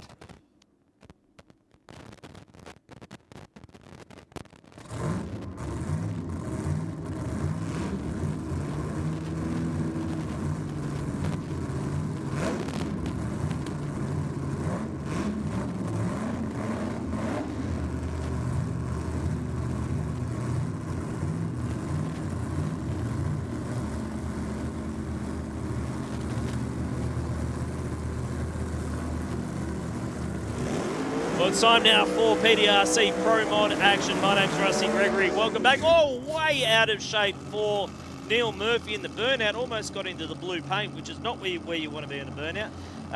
We say goodbye to, and I say this with the greatest of respect, the Clown Show of Wade Orcher and Phil Reid. And we welcome back Mr. Stephen Bush to the microphone. How are you, mate? I'm well, thank you, Rusty. Thank you very much for having me here this afternoon. Of course, into our first round of qualifying for Pro Mod here this weekend, and you're definitely right. Neil Murphy's eyes would have been definitely fixed on that concrete wall that he was certainly having a look at. And the worst thing about it is when you're in one of these cars and they're spinning the tyres, it's actually okay when they're spinning the tyres. The problem is when the tyres stop spinning and they hook. Yes. They go where the car's pointed, and the car was pointed at the concrete wall. Yeah, almost a little bit bad down there. Craig Burns, on the other hand, the Ford Mustang, no problems in his burnout. He's been doing this for just a little while. He is the reigning champion in Pro Mod competition, and he'll be looking to not necessarily consolidate his position in the points because he is not chasing points this year. He's only running, as far as I know, the Sydney rounds, and I think the Winters may have been on the roster. But at this point, it is only the Sydney rounds of the championship. Now, Neil Murphy is lined up, and he's crooked from where I'm sitting. I don't know where you're sitting, Steve. Well, I only look at one at a time, Rusty, but yeah, it does it does look like he's not pointing straight down the centre of the racetrack. Both on the two-step. Murphy up in tyres, but Burns is out of there, Rusty. Now remember, 585 is the number we're looking to run. He drops the chutes early, and a 619 at 153 miles per hour. Okay, so we say that he's only looking to run a 585 index. That's because this is a fixed index class. Okay, when we say that, we the aim of the game is to run as close to 585 as you possibly can without going under. If you go under, you go to the bottom of the qualifying list. The idea being that you can bring anything. You can bring a steel-bodied car. You can bring a full Doorslammer spec car. You can bring a supercharged car, pro-charged, nitrous, turbocharged. Whatever it is, it doesn't matter. As long as it's got doors and meets the safety regulations, you can come out and run it. The only equaliser is that 585 is a number that you have to run. So it is a very, very entertaining class, and you do see a lot, and I mean a lot, of different combinations, a lot of different body styles, and you're going to see it very, very shortly. As we just saw, we saw a late model Camaro taking on a late model Mustang. Now we're going to see a VB Commodore, that's right, yes. A VB Commodore with Jeremy Martin with a big old supercharger hanging out the hood, taking on Steve Smith in the Corvette C7. I'm going to go out on a limb and say this is the first time a VB Commodore has ever raced a C7 Corvette. I think you're pretty safe on that, I reckon, Rusty. I mean, two very different ways of going racing. We've got the Corvette, which of course will stand out. This is absolutely gorgeous. Both cars really, really well presented. I mean, just have a look at how slippery that car is. Yeah. Pretty much as a standard body on that thing, and versus the standard body of the trusty VB Commodore down here, which doesn't sound like it's fired up. No, the crew working on the starter motor on top of the supercharger there, and initially this car was actually a twin turbo car. Yes. For Jeremy Martin, dipped into the 5-second zone while it still had its steel roof and quarters. This thing was heavy. I mean heavy. I don't think they've really changed all that much. In fact, it looks like Steve Smith is going to be going on a solo pass this time around. I take it back, sorry. It was actually meant to be Greg Sakaridis alongside Steve Smith, according to my run sheet here. Looked like the computer messed around. Jeremy Martin, or Jet Martin as we call him, is actually taking on Rob Campese in the next matchup. So it is Steve Smith on a solo pass here. Greg Sakaridis was supposed to be alongside him. It looks like Mauler, for whatever reason, is not coming out for this session. So we'll work on that. Yes, we'll work on our communication, guys. We will. I mean, we're always open to criticism. We looked out the window and spoke about what we saw. Exactly. So certainly this car for Steve Smith would probably be one of the more slippery cars in the field. Of course, without the big supercharger hanging out the bonnet, that is one advantage. That's why we see the big mile an hour out of these turbo cars. It is an insanely good-looking car. Loving the colour too. I know people green and race cars don't necessarily mix, but I'm a big fan. Leaving the start line nicely over towards the centre line. He's going to at least take out the two half-track markers and finishes his run in the other lane. Yep, and that is, well, effectively the benefit of being on a solo pass there for Steve Smith. The thing hooked. It actually hooked really nicely, and it went really straight. The only problem is it went straight across the centre line. Towards the scoreboard. Yeah, but you know what? It was good. Looking at the short times, 0.989 on the short time to the 60-foot timers. And Steve Smith knew he had nobody alongside him. That's why he wasn't doing any crazy steering corrections or inputs. Because as soon as you start doing that in these type of cars, you start finding yourself in a world of trouble. You don't want to be having a lot of steering input into these vehicles because that's when they tend to turn around on you very, very quickly and get ugly. But Steve Smith did a good job there. Even though it went over the centre line, he had that thing under control. There was no problems. No, fairly experienced. I think, in reality, Rusty, we saw in Burns' run there, he was 200 mile an hour half track. Yeah. On that pass. So for metrically minded, that's 320 odd kilometres an hour in 200 metres. Now, these things are certainly not messing about when it comes down to running the speeds at the finish line and the ETs that they're accomplishing at the stripe. I would also suggest that C7 Corvette of Steve Smith, it's probably like driving a lounge chair compared to the Mustang that he used to drive. So that Mustang had like no aero on it. It was a big square front car. It had a very tall windscreen on it in terms of the Pro mods that we see today, or radial cars that we see today. So that thing was up in the air, and that was a battle to get that thing down the racetrack. He did a great job. So to step into something that's nice and slippery, and let's face it, it's shaped like a knife. The thing is like a doorstop. Yeah. So he'll be fine. He'll get a handle on that one. So this next pet, Rusty, will give you a graphic representation of what we're talking about. We see Rob Campese, who I'll go out on, as you to steal your phrase, go out on a limb and say he's the godfather of the Pro Mod style racing, one of the first to run big cube twin turbos back in the day in a TD Cortina of all things, and then knocked out the first 5-second run for a turbo car in Australia. At one point was the first car ever, full stop, to go over 260 miles an hour in the quarter mile. And at that point, he was actually the fastest car in the world based on speed. And that was one of his older Mustangs. It's still in competition today, still getting around. So, you know, Rob Campese, he's been there, he's done that. He's got all the T-shirts, let me tell you. He's got all of them. Jeremy Martin, on the other hand, the VB Commodore, he kind of comes out and he runs when he wants to. He races when he feels like he can compete. And he's a very, very tough racer, let me tell you. He can get out there, he can get the job done. He can do a burnout too, just quietly. The VB Commodore with the supercharged combination on board now. He did run, I think it was at Jambo a couple of years ago.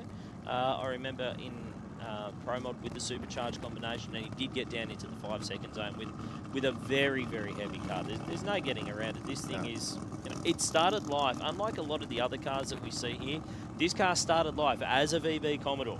You know, this thing, it never started out as a sheet of carbon fibre. It started out as a VB Commodore. So that makes it a little bit more impressive in my eyes. Well, I think it's very fitting to the class, isn't it? Yeah, we look at like Pro Slammer in the early days of Pro Slammer. That's what those cars were, and of course nowadays that style of car is non-existent. Effectively, you know, we've got a very stock body shell in the case of Jeremy Martin in the Aeroflow lane versus a massaged Mustang in the Rocket lane for Campese. Now, of course, for Campese, his body modifications well within the rules of absolutely. Pro Mod. That's it's a Pro Mod. Yeah, that's what it is. It's chopped, it's slammed, it's stretched, it's massaged, it's everything. But we'll see. 585 is the index. That's the magic number that everyone wants to hit. Jeremy Martin on a nice run, and what a save! That thing was trucking down there, and it jumped out of the groove over towards the centre line. 676 at 136 miles per hour. But I'm going to say that the save was more impressive than the run. 676 at 136. And a 776 over in the Rocket Industries lane for Rob Campese. I didn't actually see what happened to Rob Campese. I had my eyes trained on Jeremy Martin down there, but a 676 with, I'm going to say it probably jumped over two car widths across in the lane in the space of about 30 metres. Yeah, definitely, Rusty. I mean, that certainly got my attention too. You probably heard me, take a breath as the car was starting to move around. Now, we didn't see quite the speed that we did out of Craig Burns' car, but certainly for the VB Commodore to move over that far, like we're sitting directly behind the race cars as they run down the racetrack, and people say these things go in a straight line. Oh no, definitely not. I'm curious to see if that was a planned shut-off for Craig Burns. Give me the thumbs up or down. Was that a planned shut-off? No, that's not telling me anything. I can see Shelley in there as well. She's not telling me anything. I think the chutes were out at 1,000. The chutes were like out bang on 1,000 foot. Yeah. Like there was no. I'd be surprised if it wasn't. Yeah, absolutely. Next up, it is our championship leader in Pro Mod, winner of round one of the championship here at Sydney, and it is Zoran Gadget. It's Battle of the Red GM products. Battle of the Red cars, I should say. Mustang for Zoran Gadget, Craig Hewitt in the CV8 Monaro. I almost put my foot in it there. I almost said it, but I didn't. Because I'd have a whole lot of Ford people very cranky at me. I'm one of you, trust me. I'm one of you. You're an ally. I'm an ally. So Zoran Gadget, the Mustang, he is the championship leader. Believe it or not, we're only 2 rounds into the championship. He's got nearly 100-point lead in the series, which is pretty incredible. He made the A final in Sydney, won that. He made the B final down in Adelaide, and he's just been knocking points, banking them, and as a result, and also due to the misfortune of some of the other races that we've had as well, racers who may not have competed at both rounds of the championship, or may not have had the kind of success. I know Greg Sakaridis really struggled down at the bend. Was only in the C final, I think, off the top of my head, which is not where you expect a guy like Greg Zacharides to be. The kind of performance we've seen out of that car over the years. Craig Hewitt, on the other hand, he is another one of these all-steel cars. He's a steel body Monaro. Started out life as a Monaro. It's still quite obviously a Monaro, and whatever you do not call this thing a Pontiac, because it will get very cranky at you. This is a Monaro, okay? Now, at one point, this car still had all the electric windows and everything in it. I'm not it was quite a pro sure street if that's car. still the case, but certainly... It started out life as a pro street car, this one, and still looking for his first 5-second run. So he'd love to do it here. He would love to just put one down the racetrack and see something with a 5 up on the boards. There's the lengthening shadows of a Friday afternoon here at Sydney Dragway. Pro Mod on the racetrack. We've still got Pro Alcohol and Pro Bike left to come through. And Top Fuel Bike as well, sorry. Yes, it will be certainly interesting to see what unfolds in those categories. But right now, we're just waiting on Gadget to bump into stage. In there now, he leaves first. Issues for Hewitt on the head. Yeah. Soren moving around a little bit of half track, but he's on the throttle all the way through. 584 with a 0. He's too quick by 100th of a second. 254 miles an hour across the finish line, though, Rusty. Yeah, and he's around the corner. Yeah, he got around the corner. Down there. Wow. He was a little bit crossed up getting around the corner, but he got around the corner. I wasn't quick enough to see the cameras as he went around, but I did see the side of the car as he disappeared behind the wall. And when we hear Adam, our camera operator, go, whoop, whoop, whoop, we know that something's going on. So Soren Gadzik, he pulled it up okay. 584 on the boards. That is 100th of a second too quick. Craig Hewitt, I reckon there was some kind of electrical issue there, because when he put it in stage and he put it up on the two-step, it didn't sound crisp. No. It didn't sound clean. So for Craig Hewitt, he rolls across the line for a 24-second pass. I'm just looking at the track down there, Rusty, from up here. Is that tyre shake mark in the rocket lane? Was that from Zoran, do you think? Or, no, that was that could have been any number of cars that we've had earlier on today. But it is now time to go racing with Nasser Matter, who is doing double duty this weekend in Pro Mod and in Top Doorslammer, and he is going to take on another one of our Kiwi friends, our friends from across the Dutch, and it is Steve Carlson in the Ford Falcon Sprint. Have you seen this car? I've seen images on social media of it, and I know you're a big fan of Falcon Sprints. I am. I love a two-door Falcon. Yeah, I'm pretty keen on it too, Rusty, and the team is going really, really well at this caper for them. And of course, Nasser Matter in that 37 Chevy, he's getting better and better with every pass out. Yeah, absolutely. Took it down to Adelaide as part of the PDRC Championship down there for round 2 of our series. Ran in qualifying, but had such violent tyre shake, it actually broke a bunch of stuff on the car. Had to withdraw from racing on day 2. So great to see that they've got the car fixed, because it is a fan favourite, the 37 Chevy Business Coupe. And yeah, great to see that they've got it fixed. The A Civil Australia Drill Tech Bespoke Financial Advisory sponsored car.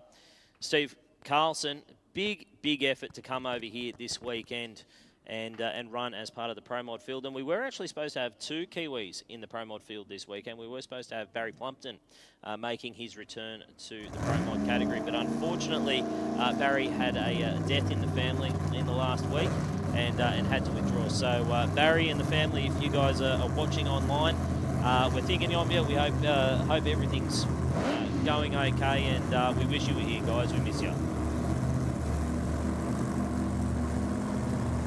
So, Steve Carlson. Bit of an unknown quantity, it has to be said. Yeah, well, I think because we haven't seen the car that much other than what we see on social media. But yeah, from the cool factor of Pro Mod, this is 2 very different styles of car, but you know, appealing to so many different people. Oh, absolutely. I mean, we did see Steve Carlson come out at Jambo, I think it was, Jamboree, and run. I think he got down into the very low 6s with that car. I think it was a 6.0 or somewhere around there. So it was there or thereabouts in terms of the performance that he needs to have. Nasser Matter, we know he can run deep into the 5-second zone, but they've had to change a lot of stuff on this car. So keep a close eye on it. It could be exciting, and Nasser is a guy who's really started to get comfortable with driving these cars as well. You know, they're not the kind of thing that you can just jump in and go. It's not like driving your dad's Toyota Hilux. They do take a little bit of bit of finesse to get down the racetrack. His previous car was pretty quick too. It was a big block Tirana top sportsman car, but I guess does anything really compare to a Pro Mod 37 Chevy, you know, running sub 6-second passes? Kind of like saying a Great Dane's the same as a giraffe. Yeah, like it's not the same. No. It's just not the same thing. They're you know, both good for their purpose, but not the same thing. So,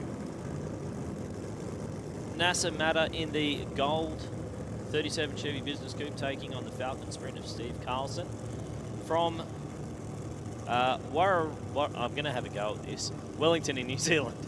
But he's sponsored by Warrarapa Auto and Engineering. Did I go? Okay. Did I go all right? That goes all right, yeah. Okay. I'll take it. Yep. If I got it wrong, my name is Matt Kavanagh. All right, both cars into stage. Up on the two-step. The Falcon away early. Saw the shoe flight flashing. Big troubles for NASA all over in the shop. Very nice pass for Steve Carlson. 6:01 at 2:35. And by my calculations, that puts him in the #1 qualifying spot as it stands at the moment for Steve Carlson. 6:01 at 2:35. That's a fantastic pass for him. NASA Matter at 10:15. The car sounded a little bit lazy as it came off the start line, and it kind of sashayed a little bit on its way down there. It didn't really ever get up on the tyre. Yeah, well, there was about a 10th difference in the 60-foot for the two cars. The Carlson car went 989, Rusty. Yeah. So certainly that car left very, very nicely. NASA's car, as you say, a little bit, probably, I'll say the word lazy off the start line, but he had a handful of troubles pretty much from then on. But definitely had his hands full. Yeah. And you know what? I want to give credit to where credit's due as well to our New Zealand brothers who'll come over to race this weekend. To take a car from one country to another is you know a big commitment in itself. But to do it in the numbers that they're doing it this weekend, and to come out and off the trailer be right on the money, you know, credit to them. It is really, really impressive, and you know, it shows that the machinery is certainly there in New Zealand.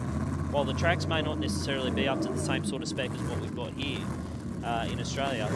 But I think that the varying track conditions, I guess, forces you to take a slightly different approach to your racing, Well, you doesn't can it? only race the track that you've got. That's right. And the thing is, I think this weekend they're letting them in. Yes. It's because they've got a track that can handle all the horsepower that they can throw at it. Now, here is a good one. This is, if you like small blocks, well, we've got a race for you. Daniel Camilleri, the 63 Chevy Nova, another one of these all steel-bodied cars. The heavy Chevy, I think we could call this one. But it's only got the baby on board, the 414 cubic inch small block Ford, taking on Paul Chabotto, 347 cubic inches with a turbo that will eat a small child. It's only a single turbo, but it is a big turbo on the front of this thing. And I guess, yeah, potentially the issue that he's got is building the boost with such a small capacity engine, turning, you know, creating those exhaust gases, because you know, every engine is a pump and can only pump so much air through it. That's exactly right. That's exactly right. And you got to wind it up. That's what it comes down to. You just need to really, you need to start winding it up probably on Tuesday, and by the time you get to Friday afternoon, it'll just be about peak boost. You're good to go. But no issues on the hit of the throttle there for Camilleri.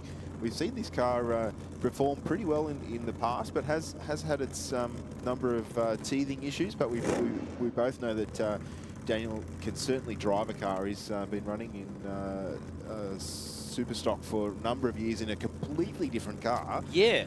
Turbo 6-cylinder. Well, that's it. You talk about turbos, and he was really good with a turbo RB, wasn't it? Yep. In the Pontiac. It was a Pontiac Firebird from memory. So, you know, very, very different style of car. Still fast. All right, Chabotto's into full stage, just waiting on Camilleri. Camilleri straight into stage, and unfortunately the car not very nice off the start line. Chabotto taking his time. Oh, the car moving over towards the center line. Rusty had that left front off the ground, and still stayed in it. I think pedalled it a few times there. 774 with a 5, 186 miles an hour. Camilleri's car just not settled off the start line and did not seem happy at all. Yeah, it's interesting. It was dropping a bunch of cylinders. It put it up on the two-step, and they do what they do. They sort of pop and carry on. But when he let go of the trans brake, it sounded like it just never came off the two-step. Yeah, it was kind of still popping and sounded almost like it was misfiring. So, yeah, a little bit of work to do for Daniel Camilleri. But Paul Chabotto, a 774, that's not too shabby in the scheme of things as it stands at the moment.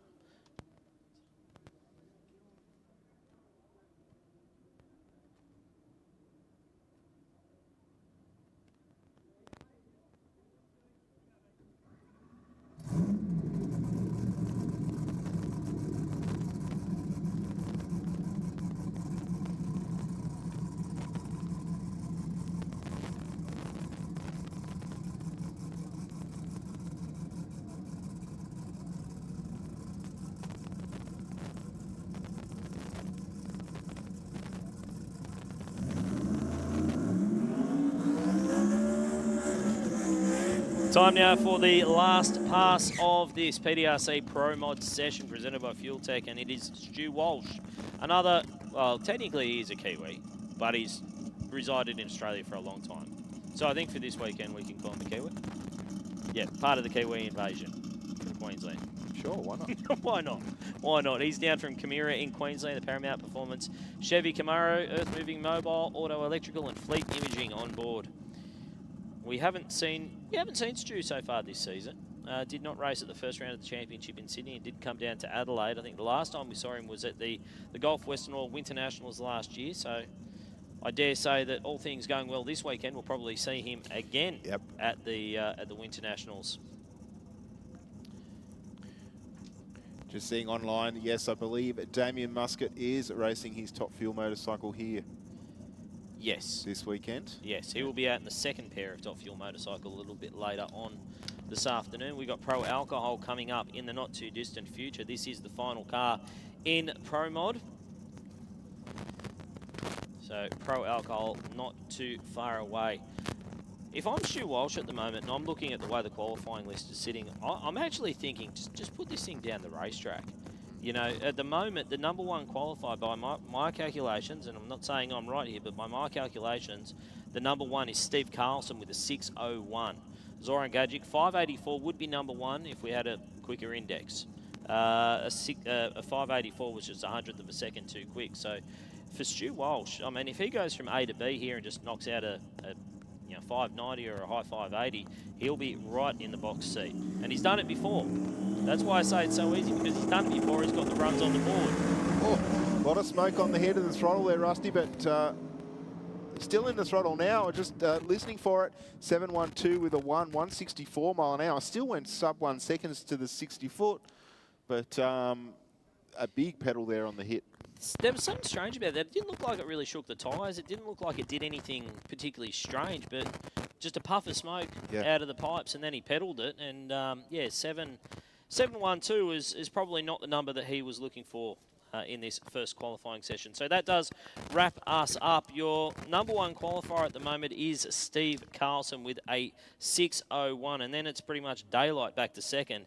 Craig Burns, I think, is second with a 6:19. Jeremy Martin with a 6:76 will sit in third, and then a whole bunch of aborted runs behind him there. Stu Walsh in fourth with a 7:12, and so on from there. But the big shock for mine would be Zoran Gajic at the bottom of the qualifying list with that 584, going 100th of a second too quick in Q1 for Pro Mod. I guess the question is, Rusty, how much boost do you take out of it to drop 100th?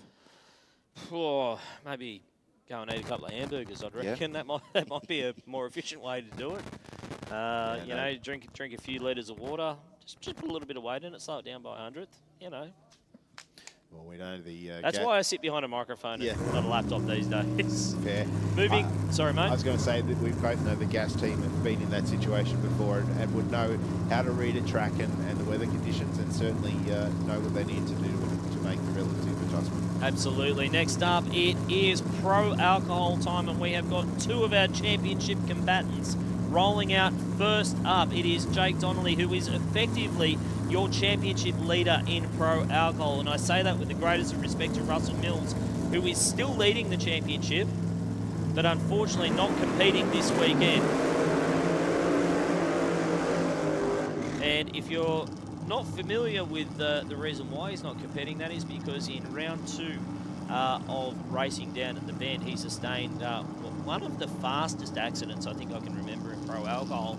Lost a tyre at 263 miles per hour. Lost a rear tyre, put him into the wall. Fortunately, no lasting injuries for Russell. He's still up and about, and I think he is here this weekend working with a few other teams. But what it does mean is that effectively his championship defence is over. He will not be winning the championship this time around. The man that's in the box seat at the moment is Jake Donnelly. He will effectively be your championship leader.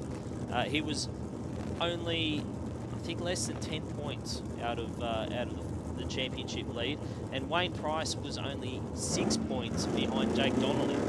So it is really tight. Yeah. And then you talk about the guy in the other lane, Daniel Reid, who absolutely ran the table down in Adelaide. Top qualified, won the event, low ET of the event, reset the Australian speed record for pro alcohol funny car, and after one event is only 41 points out of the championship lead. Yeah, that's because he's banked every possible point that he could get. He took everything he could plus the tax. So, Daniel Reid lining up in the red All-Star Batteries funny car, taking on the black Lightning McQueen car of Jake Donnelly. Qualifying session number 1, pro alcohol coming your way. Clean side-by-side race right off the trailer. Wow. How about a 5:45 to a 5:48 and no shoots for Jake Donnelly? He's going in there deep, and that is a very, very fast accident. That is horrible to see, and it's almost identical to what we saw at Willowbank. Almost identical to what we saw at Willowbank a couple of years ago. We saw Jake go into the net at a very, very high rate of speed. And unfortunately for Jake Donnelly, after a fantastic 5:48, that was the result. Now, obviously, the safety crews are heading down there, and the fire crews, and obviously we're not going to speculate on anything until we do get word from the meeting director and the crash crews at the top end of the racetrack. But a fantastic 5:48 soured by that nasty, nasty incident there for Jake Donnelly. Now, we can see on the pictures that Jake is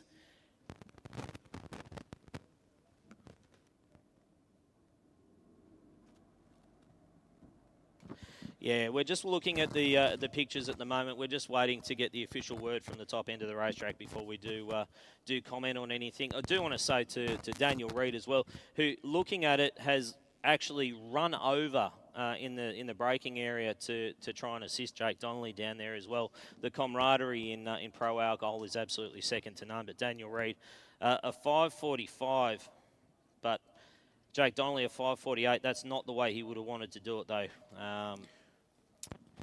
Going into the net there, so that is absolutely horrible to see for Jake Donnelly. Eerily similar to what we saw at Willowbank a couple of years ago with a completely different car as well. You know, it's yeah, very, very frightening to see that happen to anybody. But the good news is that the net has actually contained the car. The second net that we've got down there has absolutely done its job. It has contained the car, and it is at its full extension. It's done everything that it's intended to do, and it has arrested the car down there. So, yeah, full credit to the Sydney Dragway net system that they've got here. It's done everything it was intended to do. Exactly right, Rusty, and kept the car off the tyre barrier at the very end of the sand trap, which of course is the last resort. But certainly both those cars, what fantastic runs they've laid down. They were side by side nearly all the way through. Really good 60-foots and a fantastic speeds and ETs, but just unfortunately that parachute not coming out. Yeah, it's absolutely absolutely heartbreaking to see that happen again. And looking at it, Yeah, look, the great news is, looking at it on the camera, we can see that Jake is out of the car and he is hugging the family down there. So put your hands together, Sydney Dragway. That is what we want to see. Obviously, we don't like to speculate in these kind of circumstances, but he is out of the car. He's, I would dare say, pretty rattled at the moment, because when you have those kind of incidents, I mean, 548 is not hanging around. I didn't catch the speed, but I'd say it would have been up over 260 miles per hour. The net has done everything it was intended to do down there, and truthfully, the car actually looks like it's not in too bad shape, considering how quickly it went into the net down there. So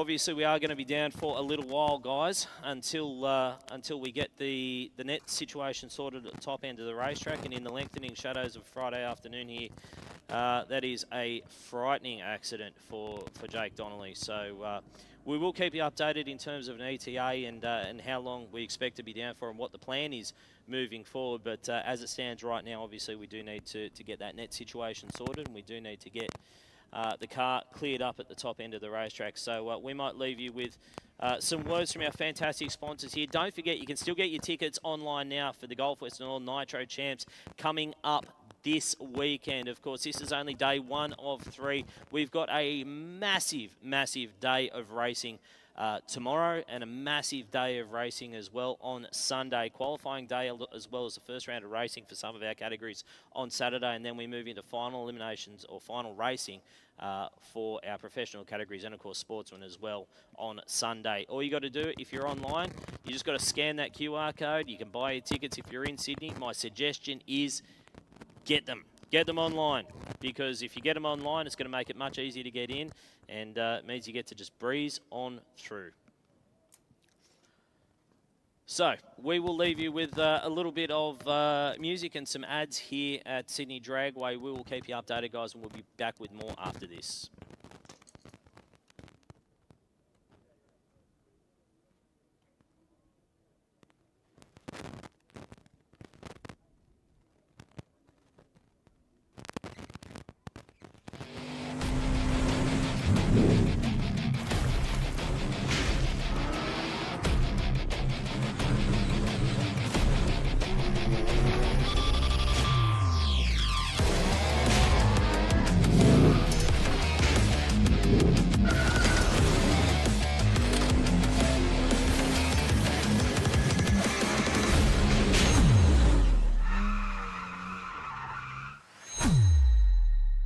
Building a street car through to a race car? Be sure to think of Aeroflow Performance. The ever-increasing range that started with just hose, fittings and fuel system components has grown to include boosted turbochargers, bang shift shifters, X-Pro ignition and electrical accessories, Bosch motorsport products, fabrication parts, as well as driveline and engine components. With an exceptional distribution network and inventory, Aeroflow products are always within reach. With more to come in the future, be sure to keep an eye out at aeroflowperformance.com.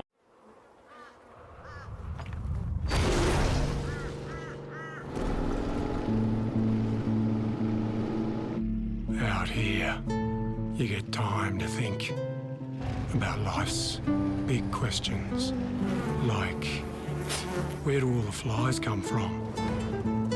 Do trains of thought have a destination?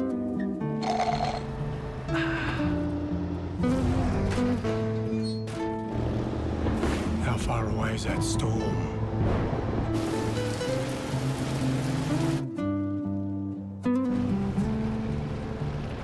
And another thing, how does an engine keep going?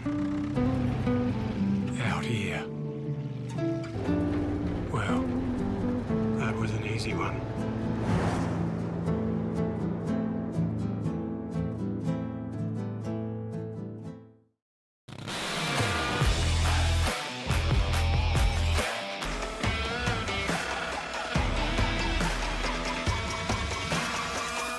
Great career choice. Stop thinking and just go for it.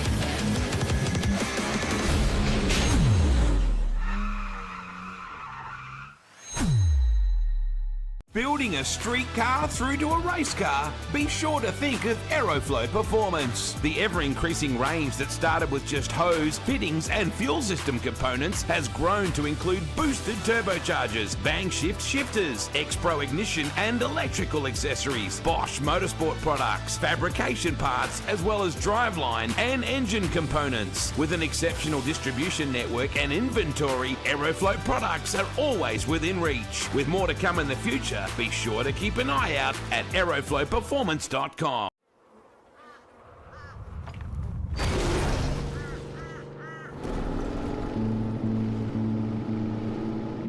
Out here, you get time to think about life's big questions, like where do all the flies come from? Do trains of thought have a destination?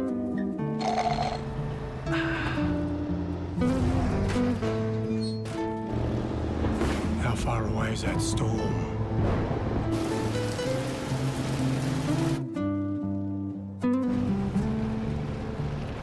And another thing, how does an engine keep going? Out here. Well, that was an easy one.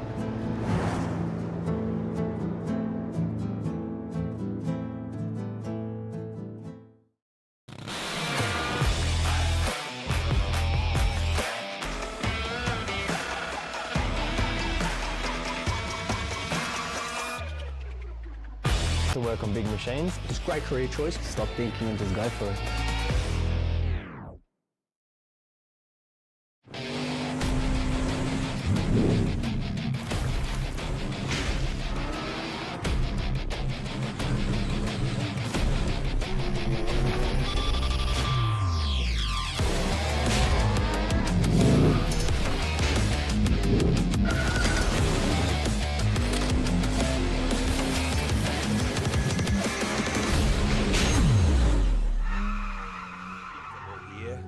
Drag racers show up, fans show up, and magical things keep happening.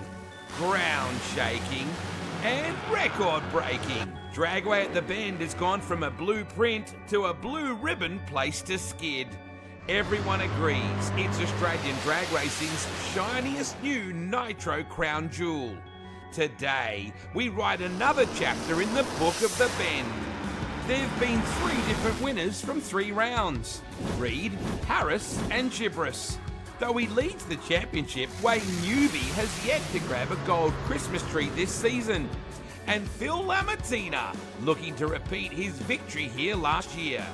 West Aussie Kyle Putland has made the trip east, and now we have 5 nitro-burning missiles to delight the South Aussie multitudes.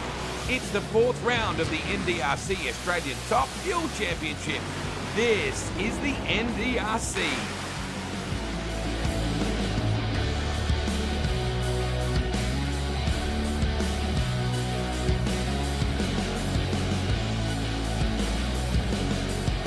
As we get set for Top Fuel and the first round of qualifying here at Dragway at the Bend, the Shell V-Power Motorsport Park, in front of a cracking Saturday crowd. We look at the former champ, and isn't he up in the seat this weekend? Phil Lamartina, your defending Riverbend Nationals champion.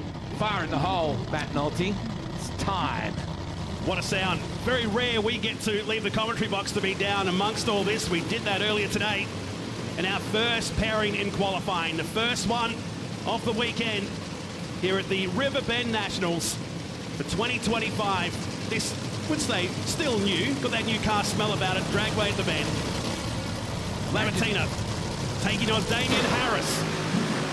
Imagine if they had an air freshener for cars that was nitro. It'd go off the shelves, I think. I think you're right. You know what's incredible? Remember Pete Gibris owned the ET record? We came here with a 376. Suddenly, Damien Harris said, I've had enough of that. Here's a 374. And Phil Reed, out of nowhere, swung and knocked one out of the park at 372, and that's where it currently stands. Love the uplift frames Atlantic Oil's paint scheme. You just see Dean Rossiter over to the left. Now there is Sarah bringing him in. Watch, you walk to the car here. She'll just lightly tap. She goes past. There. That is what makes our sport human. but we know Lamartina is fast. We could see something really special in the opening round at Top Fuel. Lamartina immediately up with tyre shake. Harris just wheezes her on through at a 394 and bangs the blower as well.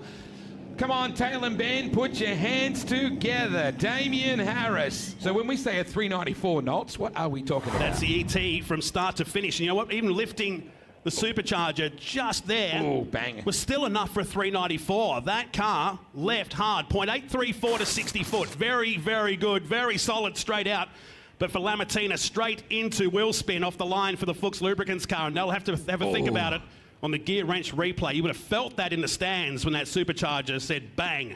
And Lama's just immediately up in tyre smoke then for that Fuchs Lamartina Top Fuel Racing entry. Cars are coming to life, and we're getting set for your second pairing in round 1 of qualifying. Solid way to start. It'll be interesting to check out post-run if or what damage there might be to that uplift cranes Atlantic Oils Rapasada Autosport International car. So early on the hit is Kyle Putland. Wayne Newby has raced in the NHRA. The multiple Australian top alcohol champ. Used to race with his dad, and just a fantastic combination, a great family. And Newb's very, very smart man. Runner-up at the first 2 events of the season here at the Spring Nationals and again at Willowbank. Finished in the B final as he was runner-up to this guy on that night at the Western Nationals. And again, another capacity crowd over there in the West, much like we're seeing here today. On qualifying day at the NDRC, 3.94 seconds the time they're chasing the second Rapasada Autosport International car, Wayne Newby, leading the series in 2025. Very warm conditions compared to earlier today, and we'll see their next run around about 6 o'clock or so tonight. So conditions will have cooled off. Boy, Kyle's good to go. Let's do this, boys. Ooh, Newby right down the center. Oh, wow. 375. Hello. Big smoke at the other end. And it's quickest he's ever gone by 1,000th of a second.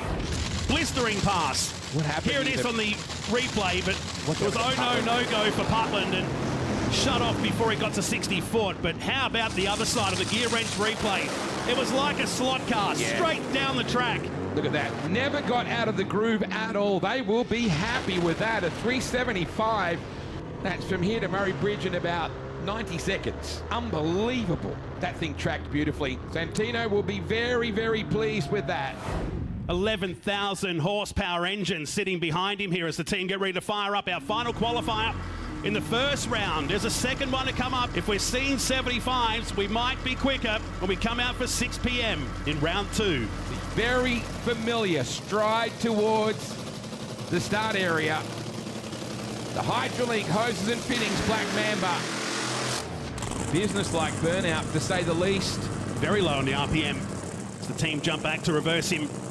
That's Curtis backing him up, his son. Phil Reed about to upset the apple cart. We know he can.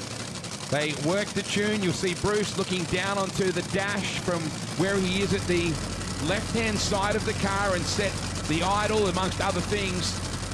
And then let his little bro get after it.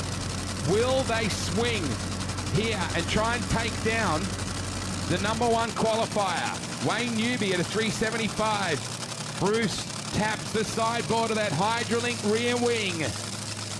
What do you got for us, Felipe?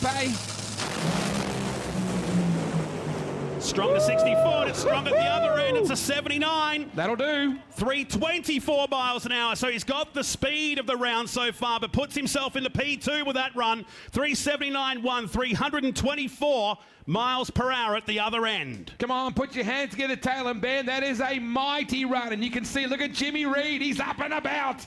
Very looks like my old woodwork teacher there with those glasses on. Here it is on the high gear wrench replay. I knew we'd go with that. Yeah. That was a rocket run. Look at this. Just watch the boys in the background too. If you get a chance, we can see through the haze. He was absolutely aero flying, wasn't he? But boy, it motored towards the end. So there's another sub 3.8 here at the bend. Yeah, it just keeps delivering this new track that's billiard table flat. So that puts the queue in the rack for round 1 of qualifying for Top Fuel.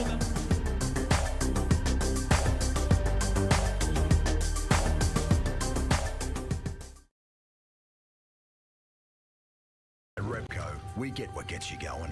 Because while you told her it would be loud, you forgot to mention how it feels. Repco gets you going.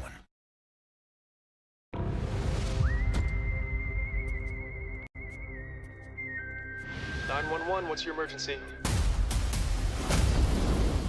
Dispatch, we have a problem. Think of this as a poisonous cloud of death. Medics! It's coming right at us. My, how far we have fallen from grace. New 911 Lone Star. Stream now on 7+. Get Bupa hospital cover starting from under $20 a week. And feel good health, catch on. Search Bupa hospital cover today.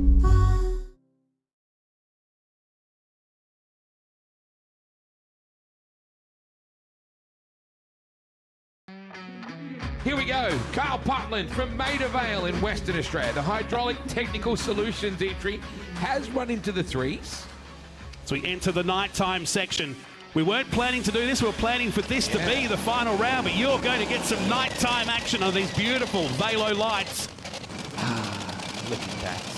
Takes 2 magnetos to help burn all of that fuel. Of course, the longer you keep these cars in stage as well, Nolts, it actually affects the balance of these cars. Shot. So, shot. Oh, it just looks awesome when they're at power like that. Beck. What could Kyle do here? Has run here before. And I remember the conversation when they were talking about going into Top Fuel as far back as 10 years ago.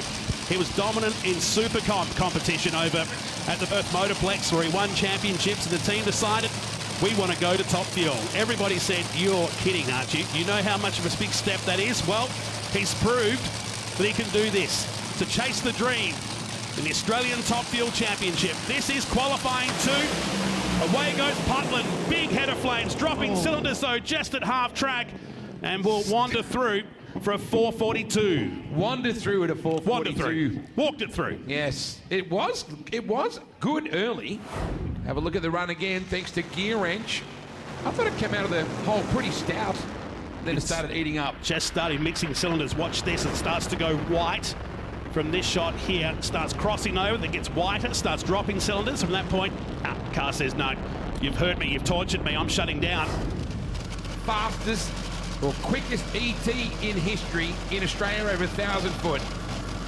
A 372, and I gotta say, their earlier run was a good start. 379, I think, wasn't it? Yes, it was. The Lamatina with a very sideways drift burnout, if you like. We know how good these guys are at the bend. Top qualifier here at the Spring Nationals with that 372.5, which is now the quickest ET in this current era, well, overall for Top Fuel in Australia. And the speed, 522 kilometres now that day. Took down Wayne Newby in the final with a 376. Interesting fun fact about Sarah, she never looks Phil in the eyes when she walks past the car after she's lined him up. She never looks him in the eye. Says she doesn't want to see if he looks concerned or a little bit out of the zone. She never wants to see that, and that's why she wears the sunglasses as well. She doesn't want him to see if she's looking a little bit concerned in any way. So if you think they're all robots, they're not. Look at that track now. She's taken plenty of rubber today. Lots of lines of racing. Look at this crowd. Capacity watching on, loving their Top Fuel experience. And so are we. This is qualifying session 2, chasing the 375.2 of Wayne Newby. Away. Nope. Oh, both of them. Nope. About the same time too. 07 light against an 09. They will rumble through and coast through. Jim just bit of a debrief there. What an absolute legend of the sport. I don't know if we can get a shot of Phil again, but I know that a lot of South Australian fans absolutely love having Jim Reed here because he's an icon of Australian drag racing, 21 Australian championships. We take a look again at that gear wrench replay. Both of them shut off pretty much simultaneously here.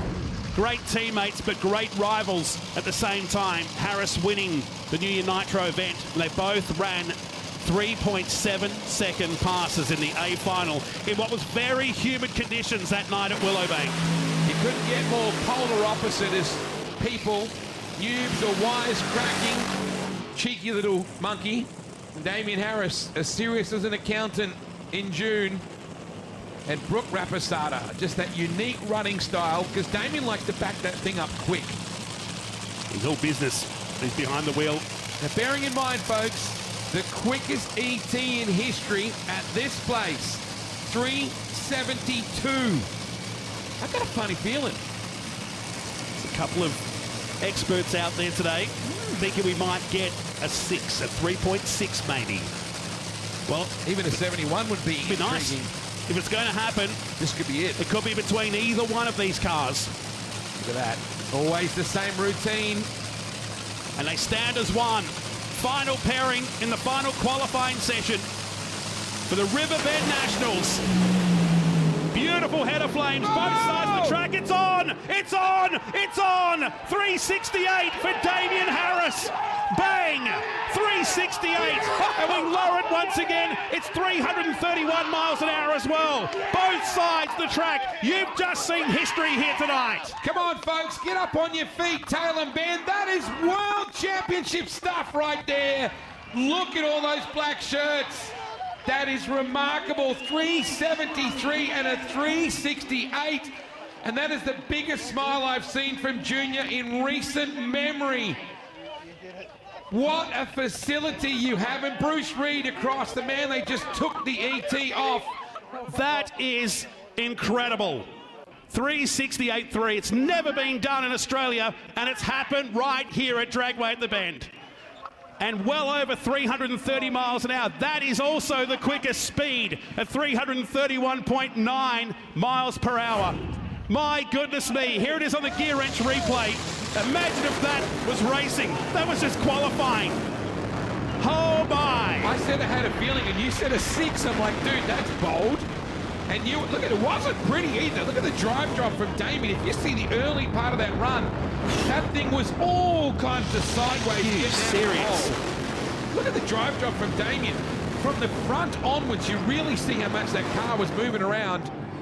That is, look at the elation. Just incredible. Wow. It's as real as it gets, and you've seen that before here at the Bend. Damien Harris, everybody. How does that feel, mate?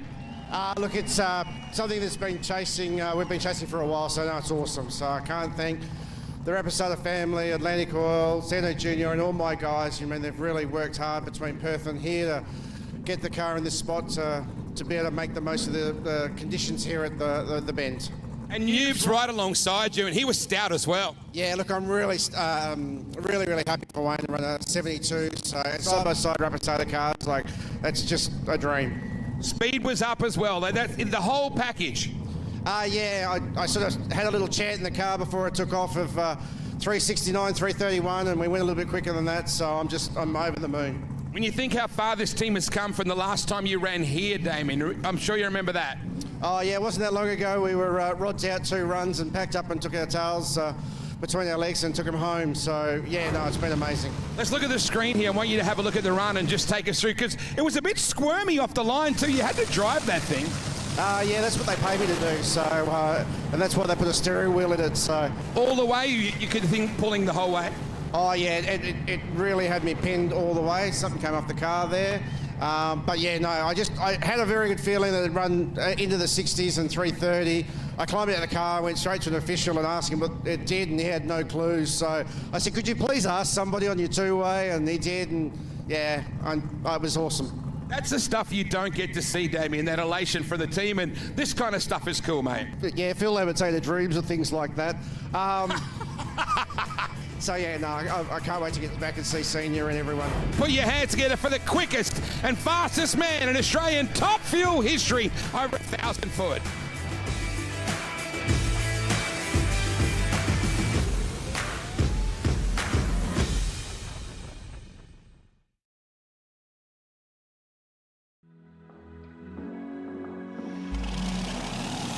Getting this show started on your Sunday morning. So welcome to our coverage on 7 of the 2025 Riverbend Nationals.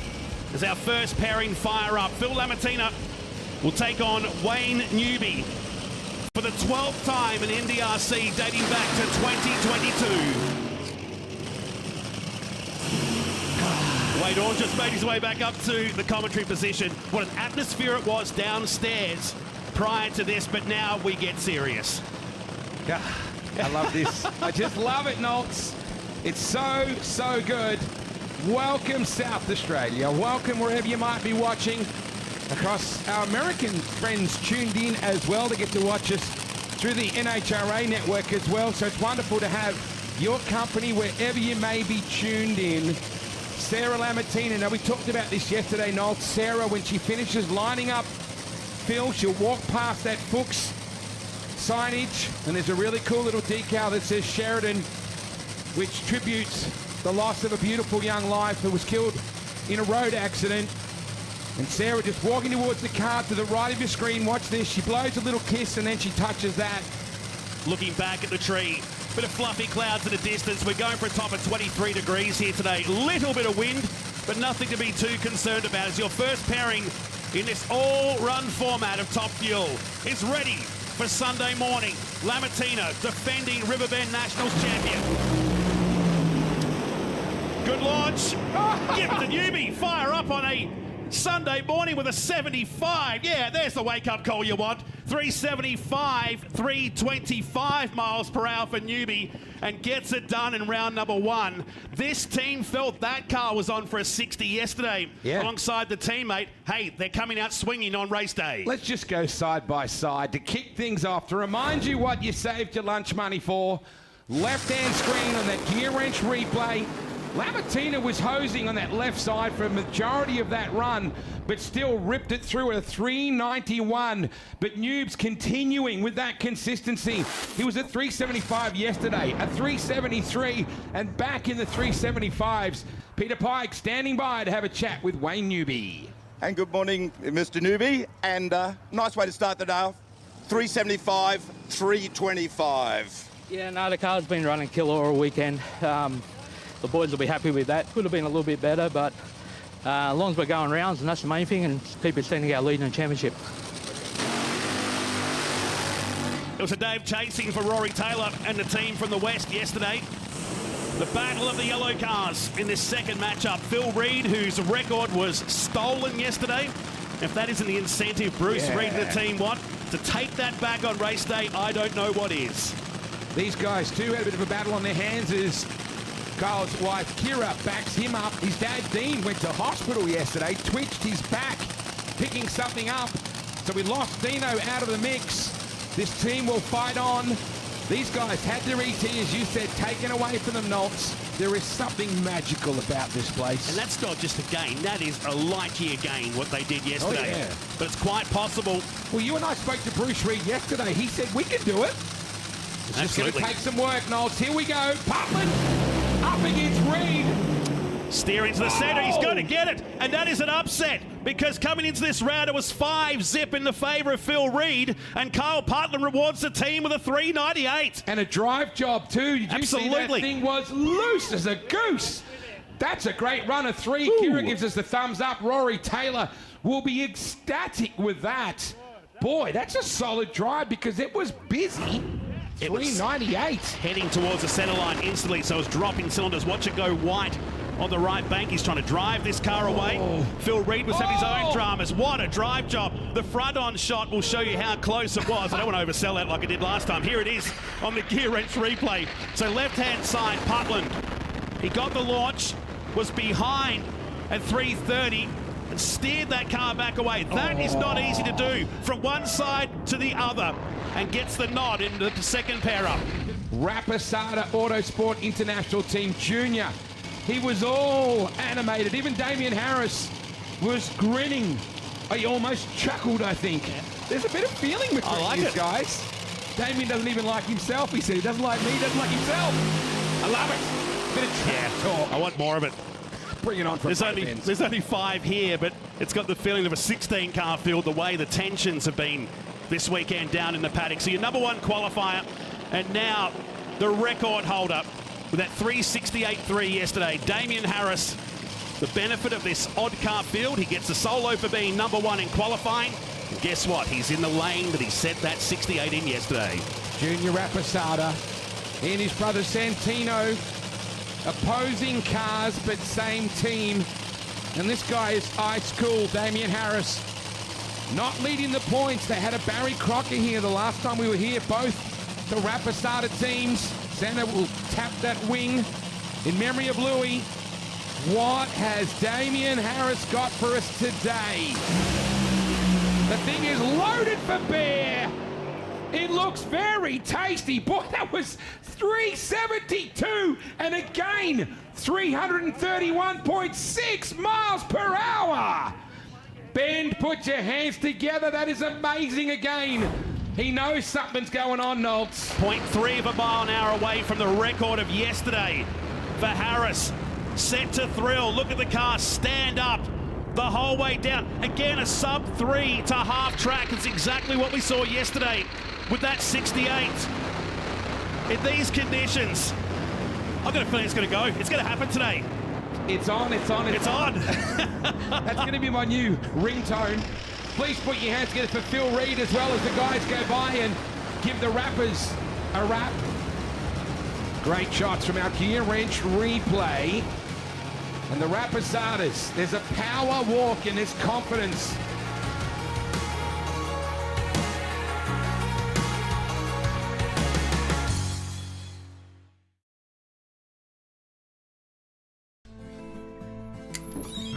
Get Bupa hospital cover starting from under $20 a week.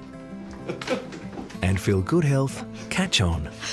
Search Bupa hospital cover today.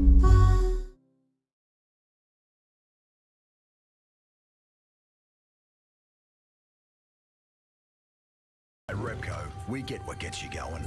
Because while you told her it would be loud, you forgot to mention how it feels. Repco gets you going.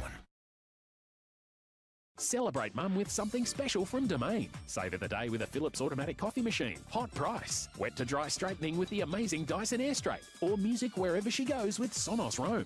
More gift ideas now at Domain.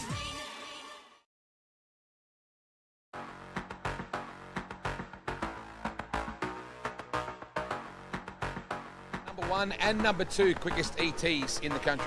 That's the way we like it over here at RAI. So, yeah, no, look, it's awesome. It really. Are you in a sweet spot, Damien? Is that like everybody's mental approach, or you just find you creeping up on this car? It's obviously got a new front half. I think Junior's taking a little bit of time to work out how this thicker bar at the front works.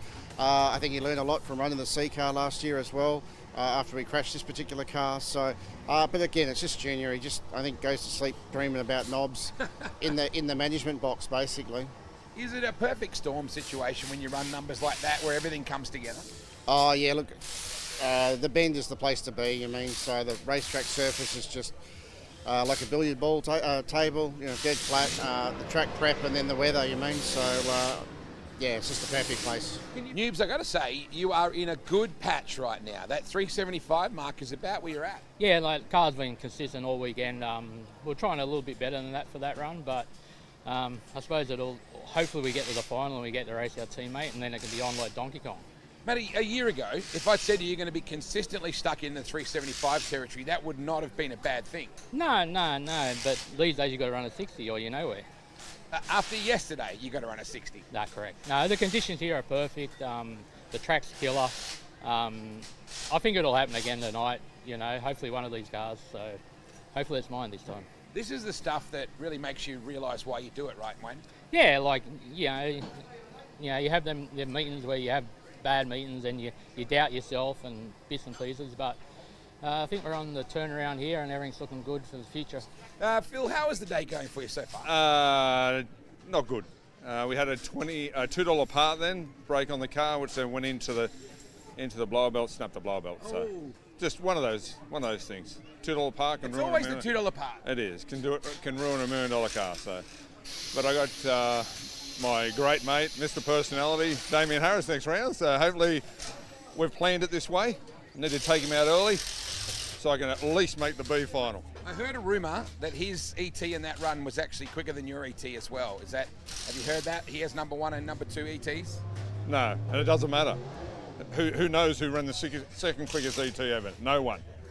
So the 368, hats off to him. Congratulations to Sano, the whole team, Junior as well. But yeah, it was there to be had. We were shooting for it, I'm not going to lie to you.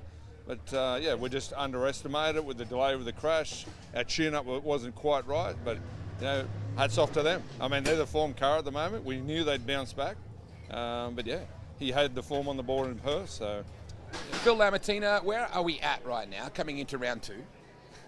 Don't say the Ben. I was going to tell Where him. are you at right now? Where are we at? Look, we are at a pretty good spot, considering yesterday and where we were trying to get the car, and we sort of got the car where we needed to be. All right, it might have taken a few more laps, but we got it to where it needs to be today. So this morning.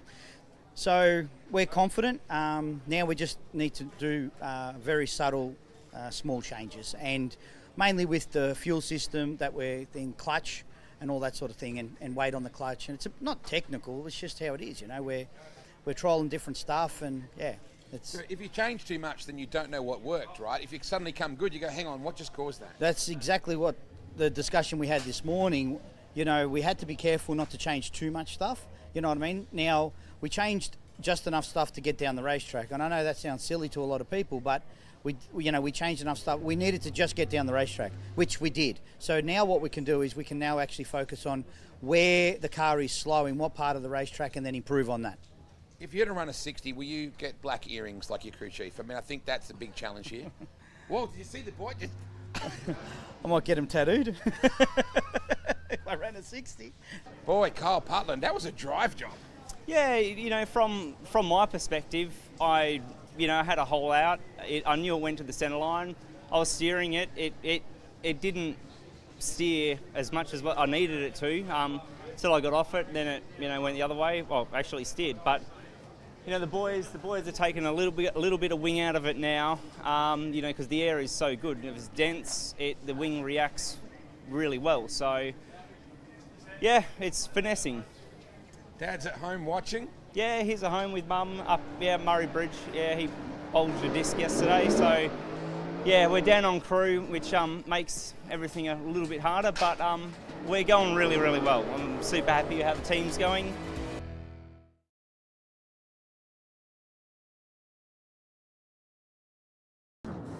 Repco Supercars is brought to you by Repco. Get you going.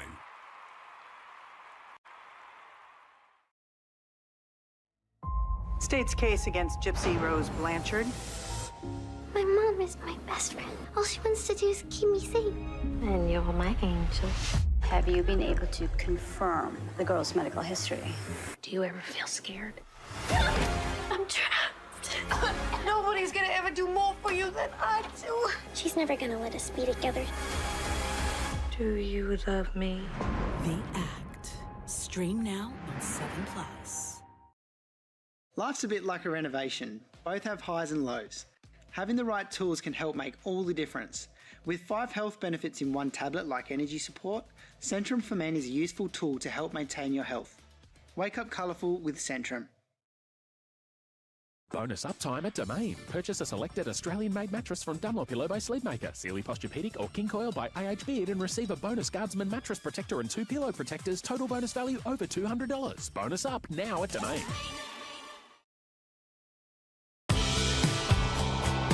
Very, very cool team right here, and it's great to have Phil back in the game. Let's explain why Lamartina gets this to himself. Well, he was the quickest loser, if that makes sense, from the first round, so he gets the free kick in here, but I love when stats come together. It happened exactly at this event in this round 12 months ago. Look at you. It's almost like you know this stuff. Didn't make that up. Sarah, pretty quick business-like burnout for Phil on this occasion. In fact, as well, in having the car on the family farm, they've had to recruit a couple of young people out of the Robinvale area as well for the Ford dealership. A couple of young apprentices to learn these cars as well. Not everybody can afford to live in Weeman, and I don't mean because it's exclusive, I mean because it's a fair way away from anywhere. About 45 minutes away from Mildura, so manpower or people power is very, very important. And here we go. Lammers would love to drill one in here, at least into the 3.7s, but just a good pass will do right now. 391, it was a loss to Wayne Newby in the first round, but gets the track to himself in lane one, the dominant lane here at the Riverbend Nationals in 2025. Looking down this incredible strip of concrete in South Australia. Attacks at half, it's hosing cylinders, and he'll shut it before half track. Shoots deploy just before the finish line. Still a 432 at the end there, but how hard did he hit the start line? How about the liquid strips? Yes. Look at them. Big snaky all the way down to pretty well past half track. And as you said, it left hard. So watch for the rear tyres. Just stand up here in a second. See how narrow they get in that spot right there. And ooh, drive job, sir. We could feel it through the window. That's how aggressive that was. It was a real punch in the air when he left from the start line. It was 852 to 60 foot, but then it stands up right here. The white coming out of the pipes indicates it's dropping cylinders, mixing cylinders up if you like, and it aborts that one with a 432. But man, did he hit that hard. Well, he wasn't here for a haircut, and that'd be pointless for Lammer anyway, but... The hydraulic technical solutions car of Kyle Putland comes to life. There was a bit of focus in the canopy car there of Wayne Newby. The interior of that car, it's now down. Car that was, well, the canopy part was heavily damaged in qualifying night there. They patchworked it together for race day, but certainly with the time in between. And a car that potentially could have done a 60 last night. Imagine we got side-by-side 360s last. That would just been the icing on the cake. No, we said a 68.3 was nothing, but man, we're still getting over how good that was yesterday here at Dragway at the Bend. Between left-hand side of screen, Kyle Putland. These guys met in the B final, the Western Nationals, back at the start of March. It's 7-2 in the favour of Wayne Newby coming into this matchup today. Ripping crowd here at Dragway at the Bend. They are crammed in here. Newby, that 373, his PB, and yesterday he was 375, 375. He's been around that mid-70 mark consistently. Waiting for the respective teams to bump in. They're both kind of in there together. Double bulb. Waiting for Newby. Let's go. Putland looked very, very good. Oh, Putland. Newby will get the win. A 380. Wow. A 389 for Putland. That is a PB big time. 522 k's per hour for Wayne Newby. Please put your hands together for the Rapisada team. But what about the team in yellow? That little family team out of Maida Vale. That is the quickest and the fastest they have ever been. And how quick did he exit the car? The turnaround section. So right-hand side on the gear wrench replay. Waiting for the, there it goes, it's lifting. Oh, there goes the belt into the stiff air. That'll go up for sale now. Someone will buy that, no doubt, in the paddock afterwards. Get it autographed. How tight were they? Half track, they were separated by just 0.05 of a second. So much to be happy about for Putland. Hope he's not too much mechanical trauma, but it definitely did eat something big time in that left-hand lane, but that thing was trucking. Yeah, Wayne's got a bit of a look on his face at the moment. What a race. Kyle Putland pulled one out at 389. You got him with a 380, a .040 at the finish line. Yeah, that's good for Kyle and good for our team. We're going to the finals, so hopefully we can go ahead and win this event this weekend. And the beauty, thanks Pikey, down the other end. Peter Pike joining part of our three-prong attack at the Riverbend Nationals in 25. Back at the start line, Damien Harris is back out looking to eclipse 368. But guess what? Phil Reed wants to do the same. They want to leave here with the record. Don't think for a second these teams are friendly when it comes to racing. It's a tight-knit community back in the pits. But I'll tell you something for nothing. Jim Reed Racing will fight to the death today. This is Port Power versus the Crows all day, absolutely every day. Don't even think that Damien Harris is not overly worried about what's going on with the Black Mamba team, but I tell you now, Phil wants Harris bad. Look at that shot. Phil Reed, plumber extraordinaire, trying to pipe a big one here against Damien Harris and try and get his ET back. He'd settle for a win light, regardless of what the ET is. Top fuel at the Taj Mahal. Dragway at the bend, waiting on Phil. Harris blazes and shuts off before half track. Tight reaction times, but that's about all she wrote there. It's another victory to Damien Harris. 0.020 the reaction time. To the legendary Queenslander Gary Phillips. That thing for Phil Reed, it just never got out of the hole. And as you said, Nolts, issues as it crawls through at a comparatively slow 4:17. But you'd have to think that an A final is beckoning. Damien Harris looks a bit perplexed. A win's a win, but it wasn't a great win. It's a 4-1 with a 0.20 reaction time, but I should make the A final. Yeah, let's hope so. Yeah, look, it got loose out there, started to turn the tyres, but I couldn't see right here, Phil, so I just stuck into it. So hopefully everything's good. Didn't seem to hurt anything, so hopefully A final.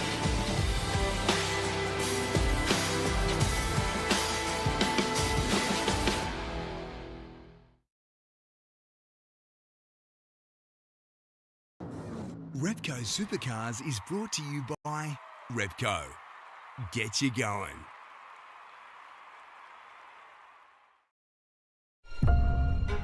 Where's James? Your brother didn't come home. I'm impersonating a police officer. Yes, but he's your brother. That's really not the legal loophole you think it is. Is your jailer? You're all suspects, aren't they? Bit awkward, really. I think I might just have solved a murder. How often do people get murdered around here? Ludwig. Stream now on 7+. Get Bupa hospital cover starting from under $20 a week. And feel good health, catch on. Search Bupa hospital cover today.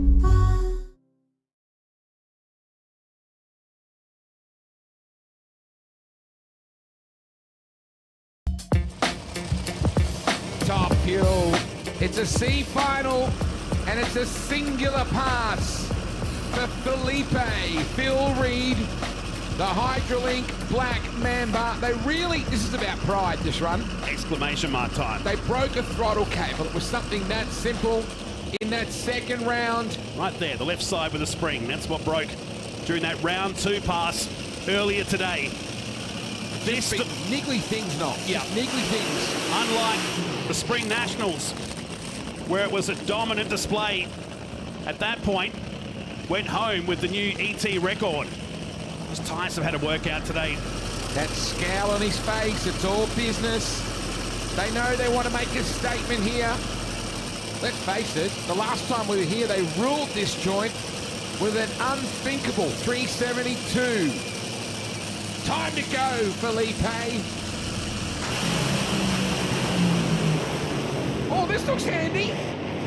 377. Yo! That's better. At the right end of the weekend, 524 kilometres an hour for Phil Reed, second in the Top Fuel Championship Series coming into the weekend, and that's a way to leave the bend. Tough weekend for everybody.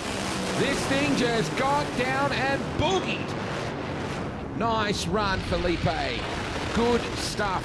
That will give them some confidence as they head back home to the Nitro champs. Coming up, a little bit of a green tinge towards the very end of that run. If you've never seen Top Fuel before, it will change your life. Hey Phil, you saved the best for last. You've run a nice 377 at 524 Ks, 320 plus miles an hour, 322. Thank you. We've had a trying weekend. Little parts just failed us, but thank you to Hydrolink, Valvoline, FXD Workwear, Snap-on Tools, best tools in the world. Premier Hire, Pete, I just beat you in the final because you didn't show up, so get your ass back here. But yeah, Comcams, all my great people, my crew, my brother Corey. I mean, it was good to finish on that bit of a high. We're aiming for a bit more, but hey, everybody always does. So. The Hydraulic Technical Solutions team out of Western Australia. taking on last year's Riverbend Nationals champion, Phil Lamartina. Yeah, what a difference it was the last time we were here for those guys. Ooh. A bit of a brutal approach just then for Kyle, but they are loving life this weekend. Won the B final over Wayne Newby at the Western Nationals with a 396. Qualified in 4th for this weekend's event. He beat Phil Reed after being 5-zip coming into this round. There is that sticker for Sheridan. So here we go. This would be a major event and effort for Kyle Putland. Spare a thought, Mum and Dad are back in Murray Bridge at the house, tuned in on TV after Dean injured his back yesterday in the pits in a random incident. So Rory Taylor, can he battle something here and get that yellow and black hydraulic? No, they're killing it. They're shutting this down. And what a shame. It'll give Lamartina a run to himself, and the wind just swirling up all of a sudden. You can see the Nitro swirling in the air as Lamartina gets the track to himself. Won't be a back-to-back winner of the Riverbend Nationals, but he will win the B final. Away he goes. Oh, and jeez. Yeah, it's my words, exactly. That thing was going towards the right and going there very quickly. Good drive job from Phil to keep it off the wall. 4-1-8 for Phil Lamartina. Disappointment and heartache. Please put your hands together for both the Putlands and the Lamartinas as they head back. That thing was up on the tyres. It wins the B final regardless, and how's the opposing pitchers? One being pushed away, their weekend done, and Lamartina just sent it till about there. Phil, not the way he actually wanted to finish off the event with Kyle being shut down on the line, but a 4-1-8. Yeah, look, it's always crazy. I don't know, like you're just sitting in the car, you don't know what's going on, but got the signal for the solo and then it got out there and I think it just turned the tyres right on the top end. But look, we're making progress. The car's still in one piece, so that's the main thing.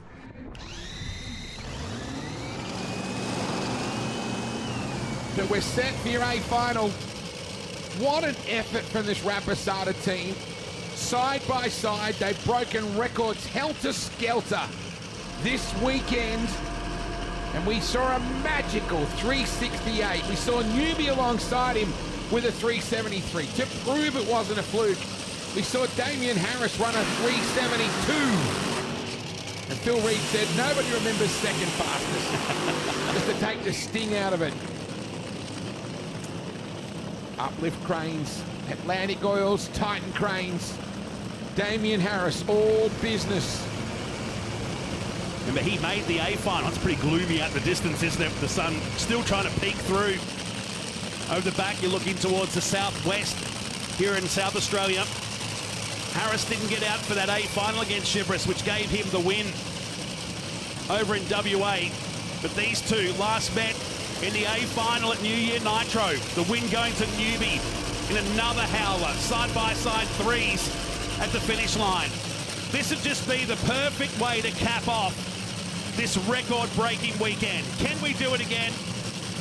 So this would be a bit of redemption. Look at the brothers. Kind of like they're playing cricket in the backyard, although I doubt very much that either one of them have played it. Tap on the sideboard. Damien Harris versus Wayne Newby. Two of the fastest guys in the Southern Hemisphere for the Riverbend Nationals. Whoa, it's an ugly drive job, but Wayne Newby is going to run it through to get it done. Forget the numbers, Nolts. They don't matter. That's a gold Christmas tree for the series leader, Wayne Newby. Gear wrench replay. It wasn't one to get excited about this time. Burst panel straight away for Harris, and look at Newby. Newby was not going to lift. No, that was very Andrew Cowan-esque from back in the day. The Rapisada Autosport International. Noobs was never going to lift, particularly until he saw, if he did see Damien Harris alongside him, there was all sorts of stuff going on for both these guys. Looking at the replay at the moment, spat the chutes very early, as it's supposed to do, Nolts. This is a cool shot right here. This is the brothers. You got me that time, kid. Pikey is down with our Riverbend Nationals gold Christmas tree winner, Wayne Newby. Now I'm here with Noobs. It wasn't pretty, but it's your first win for the season, so well done. No, mate, killer effort by the team. We didn't get to run that 60, but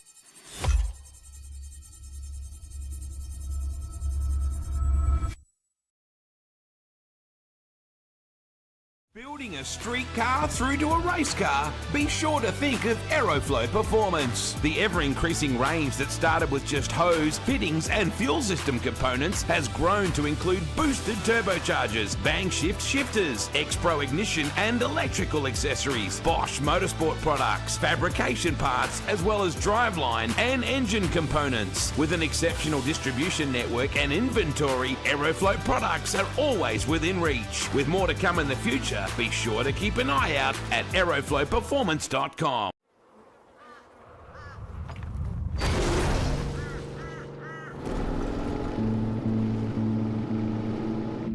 Out here, you get time to think about life's big questions, like where do all the flies come from? Do trains of thought have a destination?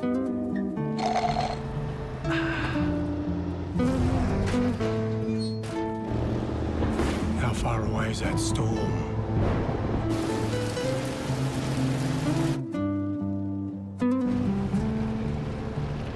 And another thing, how does an engine keep going? Out here. Well, that was an easy one.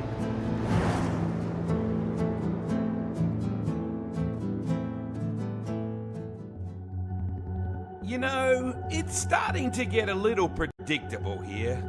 Drag racers show up, fans show up, and magical things keep happening. Ground shaking and record breaking. Dragway at the Bend has gone from a blueprint to a blue ribbon place to skid. Everyone agrees it's Australian drag racing's shiniest new Nitro crown jewel. The X-Pro by Aeroflow Nitro Funny Card Championship has been spectacular and a roller coaster of emotions to say the least this year.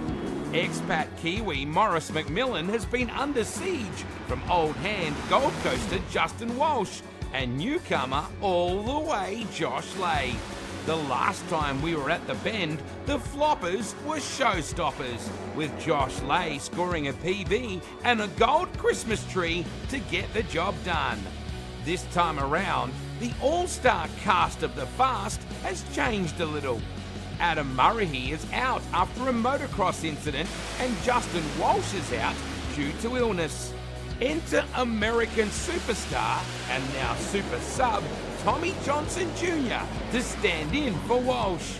And Mackay newcomer Damon Payton makes his Nitro Funny Card debut. An awesome foursome if ever there was one. It's the Bend. Straight up, one wicked place to go very fast. This is the NDRC.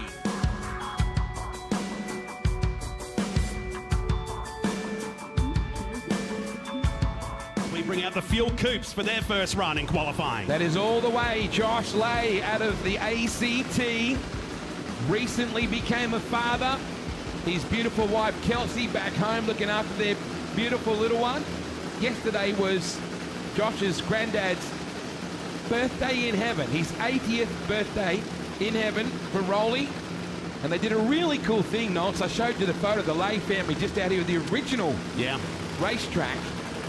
And his little boy they named with Rolly as his middle name, and Chelsea, his sister as well, just had a little baby at pretty well exactly the same time. Isn't it cool to have Tommy Johnson Jr. here? Tuesday afternoon, Tommy Johnson Jr. gets a call in Avon, Indiana. And I think he's happy to actually get out of Indiana because there was a wild tornado that went through there. Yeah, exactly right. And his flight was delayed. He almost didn't get here.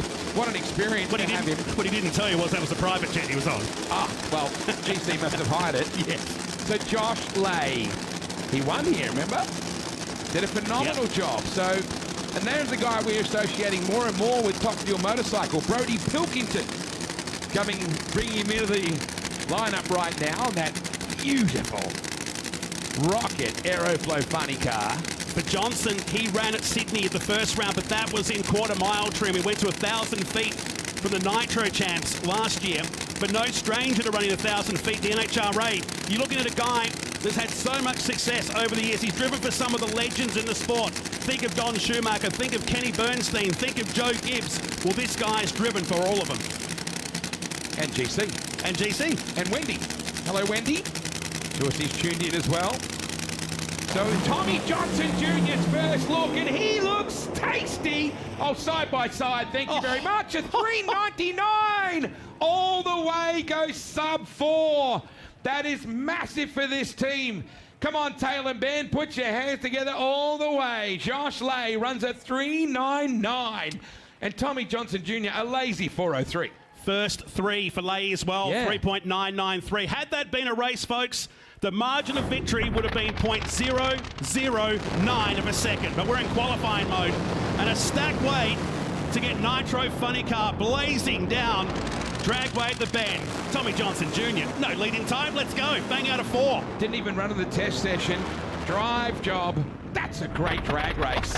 And Lay will become the first car into the threes for the Aeroflow Nitro Funny Car Series. Nobody has gotten into the threes prior to that run just then. So again, want to throw a bit more history into the venue? There's your first 3. Originally from Ottumwa in Iowa. And if you think to yourself, Ottumwa, why do I know Ottumwa? If you're half of a fan of the amazing TV show MASH, that's where Radar O'Reilly was fictitiously from. I've been there, I looked for him. I bet you There's have. not even a sign. Because it was all BS. It wasn't even true. He lives in Florida, Gary Berghoff. Anyway, Tommy Johnson Jr. was born there. He's the one that matters. Morris, he'll be thrilled with that result for all the way. And now he'll be trying to break into the 3.9s. There's no reason why not. Now, no, this is the unique part about the floppers, as they are these Aeroflow Nitro Funny Cars. They'll come back and pop the body up, remove the external dashboard, get their data, set the tune, pop it down. I never want to be the guy on the T-handle. No, and gives the driver a little bit more fresh air in there before they pull the canopy down. Ooh, you see the way the sun glinted off the boosted car there. Very slick team, very young team too. Graham Cowan puts a lot of real validation into the youth in building these cars. A lot of women on this team as well across the Nitro Funny Car Series. Brody Pilkington standing there with Damon Payton. Damon brought a couple of his own crew across from his previous funny car experience along with the Rocket Aeroflow team. Boy, Brody tunes funny cars and Damien Muscat.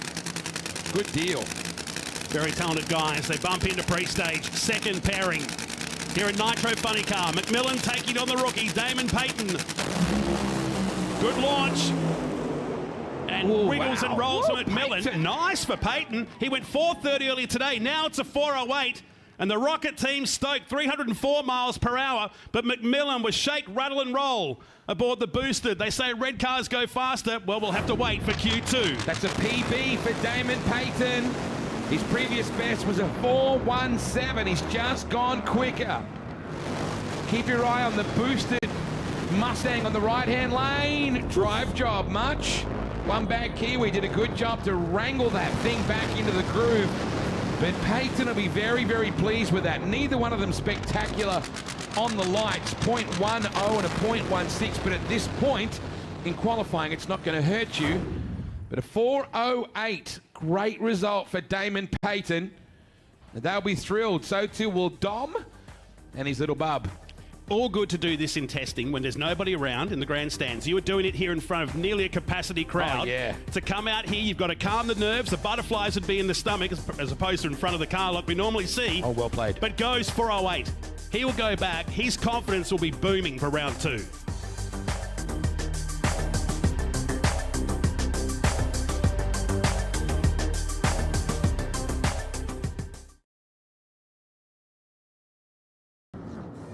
Repco Supercars is brought to you by Repco. Get you going.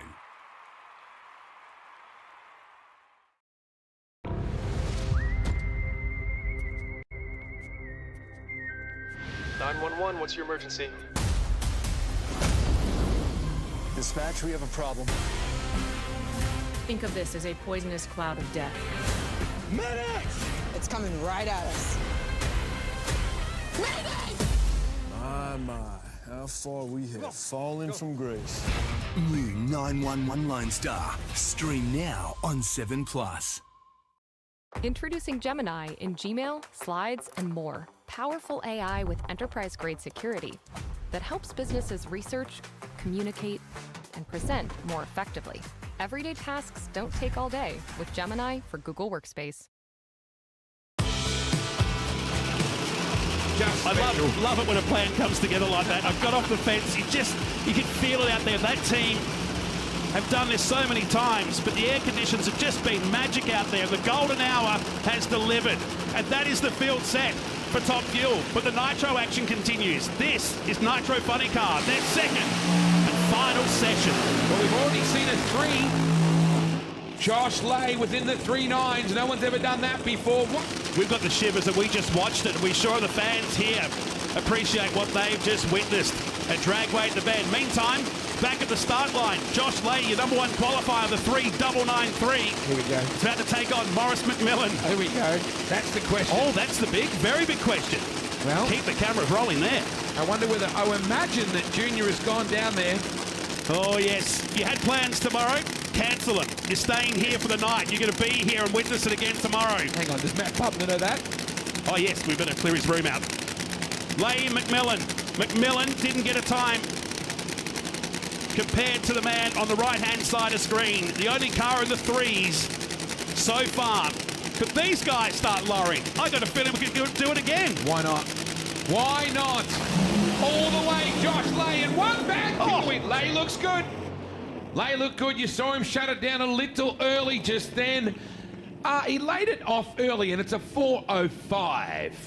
4.05 and 8.90 at the 60-foot mark. They will be pleased with that. It's not a 3.9, but it's consistent. And Morris McMillan, not so much just yet. Has he blinked? Cool shot of Jack's dad. There he is. So stays at number 1. Watch the car left-hand side. Red cars go faster, they say. Did he get the wheels up? He did. I thought I saw that. Gear wrench replay, and like a Harrier jet, just past 330, launches up and down. Look at the tyre shake, the wheels slapping the surface. On the opposite side, Lay was going 4.05 seconds, so he'll keep that 99 from Q1. Boy, what a night. What a night. Golden hour.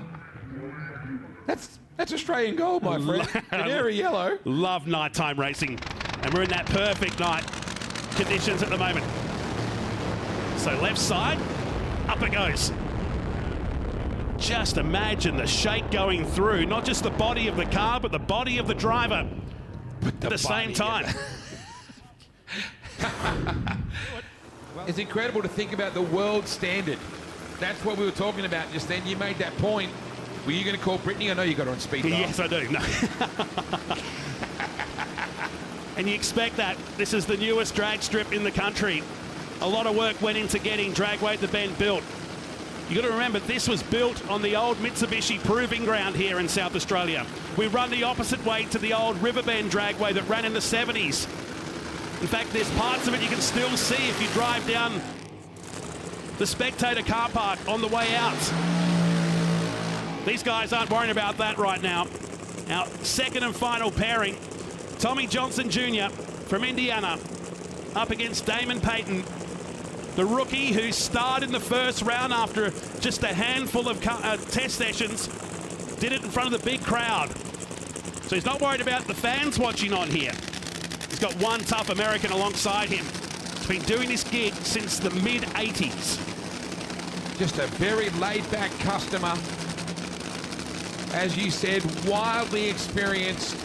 They pop the bodies up, go to work, and spare a thought for Justin Walsh watching his baby get run, but it's in good hands, no doubt about that. Justin came down with influenza, so he's not able to be here.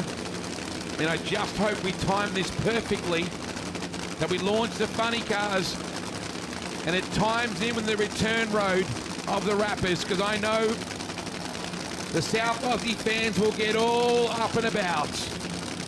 Payton was only quicker by 1,000th of a second on Morris McMillan earlier in Q1. Is there a drama here again with the bonnet, the bodies going up on Tommy Johnson Jr.'s car to the Hart's Paint Supplies car? Is there an issue? They're looking at the front of the car, and the time will start to count down. It's a quick fix, and the American is ready. Eases up in the Justin Walsh car. We wish Justin all the best, and he was straight in.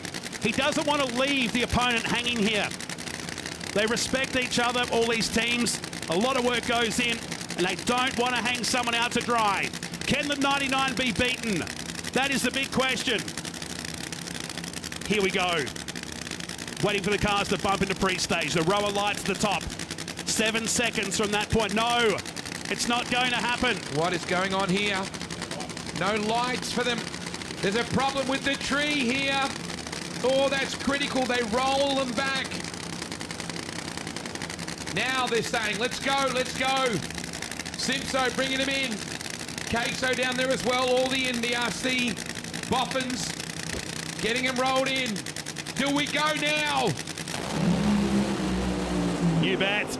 Tommy boy! 401. 401. Stout. With all the messing around and confusion on the line, a true professional like Tommy did not get rattled.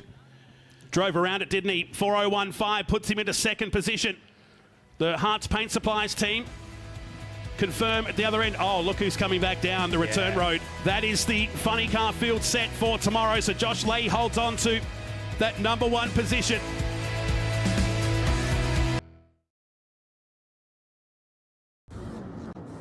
Repco Supercars is brought to you by Repco. Get you going. He's got forever on his mind. But is his time running out? Tell your boyfriend if he opens his mouth, we'll be paying him a visit. Will he get to propose before it's too late? Home and Away, weeknights at 7 on 7. Introducing Gemini for Google Workspace, AI that analyzes your data and adds industry insights, helping identify new opportunities tailored to your business. Get your own research analyst with Gemini for Google Workspace. Time now for your Aeroflow X Pro Nitro Funny Car Round 1.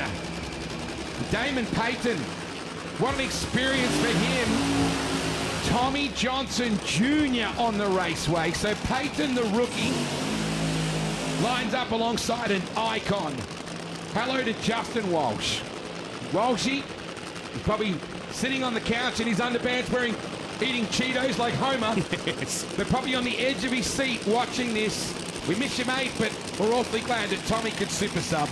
I love the fact that the phone call was put through, and in under a day he was on a plane, A, to escape the cold weather, B, to escape a tornado that was ravishing Indiana during the week, and is out here to race on a Sunday, on his birthday. Now, can he blow out the candles here in round #1 and give the Hart's Paint Supply team a 3-second pass? Didn't need any lead-in time. Street car through to a race car? Be sure to think of Aeroflow Performance. The ever-increasing range that started with just hose, fittings and fuel system components has grown to include boosted turbochargers, bang shift shifters, X-Pro ignition and electrical accessories, Bosch motorsport products, fabrication parts, as well as driveline and engine components. With an exceptional distribution network and inventory, Aeroflow products are always within reach. With more to come in the future, be sure to keep an eye out at aeroflowperformance.com.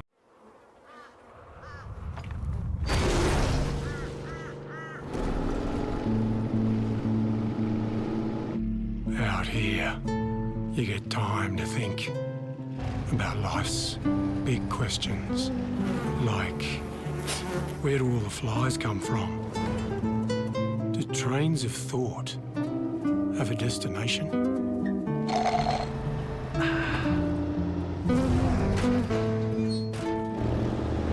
How far away is that storm?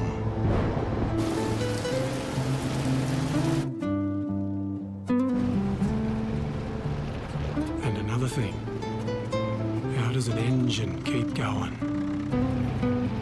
Out here. Well, easy one.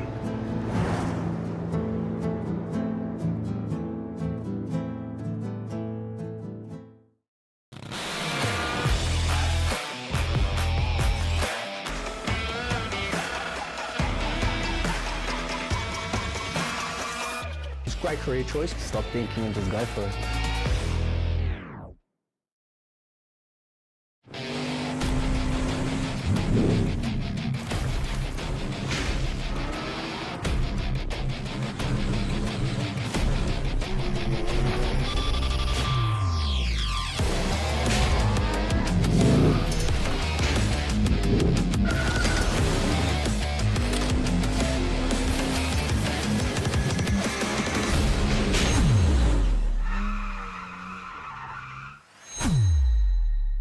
Building a street car through to a race car? Be sure to think of Aeroflow Performance. The ever-increasing range that started with just hose, fittings and fuel system components has grown to include boosted turbochargers, bang shift shifters, X-Pro ignition and electrical accessories, Bosch motorsport products, fabrication parts, as well as driveline and engine components. With an exceptional distribution network and inventory, Aeroflow products are always within reach. With more to come in the future, be sure to keep an eye out at aeroflowperformance.com.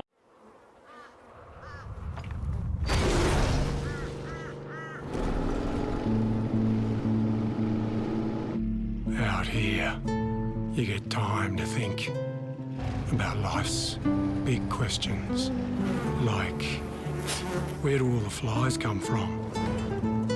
Do trains of thought have a destination?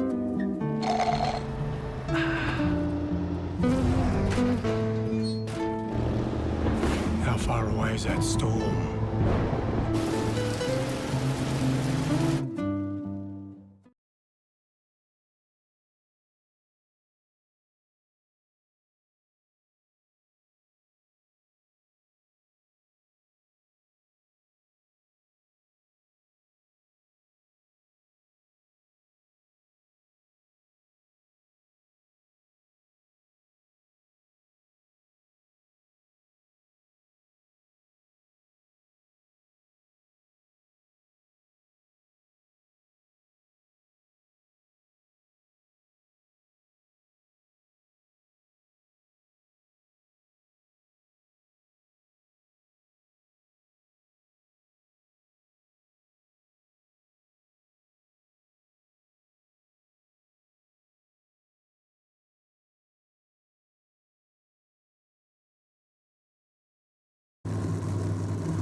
Welcome back, ladies and gentlemen. Thank you for your patience. And the great news is, as you can probably hear, is that we have got the second pair of pro alcohol qualifying coming your way, slightly delayed after the first pair. If you are just joining us and you're wondering what the delay was, unfortunately, well, there's no nice way to say it. Jake Donnelly had a major accident in the gravel trap. Unfortunately, went 5:48. I didn't catch the speed. I still haven't quite caught the speed, but I can tell you that there was no sign of the parachutes pushing. No, there certainly wasn't, Rusty, and it was a crack of a run from both cars in terms of ET, but unfortunately for Donnelly, the chute's not coming out, and that has created a fair bit of carnage, obviously not only for the race car, but also the safety equipment down there. Did its job, but yeah, definitely a little bit of work that to be done by our track staff here at Sydney Dragway, and what a fantastic job they've done. And we're now back. And ultimately, I mean, you know, the safety gear is designed to do what it's meant to do, and you know, it did exactly what was intended. It caught the car up, it slowed it down, and then it stopped it. And you know, although obviously the car was damaged, you know, it did what it's meant to do. And the main thing is, Jake got out of it okay. Yeah, and the preservation of the car is not the priority. Exactly. So on track now, it is a second pair. It is Shane Phillips taking on Wayne Price. Wayne Price is effectively, well, now I would say the de facto championship leader, because Russell Mills had his accident in Adelaide. He's not here this weekend. Jake Donnelly, although we saw a 5:48, I think it would take some kind of miracle for that car to be back on track. I'd say not this weekend, and I'd be surprised if we saw it at the Winter Nationals, but that being said, that is a very, very resourceful team, so I'm not going to rule them out. But for Wayne Price, he's got a big opportunity here this weekend to make a move in the championship points, and he's up against Shane Phillips, making his second appearance with the Pro Alcohol Funny Car in PDRC competition. Didn't have the best time first time out. Had a lot of tyre shake, a lot of little just niggling things that weren't quite going his way. This time though, the car is well and truly sorted. They've done a lot of testing with this car, and I would say, all things being equal, we will see a pretty good run here. Big spike on the revs for Shane Phillips when he went to bring it up. Oh, very loose for both cars. Temperature's a lot cooler right now than what we saw earlier on before the delay. A 7.08 for Wayne Price. 7.08 at 152 miles per hour, and a 12.91 for Shane Phillips. The car for Shane Phillips just jumped way out to the left-hand side, or the right-hand side of the racetrack, I should say. 7.08 for Wayne Price after really just going out and buzzing the tyres. Again, these guys have, guys and girls, I should say, have already got the setups put into the cars and the tune-ups put into the cars for the conditions that we saw earlier on today. So when we were supposed to race a couple of hours ago before Jake Donnelly's incident. So the delay has obviously caused the sun to go down, temperatures have cooled off, air conditions drastically different, much, much different to what we saw earlier on in the day. So to see teams that may be struggling with it right now, it's not any fault of their own, it's just the circumstances that we've got. But it is important to get data on the racetrack, and there is a chance that at some point over the weekend they will be racing in these conditions again. So, you know, you go out there, every time you put the car on the racetrack, you are going to learn something, and I'm sure those guys would learn plenty. This time around, next pair up should be Chris Hargrave taking on Brett White by the look of it. So having a quick chat to Chris Hargrave earlier on, it looks like, unfortunately, Brett White has actually been pushed back off the start line, so he's going to go back to the pits for whatever reason down there. Chris Hargrave going to make a solo pass this time around once we clear the cars off the racetrack at the top end. Looks like Shane Phillips is stranded down there at the top of the hill, so we'll get him cleared off. But Chris Hargrave, fresh off his second consecutive top 3 finish in the championship, and this season did not come down to Adelaide and race at round 2 of the championship, but he is back for this event, and I would say the Winters as well. And the Middies electrical car always looks good under the lights here at Sydney, that's for sure. So he's going to go on a solo pass. We still have Brittany Olive and Cameron Ambezi as well back there. I know Brittany Olive was towing through the tunnel. I saw that beautiful green A Civil Dragster towing through. It's a little bit difficult to miss that one, isn't it? Just a touch. Yeah. It is. It's very green. And it's funny what you were saying before about green being unlucky, or being perceived to be unlucky in drag racing. But when you think about it, and I'm just going to throw out a couple of names out there. John Force had a pretty good career with Castrol on the side of the car. Yep. A lot of green in that.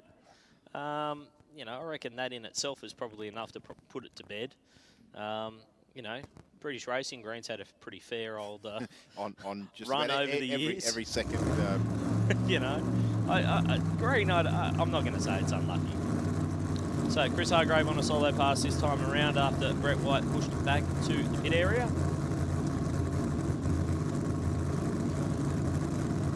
Yeah, because Brett was, I saw him down there, but obviously making the decision not to run. Yeah, for whatever reason, obviously thought, you know what, we're not going to learn anything, or, you know, potentially they found an issue while the car was sitting down there. But talking to Chris, he's such a quietly spoken guy, Chris. He's a real gentleman of the sport. I asked him, I said, did you bring your son's junior up this weekend? And the answer was, he didn't do his homework, so Mum said no. Oh. Wow. So there you go.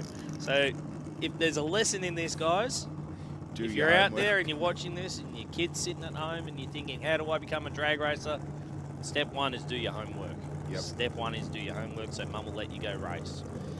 Okay. And if your parents won't let you race, at least if you do your homework, you'll have the smarts to earn enough money to race yourself. Exactly. So Chris Hargrove racing for Middy's Electrical Speedworks, and it's just a fantastic looking car. Always has been, hasn't it, this thing? It's ever since they rolled it out, even in it with its previous livery, it looked just as good. But very, very professional team out of Victoria.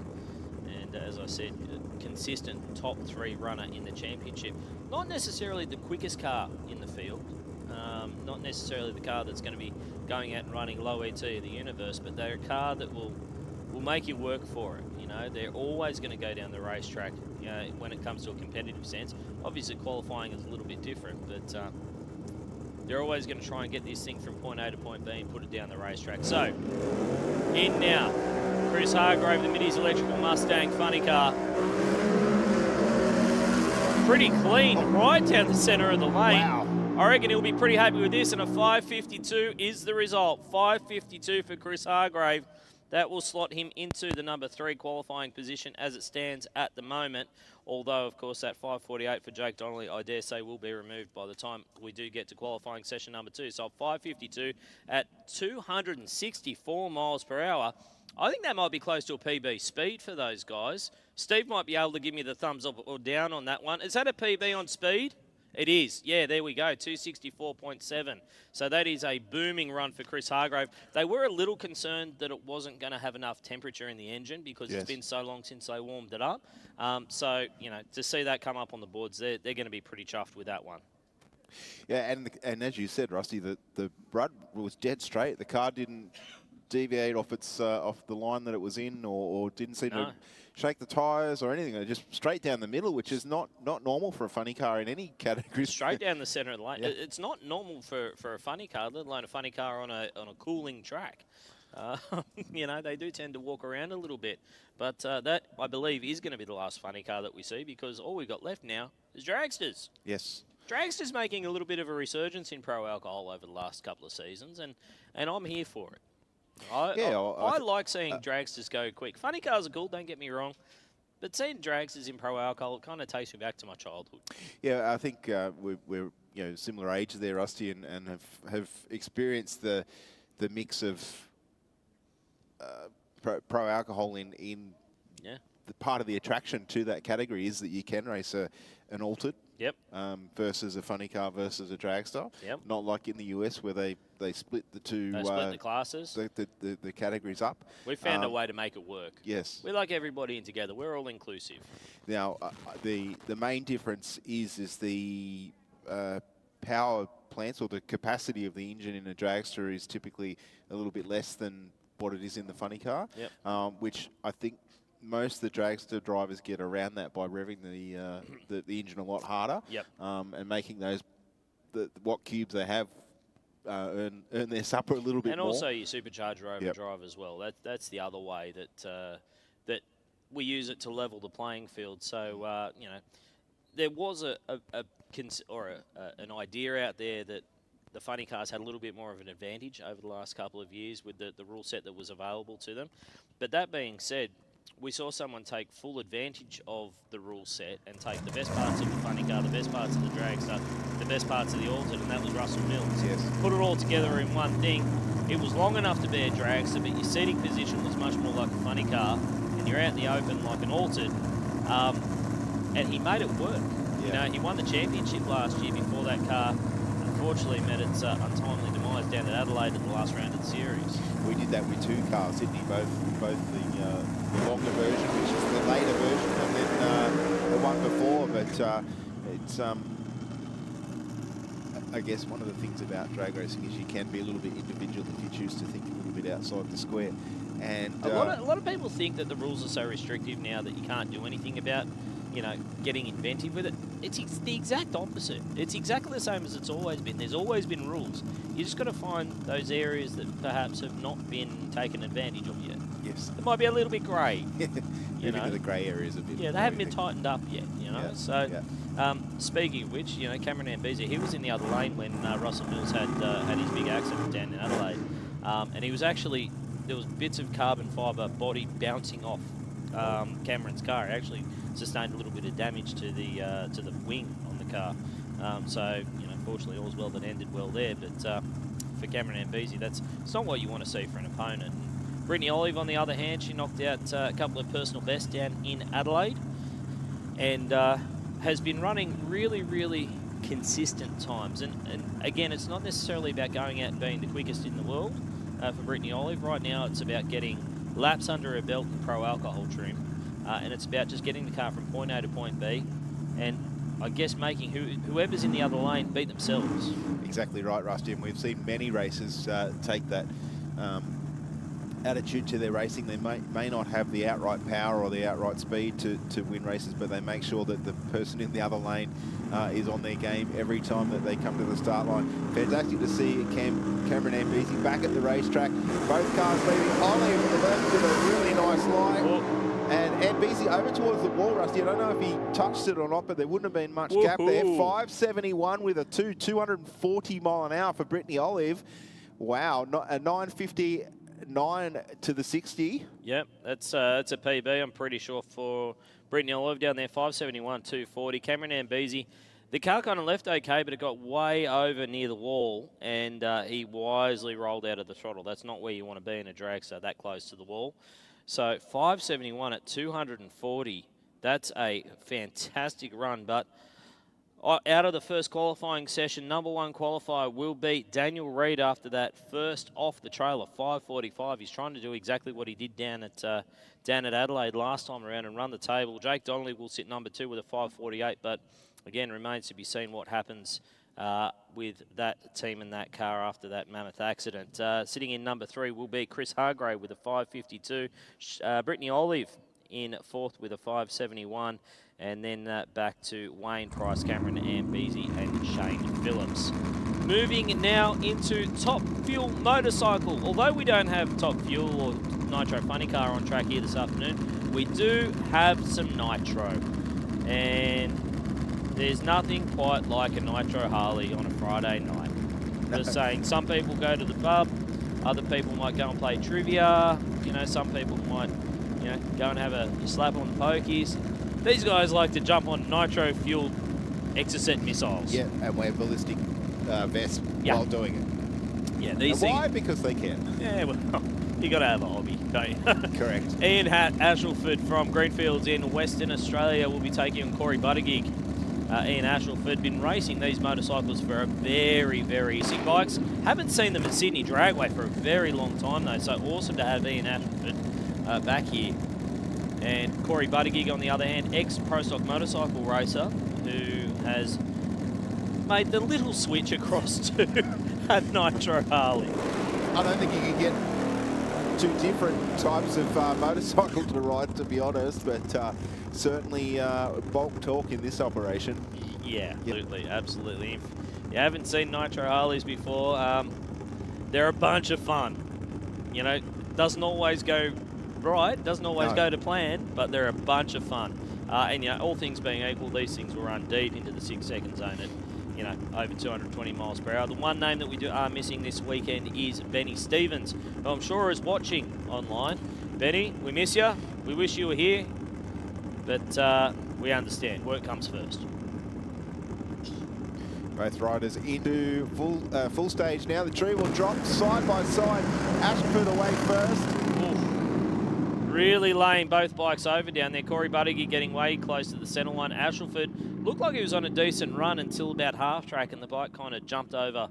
An 8:45 at 115 miles per hour will go provisionally to number one. Corey Buttigieg 10:03 at 109 miles per hour for him.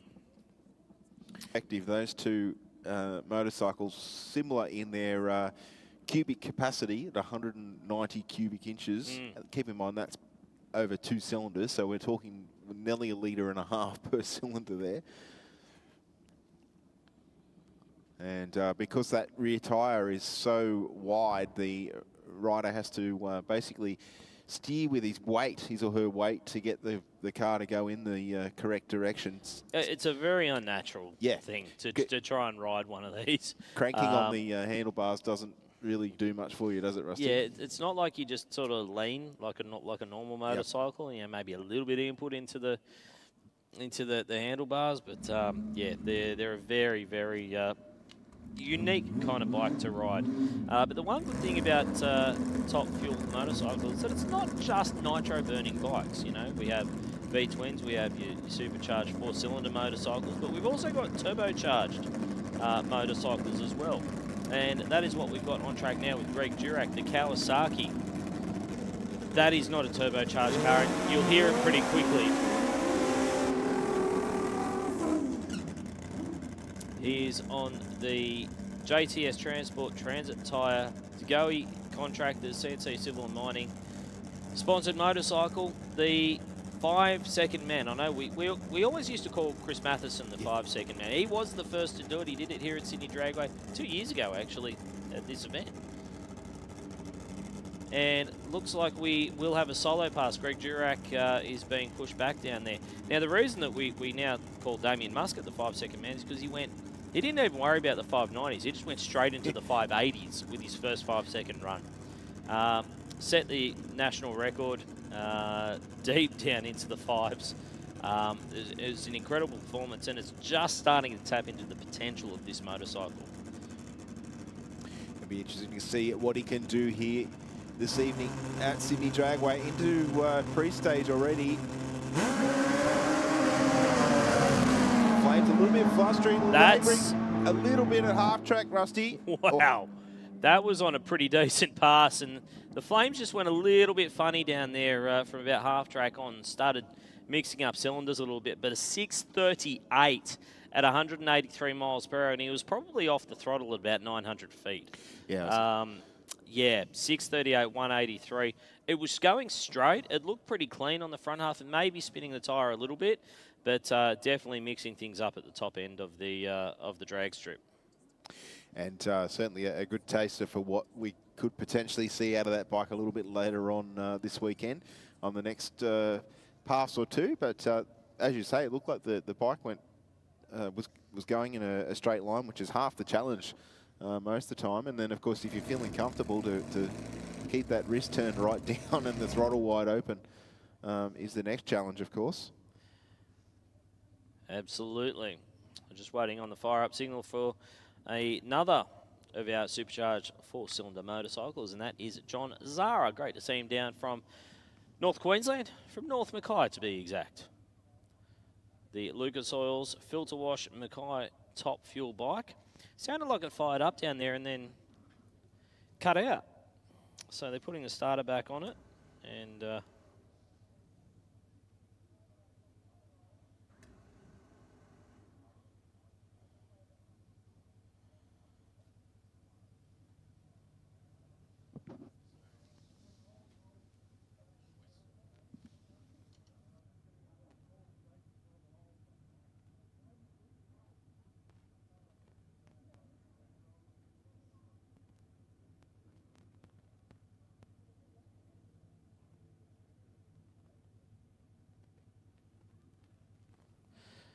so we've just given John Zara the hold-up signal here because we have heard that when Damien Muscat got to the other end of the racetrack, he looked down at the bike and went, something's missing off that. And it was actually the idler pulley off the supercharger belt, I would suggest. So he's asked, maybe, guys, could we go out and just have a little look for it? Because we don't want anyone to run over that. Well, you know what the scary thing is with that, Rusty? That'll be carrying a fair bit of momentum, no matter how fast the engine's running at. It'd have RPM, but it'd also have weight. Have some weight and speed as well. So looks like they've found it down there. Funnily enough, at around about the spot where the Flames went funny for Damien Muscat. So that kind of explains why, if it was losing the supercharger belt, it didn't have the tension on it. It was probably not quite getting the boost that it would have expected, which would make plenty of sense as to why the Flame would go funny. So there you go. That's science with Rusty. Well, at least cranked over.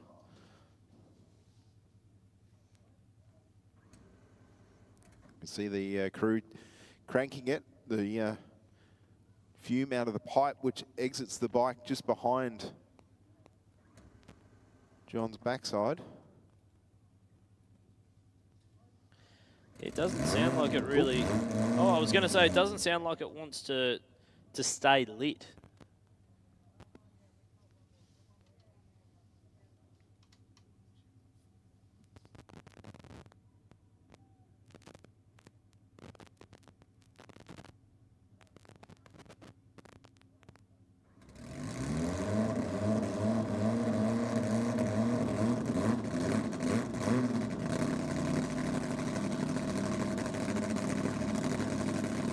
All right, well, it's lit this time.